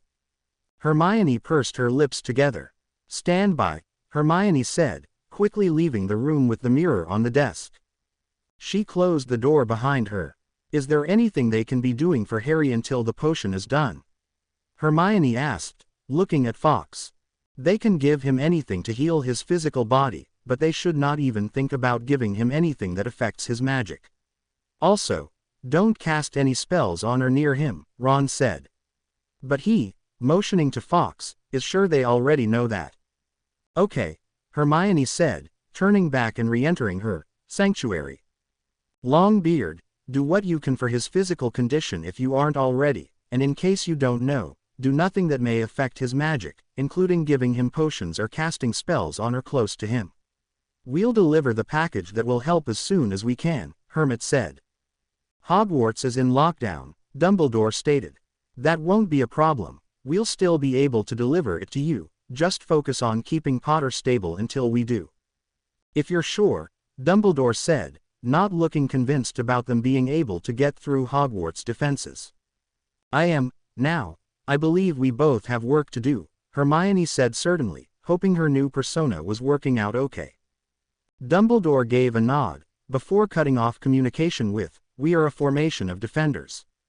Hermione heaved a sigh of relief, before putting the mirror away, canceling the charms, and returning to the others. Pop. Dobby returned, a smooth shiny scale in his hands. It was in the middle of the chamber, Master, Dobby said, bowing to Draco as he handed it to him. I believe she left it for us, Revlis said before Neville translated. See, believe me now? Fox asked. I believe you're still chirpin' mad, Ron grumbled. Dumbledore hurried back into the infirmary, pausing ever so slightly at Pomfrey's current condition. Her hair, it was now a short, silver, mohawk. But the state of the room was far less amusing as he suddenly slowed upon seeing it. The bed across from Harry's was a pile of mush, the shelves beside the door of Pomfrey's office beside his bed had been turned upside down, and the items that had been on them had either been partly transfigured, charmed, or just utterly destroyed. It reminded him of Ariana. Albus? Pomfrey asked, actually seeing a momentary shell-shocked expression pass over Dumbledore's face. He quickly shook himself out of it as he went forward, realizing they were now the only ones in the room with Harry, which was probably a good thing. Severus and Minerva took Lockhart, Ms. Bones, and the others to a different room before any of this happened, since there was nothing else they could do here. I am sure they have adapted it into a second infirmary. From what they have told me, Lockhart is still out and Bones is sleeping, though her magic levels are extremely depleted. I honestly don't know if she is still a witch, Pomfrey said regretfully. Dumbledore gave a heavy sigh before turning to Harry. I think he's becoming delirious. He was calling you earlier, Pomfrey whispered. Dumbledore gave a small start at that before he slowly approached the side of Harry's bed and pulled up a chair. Harry turned his tired face towards him. Professor. I'm here, Harry, just rest. Help will soon be coming. I was afraid you wouldn't come back, Harry mumbled. You don't need to be afraid, I'm here, Dumbledore said, leaning forward. Harry opened his eyes a little more, wanting to make sure he was truly seeing Dumbledore and wasn't imagining him, especially since Pomfrey had warned him earlier that he might begin seeing things that weren't there as the effects of the venom progressed. Dumbledore froze slightly, looking into Harry's eyes. Their brilliant green was still present, but there was more. A thin band of gold was around the iris, the colored portion of his eye, and outside of that, the area that should be white, was sickly green. Dumbledore looked up at Pomfrey, who nodded her head, letting him know she had noticed it as well. Harry stiffened, and Dumbledore knew another wave was coming as the air around them shifted at the sudden present magic. It was clear to Dumbledore that Harry was scared, probably afraid he would do something more than just break something, and if Dumbledore was honest with himself, he was afraid of that very same thing. Harry arched his back slightly, forgetting Dumbledore's previous words of just letting it come.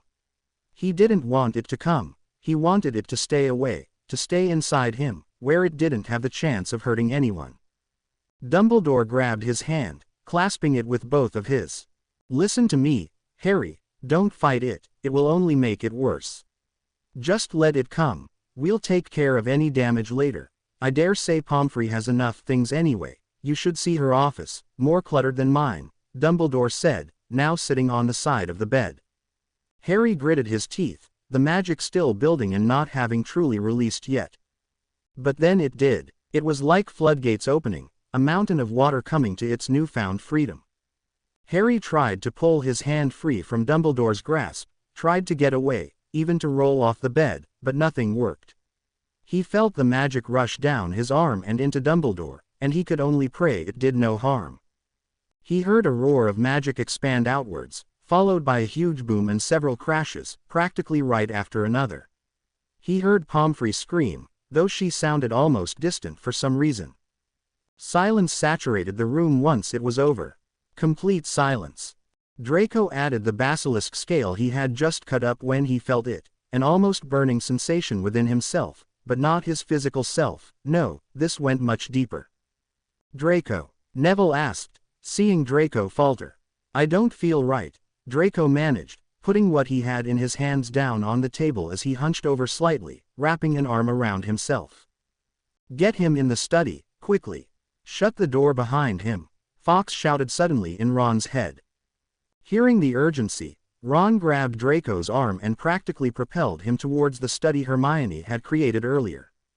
The others got out of the way, knowing Fawkes had just told him something.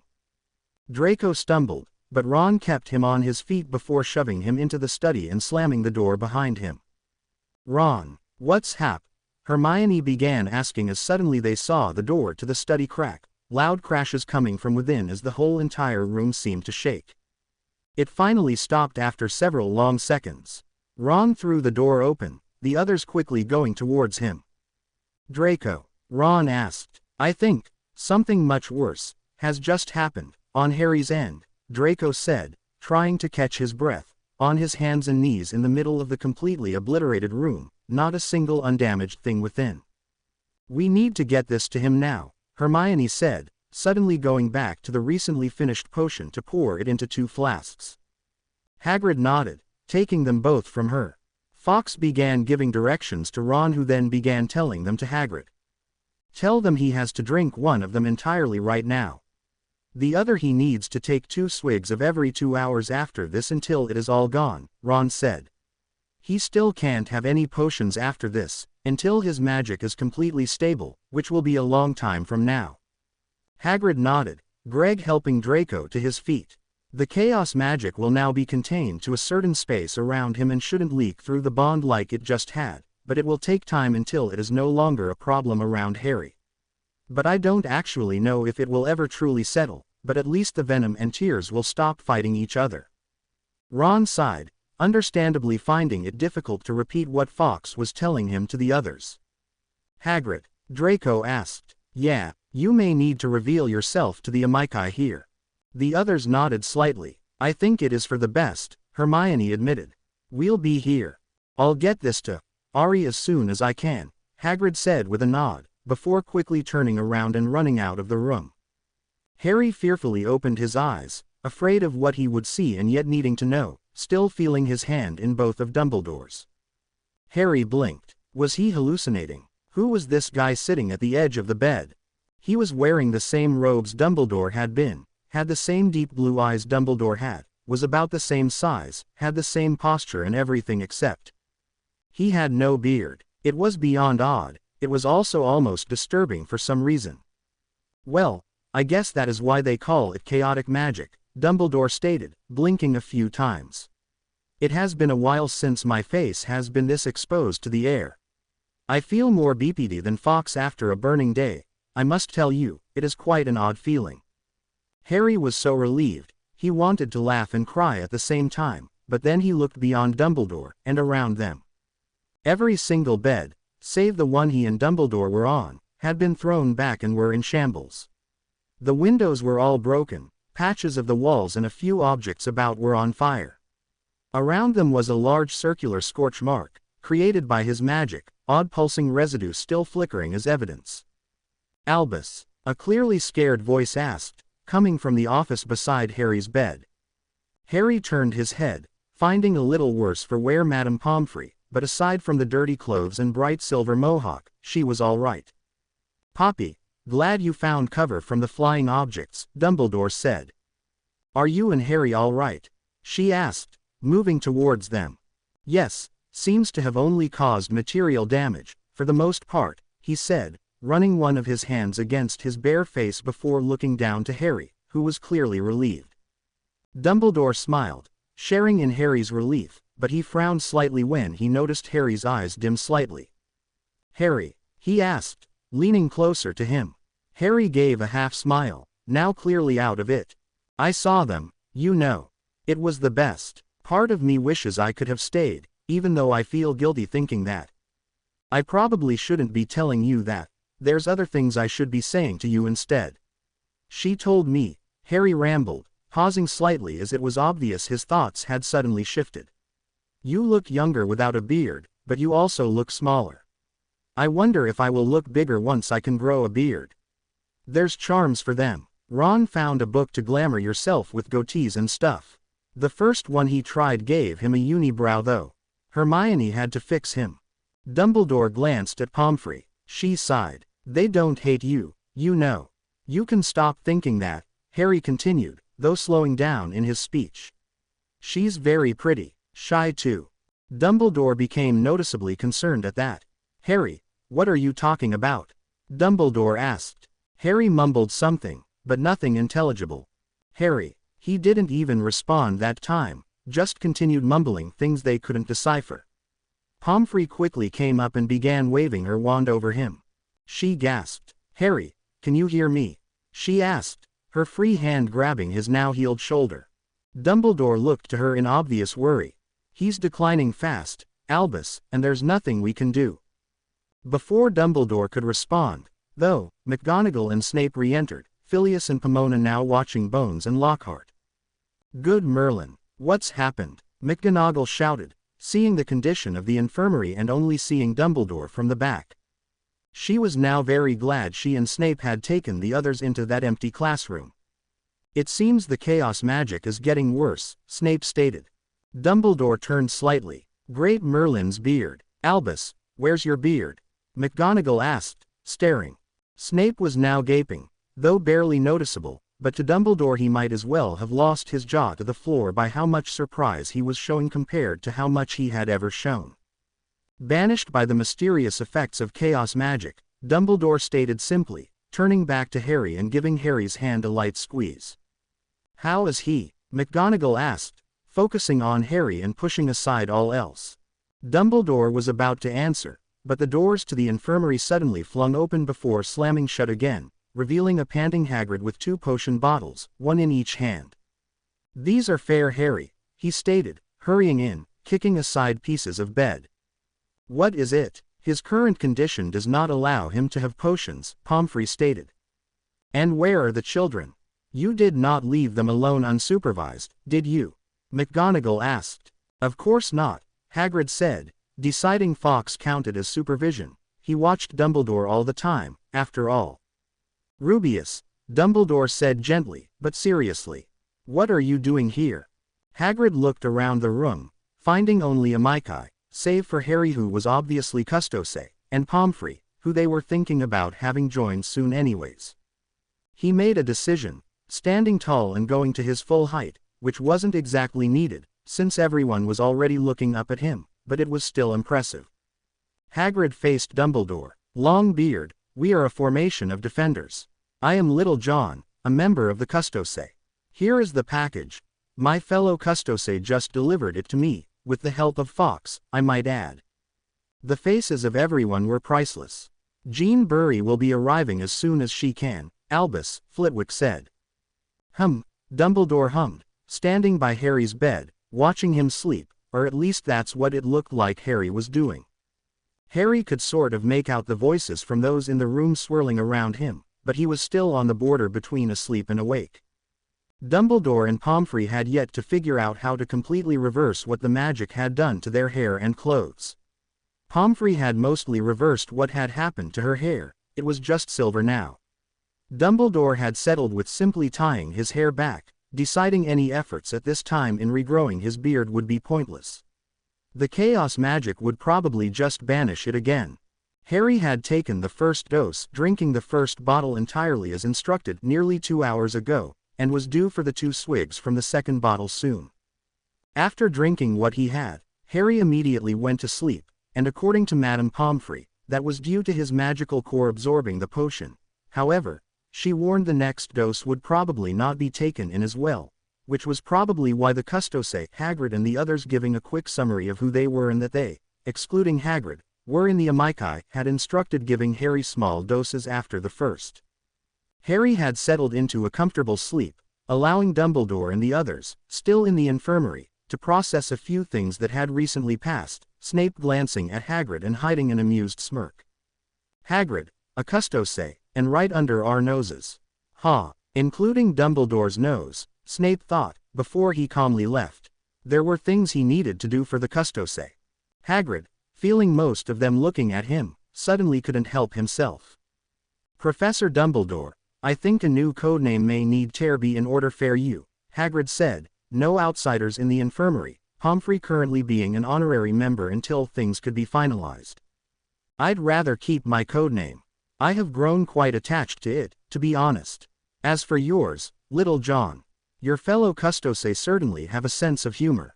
And though a part of me is surprised by this recent revelation in your Custose membership, part of me always knew there was a reason why I would trust you with my life. Hagrid blinked, McGonagall grinning like a Siamese cat behind him at Dumbledore's rather deep admission before growing serious and providing them with some news since it was clear Hagrid had been momentarily struck dumb. Lockhart has arrived at St. Mungo's, McGonagall said. He is still unresponsive, and they can't detect any magic from him. He's the same level as a squib now, it seems. Dumbledore had spoken with Draco and the others, gathering the bare summary of what had happened, including the surprising actions of Crabbe and Goyle. Dumbledore having asked what had happened right after the basilisk had left, wanting and needing to know how they had driven Riddle away, knowing he wouldn't have taken defeat so easily. Well, who would have thought those two had such a spell in their arsenal? Dumbledore decided to learn more about that later. The lockdown had been lifted, and Dumbledore had had his discussion with the minister, which first had included what had happened to his beard. The minister was understandably concerned about the obvious chaotic magic from Harry, but Dumbledore convinced him to allow Harry to stay at Hogwarts, since transporting Harry right now could be disastrous. Dumbledore had also decided it was best to tell Fudge the truth about everything that had happened, or at least as much as he was certain about, including the fact that Harry had actually been gone. He needed to show how bad it had and could have been, and how close Voldemort had come in carrying out what he had planned. Dumbledore knew the coming war was certain, and that the minister needed to be told the cold hard truth of it, especially concerning the fact that Voldemort would be back, though Fudge was still hesitant in believing. Dumbledore was frustrated, knowing he couldn't force Fudge to understand or believe the danger that was there and that was coming, but a part of him wished he could, which was why he agreed to allow him to give his thanks and condolences to Harry before he left for the ministry later, hoping that seeing the boy who lived would convince him something had to be done. "How is Ms. Bones doing?" Dumbledore asked, turning from Harry. It had been decided for Susan Bones to remain at Hogwarts, or at least until her guardian, Madame Bones, said otherwise. "She has woken up. She is aware and remembers most of what had happened, though I'm not sure that's something to be happy about. However, she is better off than Lockhart. She has trace amounts of magic, so there is some hope her magical core will adapt and grow, rekindling what has been taken, but only time will tell," Pomfrey said. Harry was now becoming more aware, and he soon realized another person had entered the recently repaired infirmary, though the area around him still had damage, due to the fact they couldn't cast magic too close to him, and that the chaos magic had stirred slightly in his sleep after taking the potion from the Custose. In fact, he was about due for that second dose, if he remembered right. "Harry?" Dumbledore asked, making sure Harry was aware of him before touching his shoulder, not wanting to surprise him and cause his magic to react. Harry opened his eyes and looked up at him. "Time for you to take more of that potion. Come now, you need to sit up, my boy," he said, already sitting down beside him and helping him up, wrapping an arm around Harry's back for support.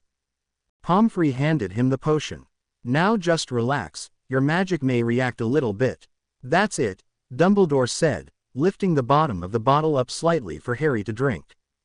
Harry took 2 swigs, feeling the odd tingling liquid go into him, only to feel it absorb into his center soon after. Dumbledore quickly handed the bottle back to Pomfrey as Harry tensed, pushing himself back against Dumbledore's arm and the side of his shoulder. Everyone close to them backed away, particularly Pomfrey, whose hair was still silver, watching in terrified fascination. "Just think about something else, Harry. Something that makes you feel safe and calm," Dumbledore whispered. Harry relaxed slightly, his right hand still gripping onto the sheets, his other having found Dumbledore's sleeve as one of his feet dug into the mattress. The magic came, crackling loudly around Harry, Dumbledore's clothes shimmering, reminding those watching of his eyes. Harry heard someone gasp loudly, but as long as it wasn't Dumbledore, he forced himself to remain relatively calm as the magic slowly eased up and stopped. "Good job, it's over, good job," Dumbledore said, patting Harry's back as Harry tried to catch his breath. "Merlin, was that, how?" someone began, a voice Harry vaguely remembered hearing earlier. "Yes, Cornelius, chaotic magic, being moderately contained," Dumbledore said, easing Harry back on the pillows after he fluffed them so Harry could stay sitting up. Harry opened his eyes and found Pomfrey, McGonagall, Hagrid, Flitwick, and the man he had briefly seen soon after he had first entered the infirmary. Dumbledore's robes had changed again, this time green and yellow, with lilies scattered throughout. The professors did not miss the connection. The air was still heavy with magic, but it was slowly dispersing. "Mr. Potter," Cornelius said, taking a hesitant step forward, "Albus has just told me of the events that have resulted in the conditions of yourself and others. Let me be the first to thank you for your actions against the one responsible in stopping the attacks on your fellow peers. It also seems you may have shed some light on something that had taken place a half-century ago." Harry looked at Cornelius for a moment, and it was obvious he was thinking, probably trying to digest what he had heard. "Wait, Cornelius, as in, Cornelius Fudge?" Harry asked. "That's right, Harry. Cornelius is the Minister of Magic, Dumbledore said. The grandson of Philly's George Fudge? Harry asked. Everyone suddenly looked at him in confusion and bewilderment. Yes, I'm his grandson, Fudge said. But how do you know that? I spoke to him, Harry stated simply, before suddenly realizing how insane that had just sounded. He froze. What? How could you have, dear boy? He's been dead for almost 60 years. Fudge said, looking concerned for Harry's sanity. Harry looked around, glancing uncertainly at Dumbledore, who looked just as concerned, though not for Harry's sanity but for something else, before finally just letting his eyes come to rest on Fudge. Mr. Potter? McGonagall asked, gently prompting. There was no taking what he had said back now, and he did have a message to give, right? Not only that, they'd think he was losing it even if he did keep his mouth shut. Well, you will probably think me crazy, if you don't already, so please just hear me out. Philly's Fudge is, or is it was? I'm a little confused about what tense. Anyways, he's an elderly gentleman, a little taller than myself, and sort of balding. He has a strong sense of power about him. He sort of reminds me of Mr. Moody, actually, Harry said. How do you know that? There's not many pictures of him around, and those were all taken before he got older, Fudge exclaimed, becoming confused and slightly alarmed. Please calm yourself, Cornelius, I think I know what is going on, Dumbledore said, not wanting to risk the minister's magic from probably being bashed by Harry's if he got too riled up. What, Albus? Dumbledore looked down at Harry, his eyes unreadable before growing extremely solemn. Mr. Potter has entered and left the realm of the dead, he whispered. Everyone became deathly quiet after that, and Harry shifted uncomfortably. So, Fudge whispered, his voice sounding like a squeaky little girl's. You really were. Harry looked up at him at that, making Fudge unconsciously stiffen, though in fear or awe, Harry wasn't sure. Yes, I was dead, Harry stated, his voice surprisingly steady. Fudge's eyes widened, clearly not having believed it when Dumbledore had told him earlier, but pondering on it now. Do you want me to tell you what your grandfather wanted me to? Harry asked. How can I refuse? Fudge breathed, a part of him afraid of what he was about to hear, and yet, another part of him wanting to. He wanted to hear the message from the man he remembered listening to about how he had defeated the terrible Dark Lord before his parents' time. He wanted to hear from the man he positively idolized, as a boy and even now. He wanted me to remind you of your heritage, who you are descended from, to tell you you have the chance to bring respect and honor to your family name, Minister. He told me to remind you he did not hide from or ignore Lord Yarlaith, and he expects you to not hide from Voldemort, but to respond just as he had against Yarlaith. Oh, and he said the whole calling him, you know who, dashed nickname thing is, a great mound of hippogriff dung and just as disgraceful. His words not mine, though I sort of agree with him, sir, Harry admitted. Fudge blinked, the words, great mound of hippogriff dung, striking a memory. It was a saying Grandpa Phillies always had said. There was no way this could be a coincidence, and Lord Yarlaith, that Dark Lord, was barely a chapter in history now. No way a boy who hadn't even completed his second year would know that name and make the connections. And then there was the importance of the family name. Grandpa Phillies had always been a very traditional man, wanting to bring and keep the honor of the family name.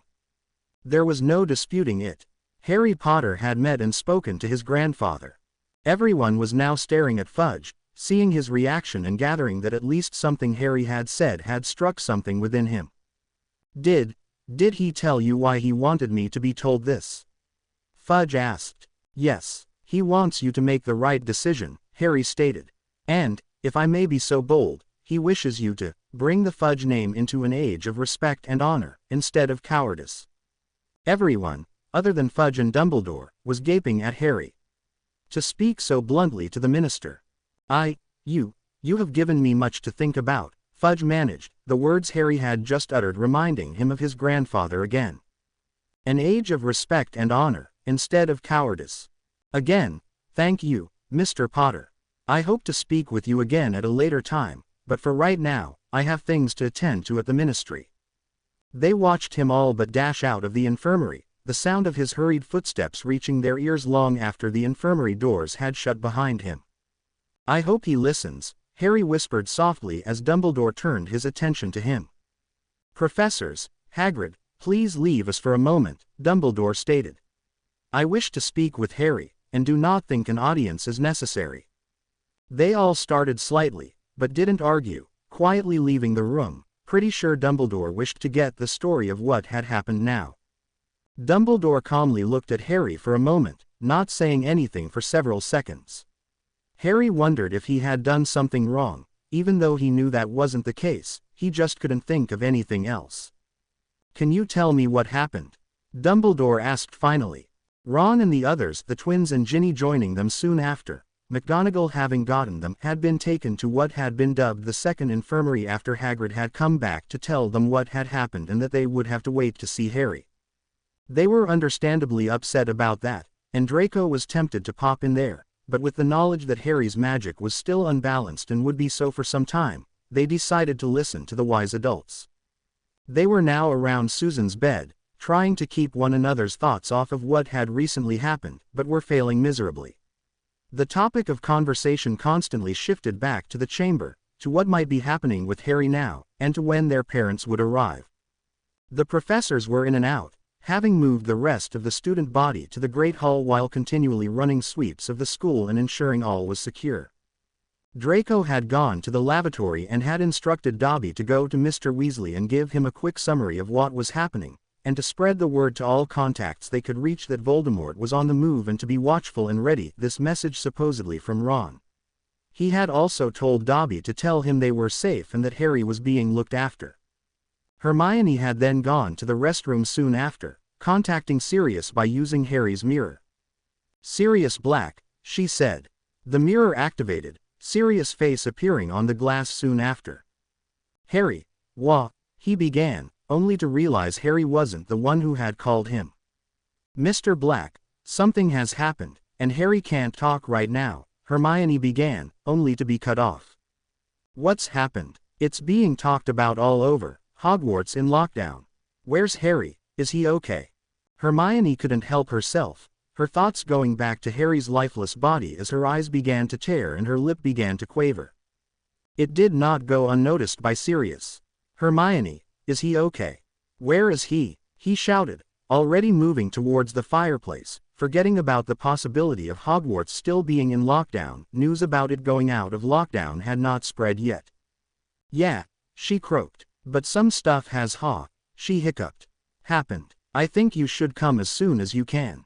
Hogwarts is no longer in lockdown, but I wouldn't come by flow, don't know if that has been completely lifted yet. I'm on my way, he said, ending the connection and rushing to get Lupin before apparating to Hogsmeade. Harry paused in his telling, to the part now after the basilisk had bitten him. He had made it clear to Dumbledore that the basilisk knew what she was doing and that her intent was to help him, not to kill him. He said he would explain, and that was where he was now. Harry, Dumbledore asked. I don't know how to continue, Harry muttered. Well, take as much time as you need, Harry. There's no rush, Dumbledore said. I found myself in a fog and a man called my name.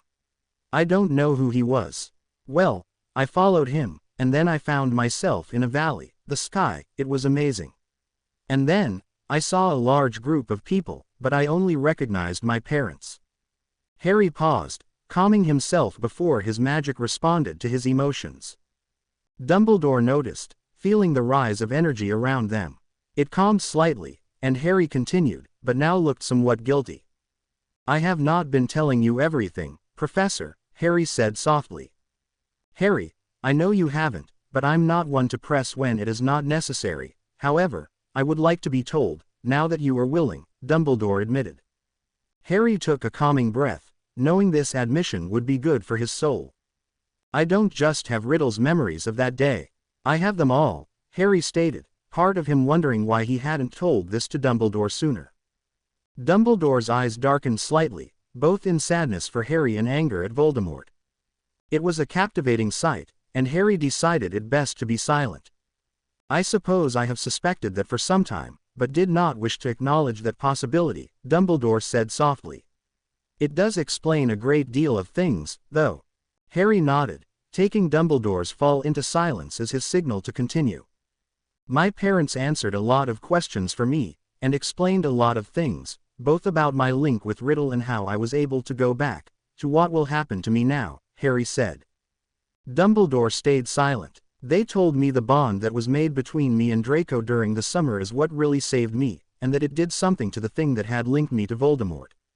Had linked. Dumbledore couldn't help but interrupt, a part of him knowing what it likely was. The night Voldemort tried to kill me, he had accidentally given me a part of his soul. I was a Horcrux. Hearing it was a lot harder than Dumbledore had thought, but he forced himself to continue listening. However, because of the bond that had been made, the Horcrux had been broken up into pieces. Voldemort's powers, memories, and soul. When I died, I only lost the part that was his soul, and because I had his soul, it acted as a buffer, enabling me the chance to go back while it went on, and because of the tie with Draco and the potion, the chance has worked. Dumbledore nodded, taking all of it in. They warned me about the problem I would have with my core.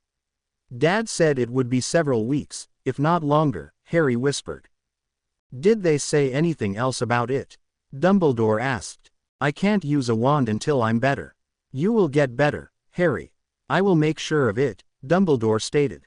Harry nodded, not knowing what to say after that obvious promise. They, also explained some about Voldemort, Harry began a little awkwardly. Oh, he's going to get a body soon. And the reason why he didn't disappear when I destroyed the diary was because the Death Eaters had done something to it in a ceremony sometime during the summer. Barty Crouch Jr. to be exact, Harry grumbled. Dumbledore looked grave, but made himself focus on what was before him. Harry, I didn't ask about this earlier, but now that we're back on it, where did you get that dagger to destroy the diary? It is not a common weapon someone has, let alone a second year. Harry blinked. What the heck should he say?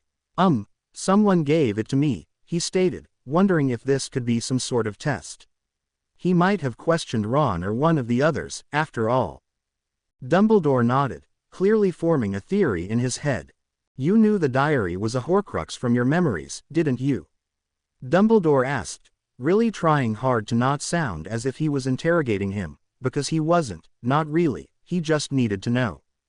It was sort of working. Harry could feel Dumbledore genuinely just wanting to know, not make him feel like he was in trouble or something. Yes, Harry answered. I don't know who gave the dagger to you, Harry, but I am honestly glad they did. I am not going to press you on the matter, because I can assume they are on our side, but if you feel you can share something with me about them, I would appreciate it, Dumbledore said. Harry looked at his hands. They are on our side, sir, I have no doubt about that, Harry stated. Dumbledore knew that was all he was going to get right now, so decided to move on. What else happened in the realm, Harry? Harry really stared hard at his hands now, oblivious to his magic making the bed squeak from sudden strain. It's all right, Harry. There's no rush, just relax, Dumbledore said, all too aware of the rise in chaotic magic. I met and spoke with some people after my parents, Harry's voice trailed off. How was he supposed to give Ariana's message? This is when you met the minister's grandfather? Dumbledore asked gently. Yes, and others, Harry muttered. You have messages for others, Harry? Dumbledore asked, his voice a mere whisper, matching the volume of Harry's mutter. Harry nodded, Ariana's words echoing in his ears, as well as his promise he had made to her. If you need me to help you find someone or something, I'll help you in every way I can, Harry, Dumbledore said, still whispering, but not as quietly. I have one for you.